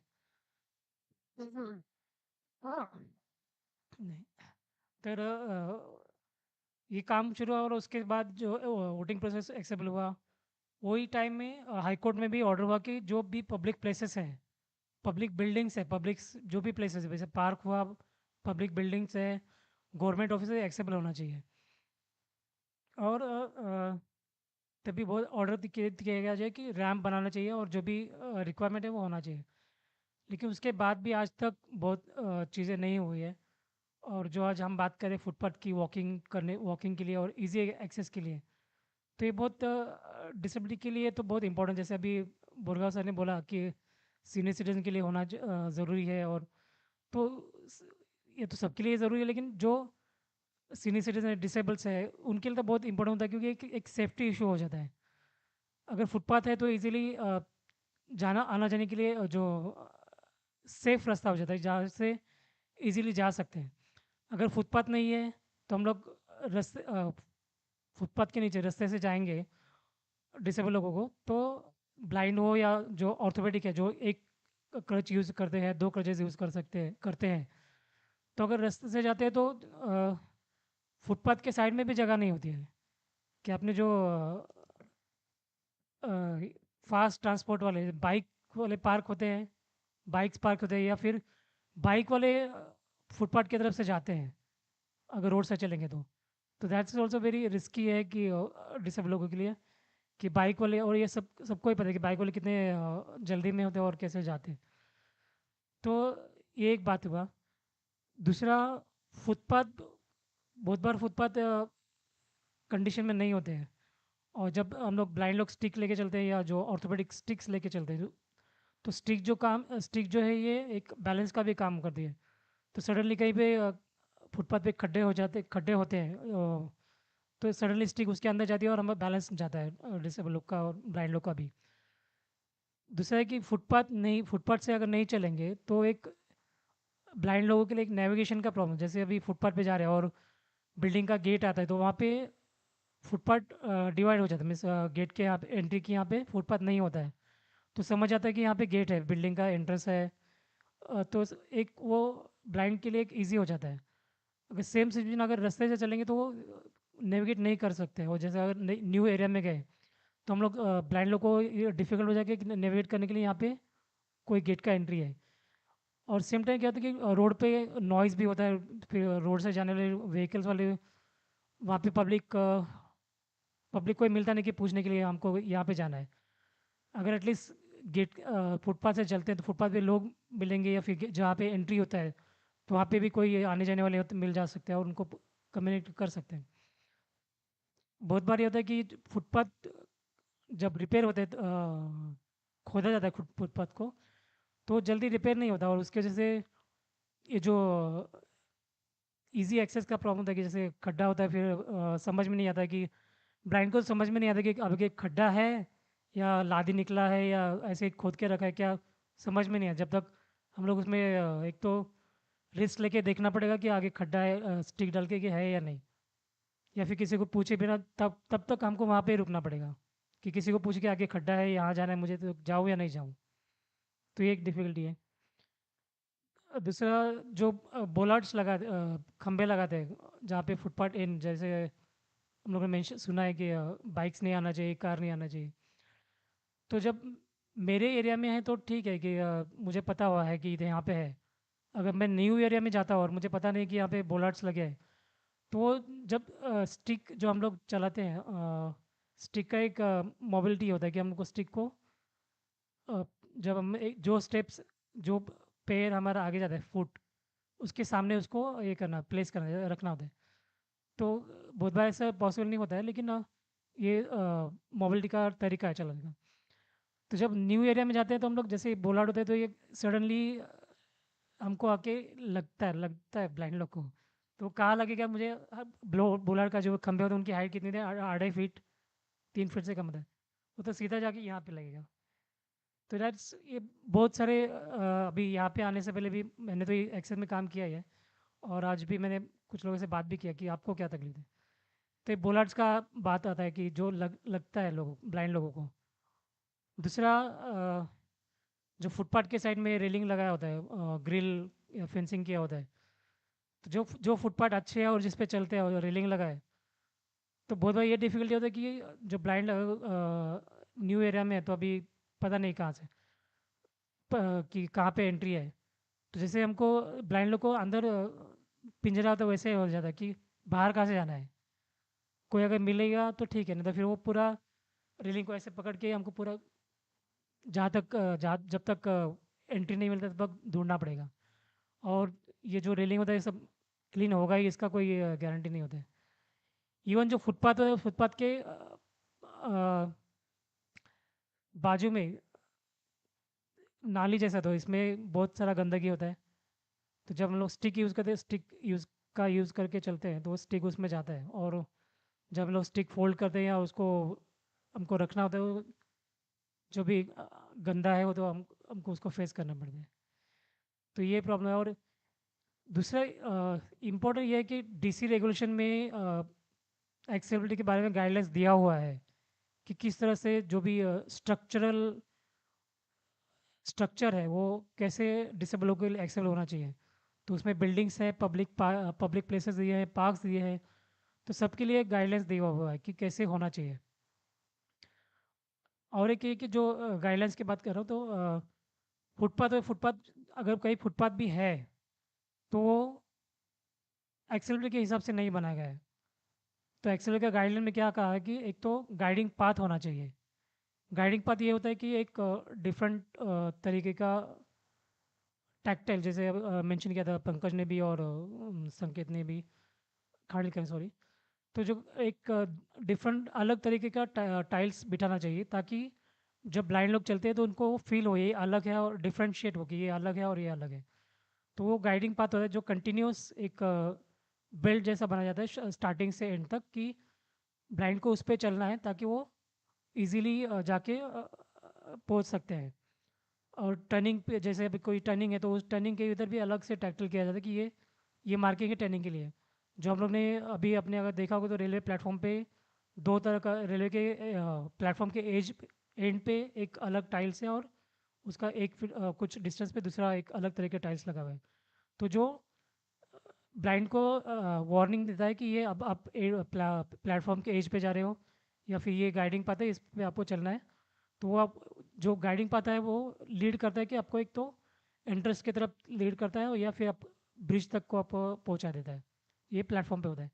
तो अगर ऐसे गाइडिंग पाथ ये नहीं होता है फुटपाथ पे, ये अगर सब होगा तो ब्लाइंड के लिए बहुत ईजी हो जाता है और नॉन स्लिपरी का भी एक उसका सपोर्ट मिल जाता है। ग्रेट तो पॉइंट। ये होना चाहिए और ये सबके लिए इजी है क्योंकि सबके लिए इजी यूज़फुल है। जैसे स्लीप नहीं होता है और जो फुटपाथ बनते हैं वो भी नॉन स्लिपरी होने चाहिए। एनी सीज़न में होता है। और जो फुटपाथ का और एक चीज़ मैं बोलूँगा कि जो जिस तरह से नहीं होते कि फुटपाथ के एंड में और स्टार्टिंग में इजी एक्सेस के लिए स्लोप होना चाहिए, जैसे स्टेप्स नहीं होना चाहिए ताकि व्हीलचेयर वाले भी जा सकते हैं और सबके लिए आसान हो जाता है और इजी एक्सेस के लिए हो जाता है। तो ये points. Thank you. Thank you Raju ji. Thank you. Okay, now I invite Ratula to share her views on mobility and how it affects the underprivileged. It's a huge responsibility as one of the last speakers of a long, long, day just talking about walkability. I'd just like to point out that walking is a form of urban mobility and is influenced not only by individual physical and behavioral characteristics, but it is also by the objective and preconceived conditions of the built environment. This means what is framed as walkability has to encompass the urban form, the street materials, the traffic levels, as well as your perception of safety, unsafety. I think the speakers just before me highlighted what it means to be individually challenged, the physical issues as, being sort of not so able to walk on these streets. But I'm going to be speaking about how the urban poor, who make up roughly 50% of our city's population, actually experience walking, especially in their everyday environments, which is in the informal settlements or the slums. So just today, I was speaking to my house help, Latatai, and Latatai, because she was sweating profusely, and she was huffing and puffing when she came in to work at my place. And I asked her, so Latatai, can you just describe, what is it for you to walk every day? Because I know she walks every day to come to work. And so she said that for her, she's a middle-aged woman, and she lives in the Govandi slums, and she's a single breadwinner in a family of 4. Okay. She works as a house help, almost 4 to 5 apartments, and she walks through the day. She works through the day, so to make up for the expenses, mounting expenses. Every day she walks one way, 30 to 35 minutes, from the Govandi slums to come to Deonar. In the morning, she has to negotiate the chaotic and narrow roads of the Govandi slums, filled with autos, tempos, and really large trucks carrying garbage to the dumping ground in Deonar. This is her daily walking experience. She has to climb up 45 flights of stairs and cross a concrete and uncovered bridge over the railway tracks. She has to also cross over a stinking nala using a very rickety old bridge. This is after waking up early in the morning to cook for her entire family. And in the evening, she retraces this path. But on the way back, she has to pick up her usual vegetables from the haphazardly parked vendors and also has to dexterously avoid the drunk men and the garbage and the filth on the road, while also holding her breath to not breathe in the stench from the public urinals. The daily challenge of negotiating with this unsafe, unfriendly, and uncomfortable built environment is an assault to her senses: sound, smell, visual, and overall physical and emotional well being. And this is what she has done for the past 15 years. However, this is not the story of Latatai alone. Mumbai has 2,583 slum clusters, 1.2 million structures. 24% of Mumbai's area is covered by slums. Estimated 48.4% of Mumbai's 124 million population, this is 2011 census, lives in these densely populated areas. It has now been well established across scholarly work that walking is the dominant mode of transport in informal settlements of the cities in the global south. And almost none of the speakers so far have been even talking about what it means to be actually poor and walking in the streets of Mumbai. None. In fact, we have blamed the urban poor for encroaching on the pavements, on the footpaths. But this is the reality of people working for you, with you, to make our lives more comfortable every single day. The urban poor are captive users of walking. They usually try to find work at walkable distances.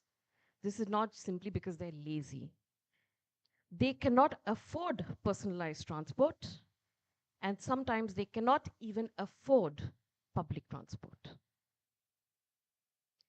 For them, walking is not a choice. It is not exercise. It is not breath work. It is not leisure. It is not well-being. It is simply a means to get to work or get to school every day. But what is the condition of the infrastructure, the transport services, the surrounding built environment, and of the informal settlements through which they're walking every single day? Not just Latatai, her children, her girls who are going to school in the same informal settlements, almost 2,800 something of them. What does it mean? What are the implications when you have to walk in these conditions? What do I mean by these conditions? Now, we heard that the island city of Mumbai is blessed with wide footpaths. In the suburban areas, the municipal commissioner said, well, we don't have such wide footpaths, but at least some stretches have footpaths. The places I'm talking about in these informal settlements, you do not have road networks. You at best have discontinuous pathways through which you have to make your way every day. These are unplanned, haphazard the layouts of these settlements. There is no clear road hierarchy. There's no continuous road networks within this. So basically, it's a steeplechase Olympics kind of an event that you have to participate every day just to do your basic things, meaning get your water, even sort of to access the toilet, because many of them do not have their own toilets in their houses. So women and little adolescent girls have to hold in their urge in the night because it's unsafe. They don't have streets, and the toilets they have to access are on the edges of their informal settlements. Right? So this is the reality that we're dealing with, right? And they, of course, have to wheel through garbage fierce dogs feeding on the garbage, the stench, and everything else. You know, it is depressing. I think if we all walked in these settlements, it would create a difference. I have my students at TIS do this walkability audit that cuts across Chembur, where Pankaj Joshi showed his really nice pavements, across to Govandi. And it shocks them. It shocks the light out of them. And sometimes my students also say, so what do we do about this? Where do the answers lie? And frankly, even as a professor, I don't know, because these are larger questions that we're not talking about. And I think it was raised in the last panel when we said perhaps our dreams, our aspirations, and those who define how the city is being governed, how the city is being built, is going towards a place where there is a point of no return. We are building for those with cars. We're not really thinking of the majority, the 50%, who perhaps will never own a car, a cycle at best. Thank you.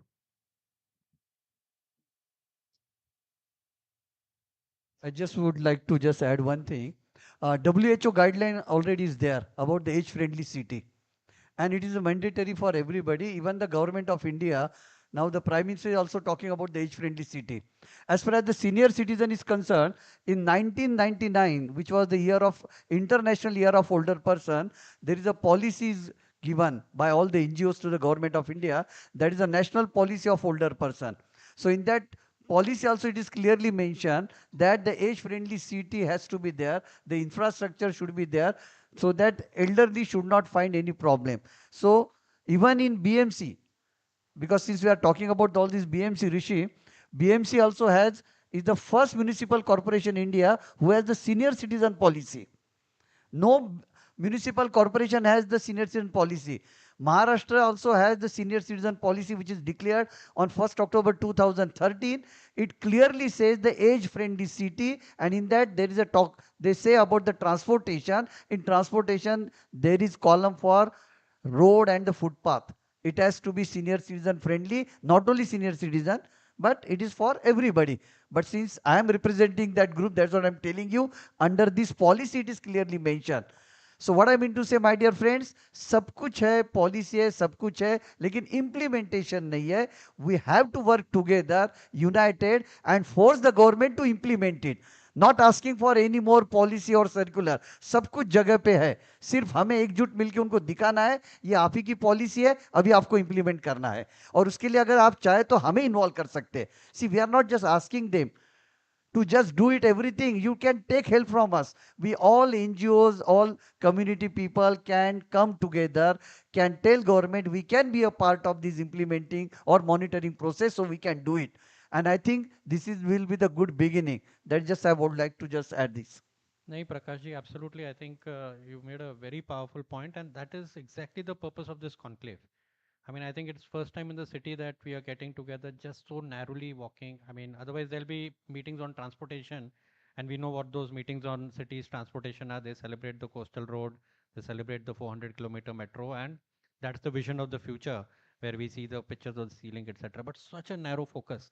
And I think our work will start after this conclave. I think we'll have to, the big work for us is how do we continue to convene and have a time-bound plan, or in fact, just to add to the point you made, I have a very tough relationship with BMC. अभी 25 साल हो गए मेरे को BMC के साथ काम करते हुए. मेरे को आप बुलाओगे तो मैं खुद से BMC की बहुत बुराई करूंगा और सब करूंगा. लेकिन कोई अगर दूसरा बुराई करता है तो मैं BMC के डिफेंस में आ जाता हूँ, क्योंकि जो जो आपने पॉइंट्स बोले कि it is really the one of the finest municipal corporations in the country. आप 100-150 साल की लेगेसी देखो तो it is the finest. And इसलिए और भी ज़्यादा दर्द होता है, और भी ज़्यादा दुख होता है कि इतनी अच्छी बॉडी BST के साथ में हम क्या कर रहे हैं, बाकी सब जो पॉलिसीज हैं, इट्स रियली कटिंग एज. बाकी शहर आप देखोगे तो इतने आगे नहीं हैं, और जितना होते हुए फिर भी हम ऐसे सफ़र कर रहे हैं. It's really very painful and sad. Senior citizen आम आदमी को क्या चाहिए? सुबह 6 बजे उठ के दूध लाने जाना है, वो फुटपाथ पे से दूसरे जाना है. फुटपाथ ही सही नहीं है तो कहाँ से दूध लाएगा वो? उसे वो चाहिए घर के बाहर वो जाए कम से कम खुली हवा में, लेकिन वही नहीं हो रहा है. That's what I'm trying to telling you all of you people. बाहर जाना है मुझे, लेकिन रोड नहीं है, रोड तो छोड़िए फुटपाथ भी नहीं है। कोस्टल रोड आपने बनाया बहुत अच्छा है, सब कुछ है, लेकिन आज सीनियर सिटीजन सुबह 5 बजे उठ के जाते हैं, वो बच्चों को छोड़ने जाते हैं फुटपाथ पे, 2 4 बार आके लोग को हाय लोग करते हैं, वही नहीं हो रहा है। अब पहले अलोन है, और सबसे बड़ी बात है कि लॉन्जिविटी बढ़ गई है my dear friend. I always tell we are going to live up to the age of 90, remember. तो ये कॉन्क्लेव जो है ना, ये आप मेरे बारे में नहीं है, आने वाली जनरेशन के लिए है, और आने वाली जनरेशन में सिर्फ और सिर्फ सीनियर सिटीजन रहने वाले हैं, because today we are having 177 million senior citizens. By 2050 it will be 337, out of 5 1% will be elderly. तो बस सोच लीजिएगा आप हमारे लिए क्या चाहिए और क्या नहीं चाहिए. One small thing, Savita, permit me. We have Dr. Rekha Bhatkande. She's the Dean of Sushruta Citizens Hospital. She raised a wonderful point. We don't have a Q&A, but she very emphatically raised the point that one important thing which we are missing over here is we are designing city for cars. So this is again this coastal road. सब हम जब बात करते हैं, we don't do the number crunching. कितने लोग coastal road से travel कर रहे हैं, कितने लोग अगर आप समझिए कि local train से 70 से 80 लाख लोग travel कर रहे हैं दिन में, all of them are walking, all of them. वो local train से जा रहे होंगे, लेकिन station के बाहर access and then origin destination, all of them. तो आप सिर्फ numbers देखोगे, तो एक तो हम बोल रहे हैं democracy है कि largest number of people should benefit, then largest number of people are not benefiting at all. So that's I just want to acknowledge आपका point and thank you for raising that with me. So I'd like to just end the panel discussion saying that change starts with awareness. Obviously, y'all are an aware audience who chose to make the time to be here and to participate in a discussion. Okay.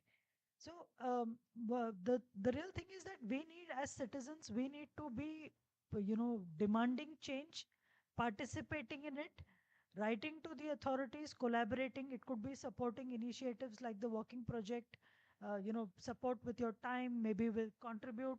Yeah, I'll come to you. Come contribute. So make a difference. If you don't have the time, support those who are making the time to focus on such important issues. Let's each one of us be that change.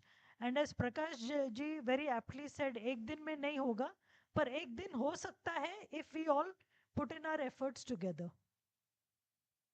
Just would like to end on a hopeful note also, that when I asked Latatai about her experience, she said people do come together to also build pave the roads with their own money. They've also built bridges over nalas just to make crossing easier for the school children and the women who are going to work. So community forces do work even on their own initiatives to create these changes. But of course, it's far too little given that the sum of the problem is so large. So I think it requires a much larger structural shift in the way we think about cities, about the urban poor, who they are, where they're working, how they get to work, and how do we design our cities to be not just walkable friendly, but also friendly towards 50% of the population, not invisibilize them. Just one question from Sudhir. We'll have a quick impromptu Q&A. It is not a question. I just wanted to tell everybody it is not us and them. It is our government. We have to tell them you are our government and you have to do all these things. What we need. We can't take it lying down saying that they are there, they are not doing their work. We have to tell them you are our government and you have to do it. Thank you for the very very emphatic way of putting it. So if there is patience in the audience, we would love to hear. I mean, sorry, I'm just taking over. Shreya and please, aap log aa jao. We had one very important component where we said that educational campuses are a big thing, and we worked over 3 months with SVKM precinct, which is the Sri Vile Parle, the NM Mithibai College, if you know, almost 10,000, 20,000 students. So we have a wonderful team there. Please quickly introduce yourselves. This is Shreya Bhatia. She's a professor of architecture at Balwant Sheth School of Architecture. Okay, yeah, please, sure.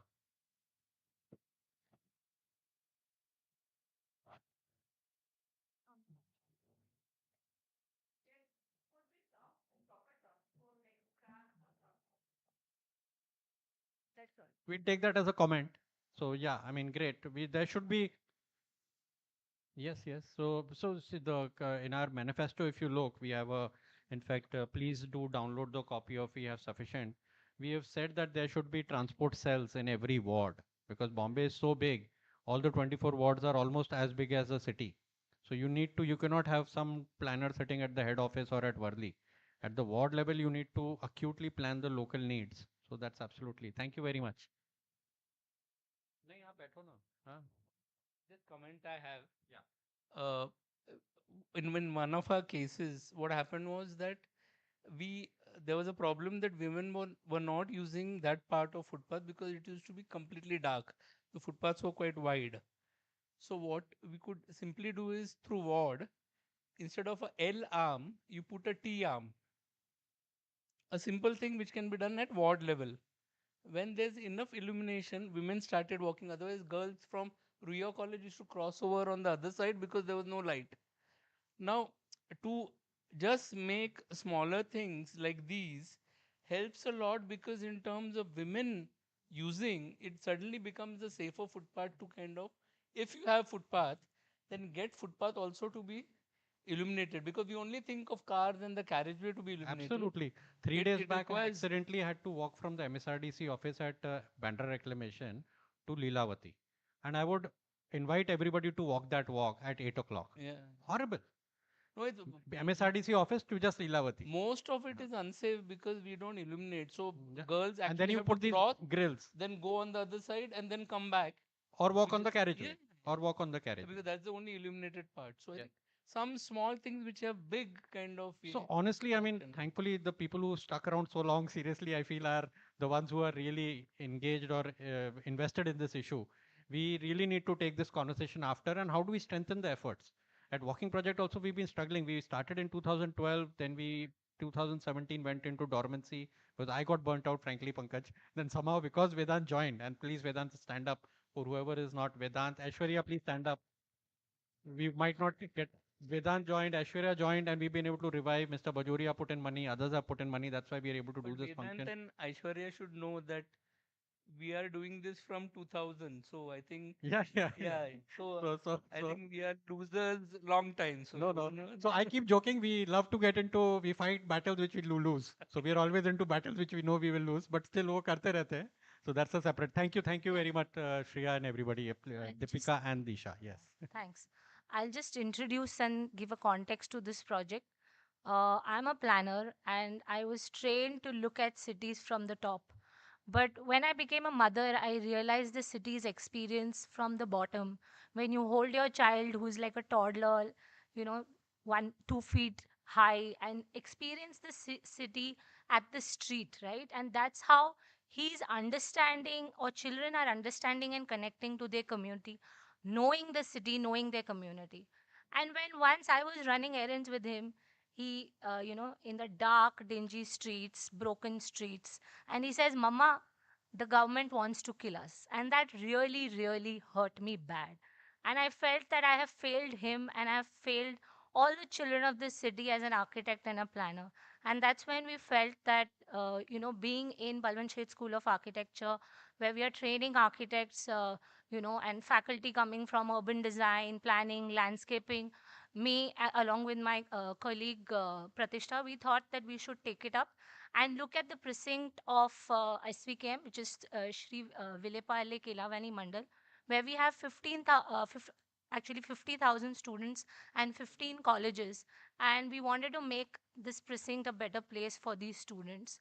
So that was one objective. But the other objective was also to train our architects to be sensitive and to take on the world to make and improve, the cities of the future. So I will give the mic to the students because they have worked on it. And we've also fortunately have had interactions with MMRDA post this design, and we've had a good interaction. So everything is not bad. Sometimes some things good come up. So over to them. Hi, thank you for waiting for so long. So we'll try and keep it brief. And just to begin, we are architecture students who worked with the Walking Project to develop this project. I think we all know that pedestrian access really matters. We know the problems. We know that we need to have these solutions. Just to take y'all through the process we went to. We addressed the challenges by having on site observations, studies, drawings, seeing where we can improve it. As we've discussed today already, the IRC, the Indian Road Congress, is a beautiful standard that's already been set. We just need to actually implement it. And yeah, this is a chaotic graphic showing how bad the situation really is in Ville Parle, where crossing over the road is almost an impossible task, where hawkers are actually part of the urban fabric, where they create safety for us women to walk because we know that they're around and there are people around them as well. So here's a timeline. We'll get through it in the drawings. This was created a little earlier. But to take you all through our timeline, as we said, we started in December with this whole process of design.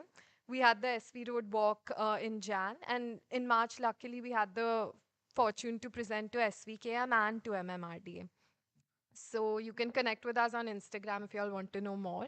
This was a few images from the SV Road walk. So we had great stakeholder interaction, people who lived there giving their feedback. And we took this further by going to every stakeholder there is. So the hawkers who are there legally, the temporal people walking across, and more. And the parameters pretty clear. I think Pankaj sir and Pranav sir have already explained, like surface quality, continuous footpaths, obstructions, adequate crossings. And now here I'm coming to the stretch we've intervened in, and I'll take you in detail through one of the stretches as well. But this is the precinct along our college. So we started by conducting a My Maps survey. So actually on site, just marking out everything from the trees to the obstructions to the hawkers, and then really translating that into drawings. So marking it through images and of course the drawings. So I'll explain this Baidas Bhutta junction in detail because let's just take a very simple example, which is this traffic island that was there.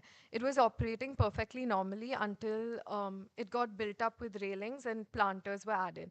And now, if you can see in the graphic, instead of actually accessing the traffic island, you have to walk around it, further aggravating the bottlenecks, the traffic, because it's so unsafe for A, the pedestrian, B, even a vehicle has to wait.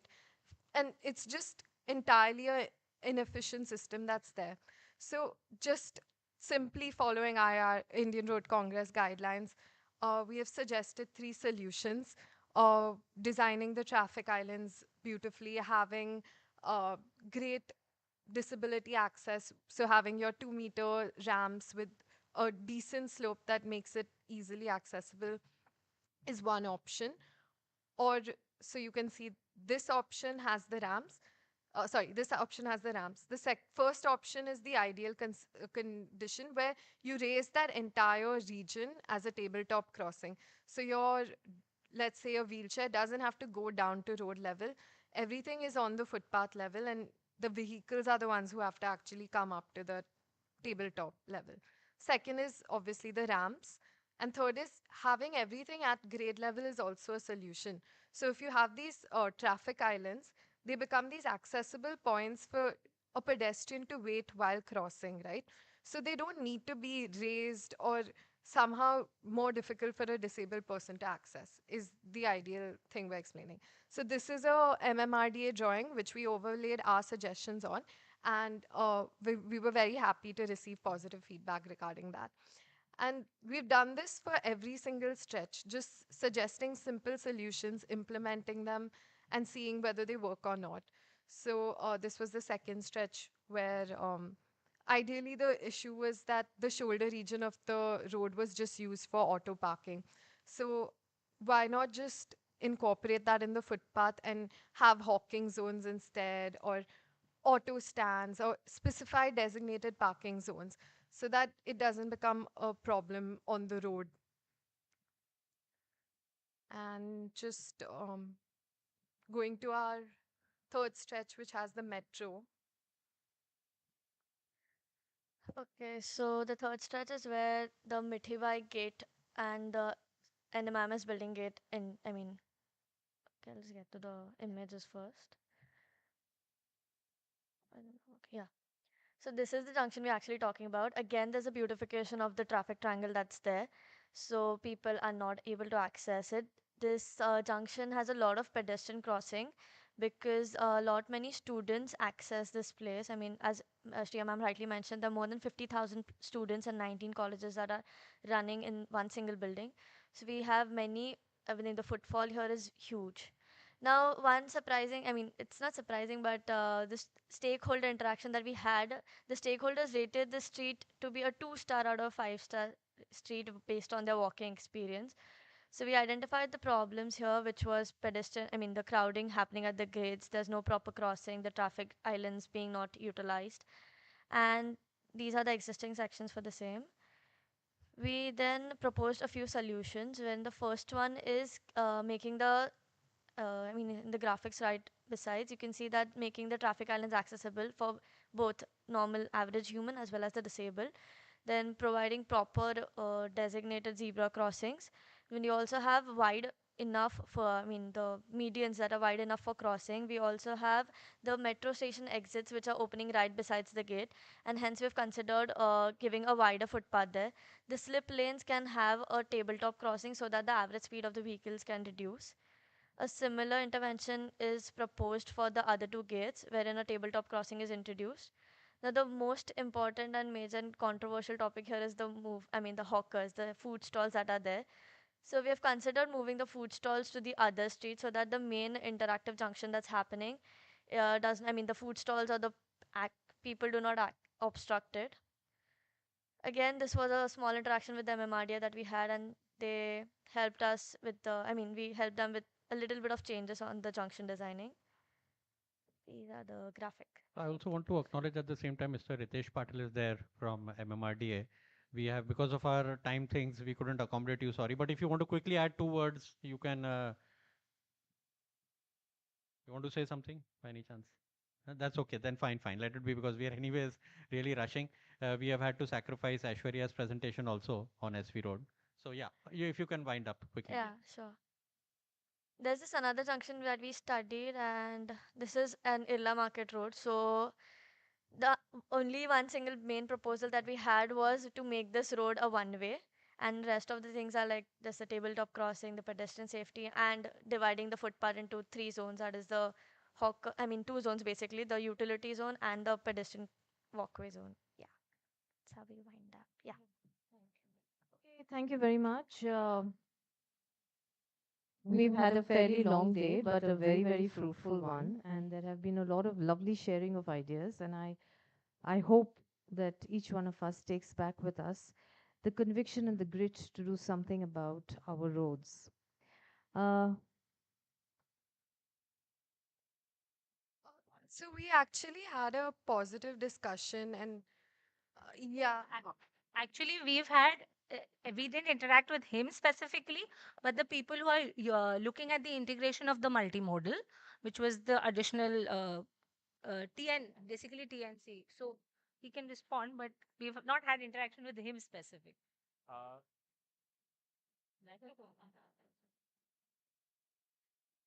That's right, but they are showing the project which is. Hello? Yeah. They are showing the project which is related to Metro Line 2B currently, and I'm not associated with it. But I'm associated with Line 4 and Line 9 currently, which is undergoing. And the challenge we face is we are trying to scoop away spaces to be added to the footpaths. Because what is happening, metro civil structure takes up a part of ROW which is very limited. The staircases and the entry exit structures, they take up another 3 meter space, and we need to accommodate all this within the same ROW. How are we doing it? We have a policy based thing which we have adopted, and what we have done is whatever the shoulder space that is there on the road, identifying whatever negative spaces are there in the ROW, trying to take that and cover them on the footpath side. This had led to many problems also, because the utilities are on the shoulder part and all. The street lights come in the center. We have tried to address those and demonstrate how footpaths can be made wider. We have also taken this policy-based decision that the urban on urban roads, the lane widths need not be 3.5 meters. It can be 3 meters up to, as per the urban road codes, for speeds of around 30 kilometer per hour. So we have taken this liberty to minimum keep the lane widths also very tight, and add another half a meter of into the footpaths. We have done this for Metro Line 2A and 7, and if you can see on the New Link Road, we have footpaths which are 4 meters wide and 5 meters wide. We need this not only for the civil structure, but the boarding alighting figures which we have projected, which come onto the range of say 1,000 to 3,000 persons accessing the metro station in a particular peak period of say 1 hour.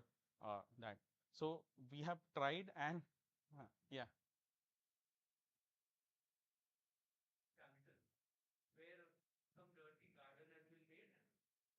Correct.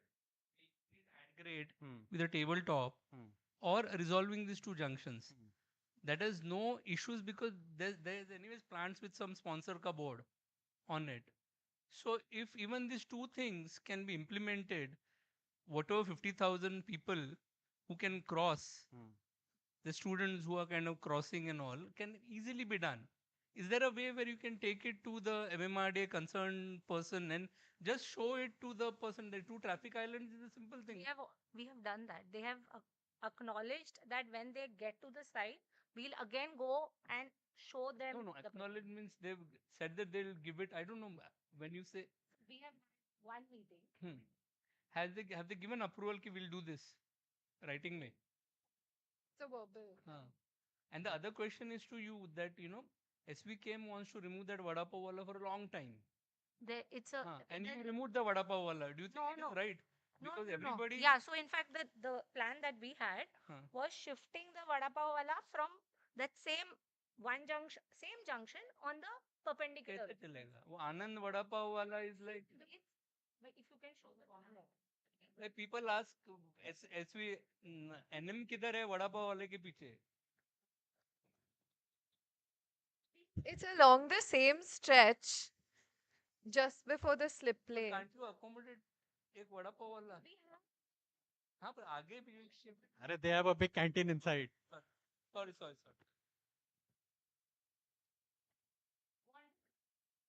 Inside, they gave an offer to them also. Okay. Why?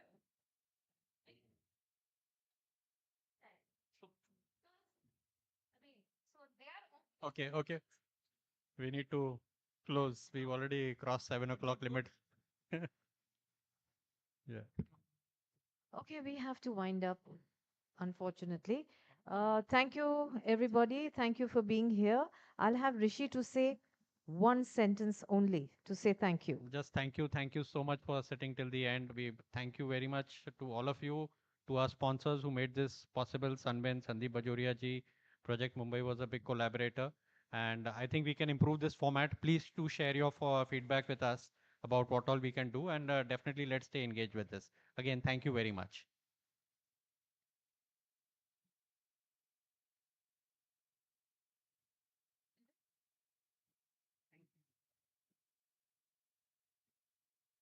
Please get the flap. You give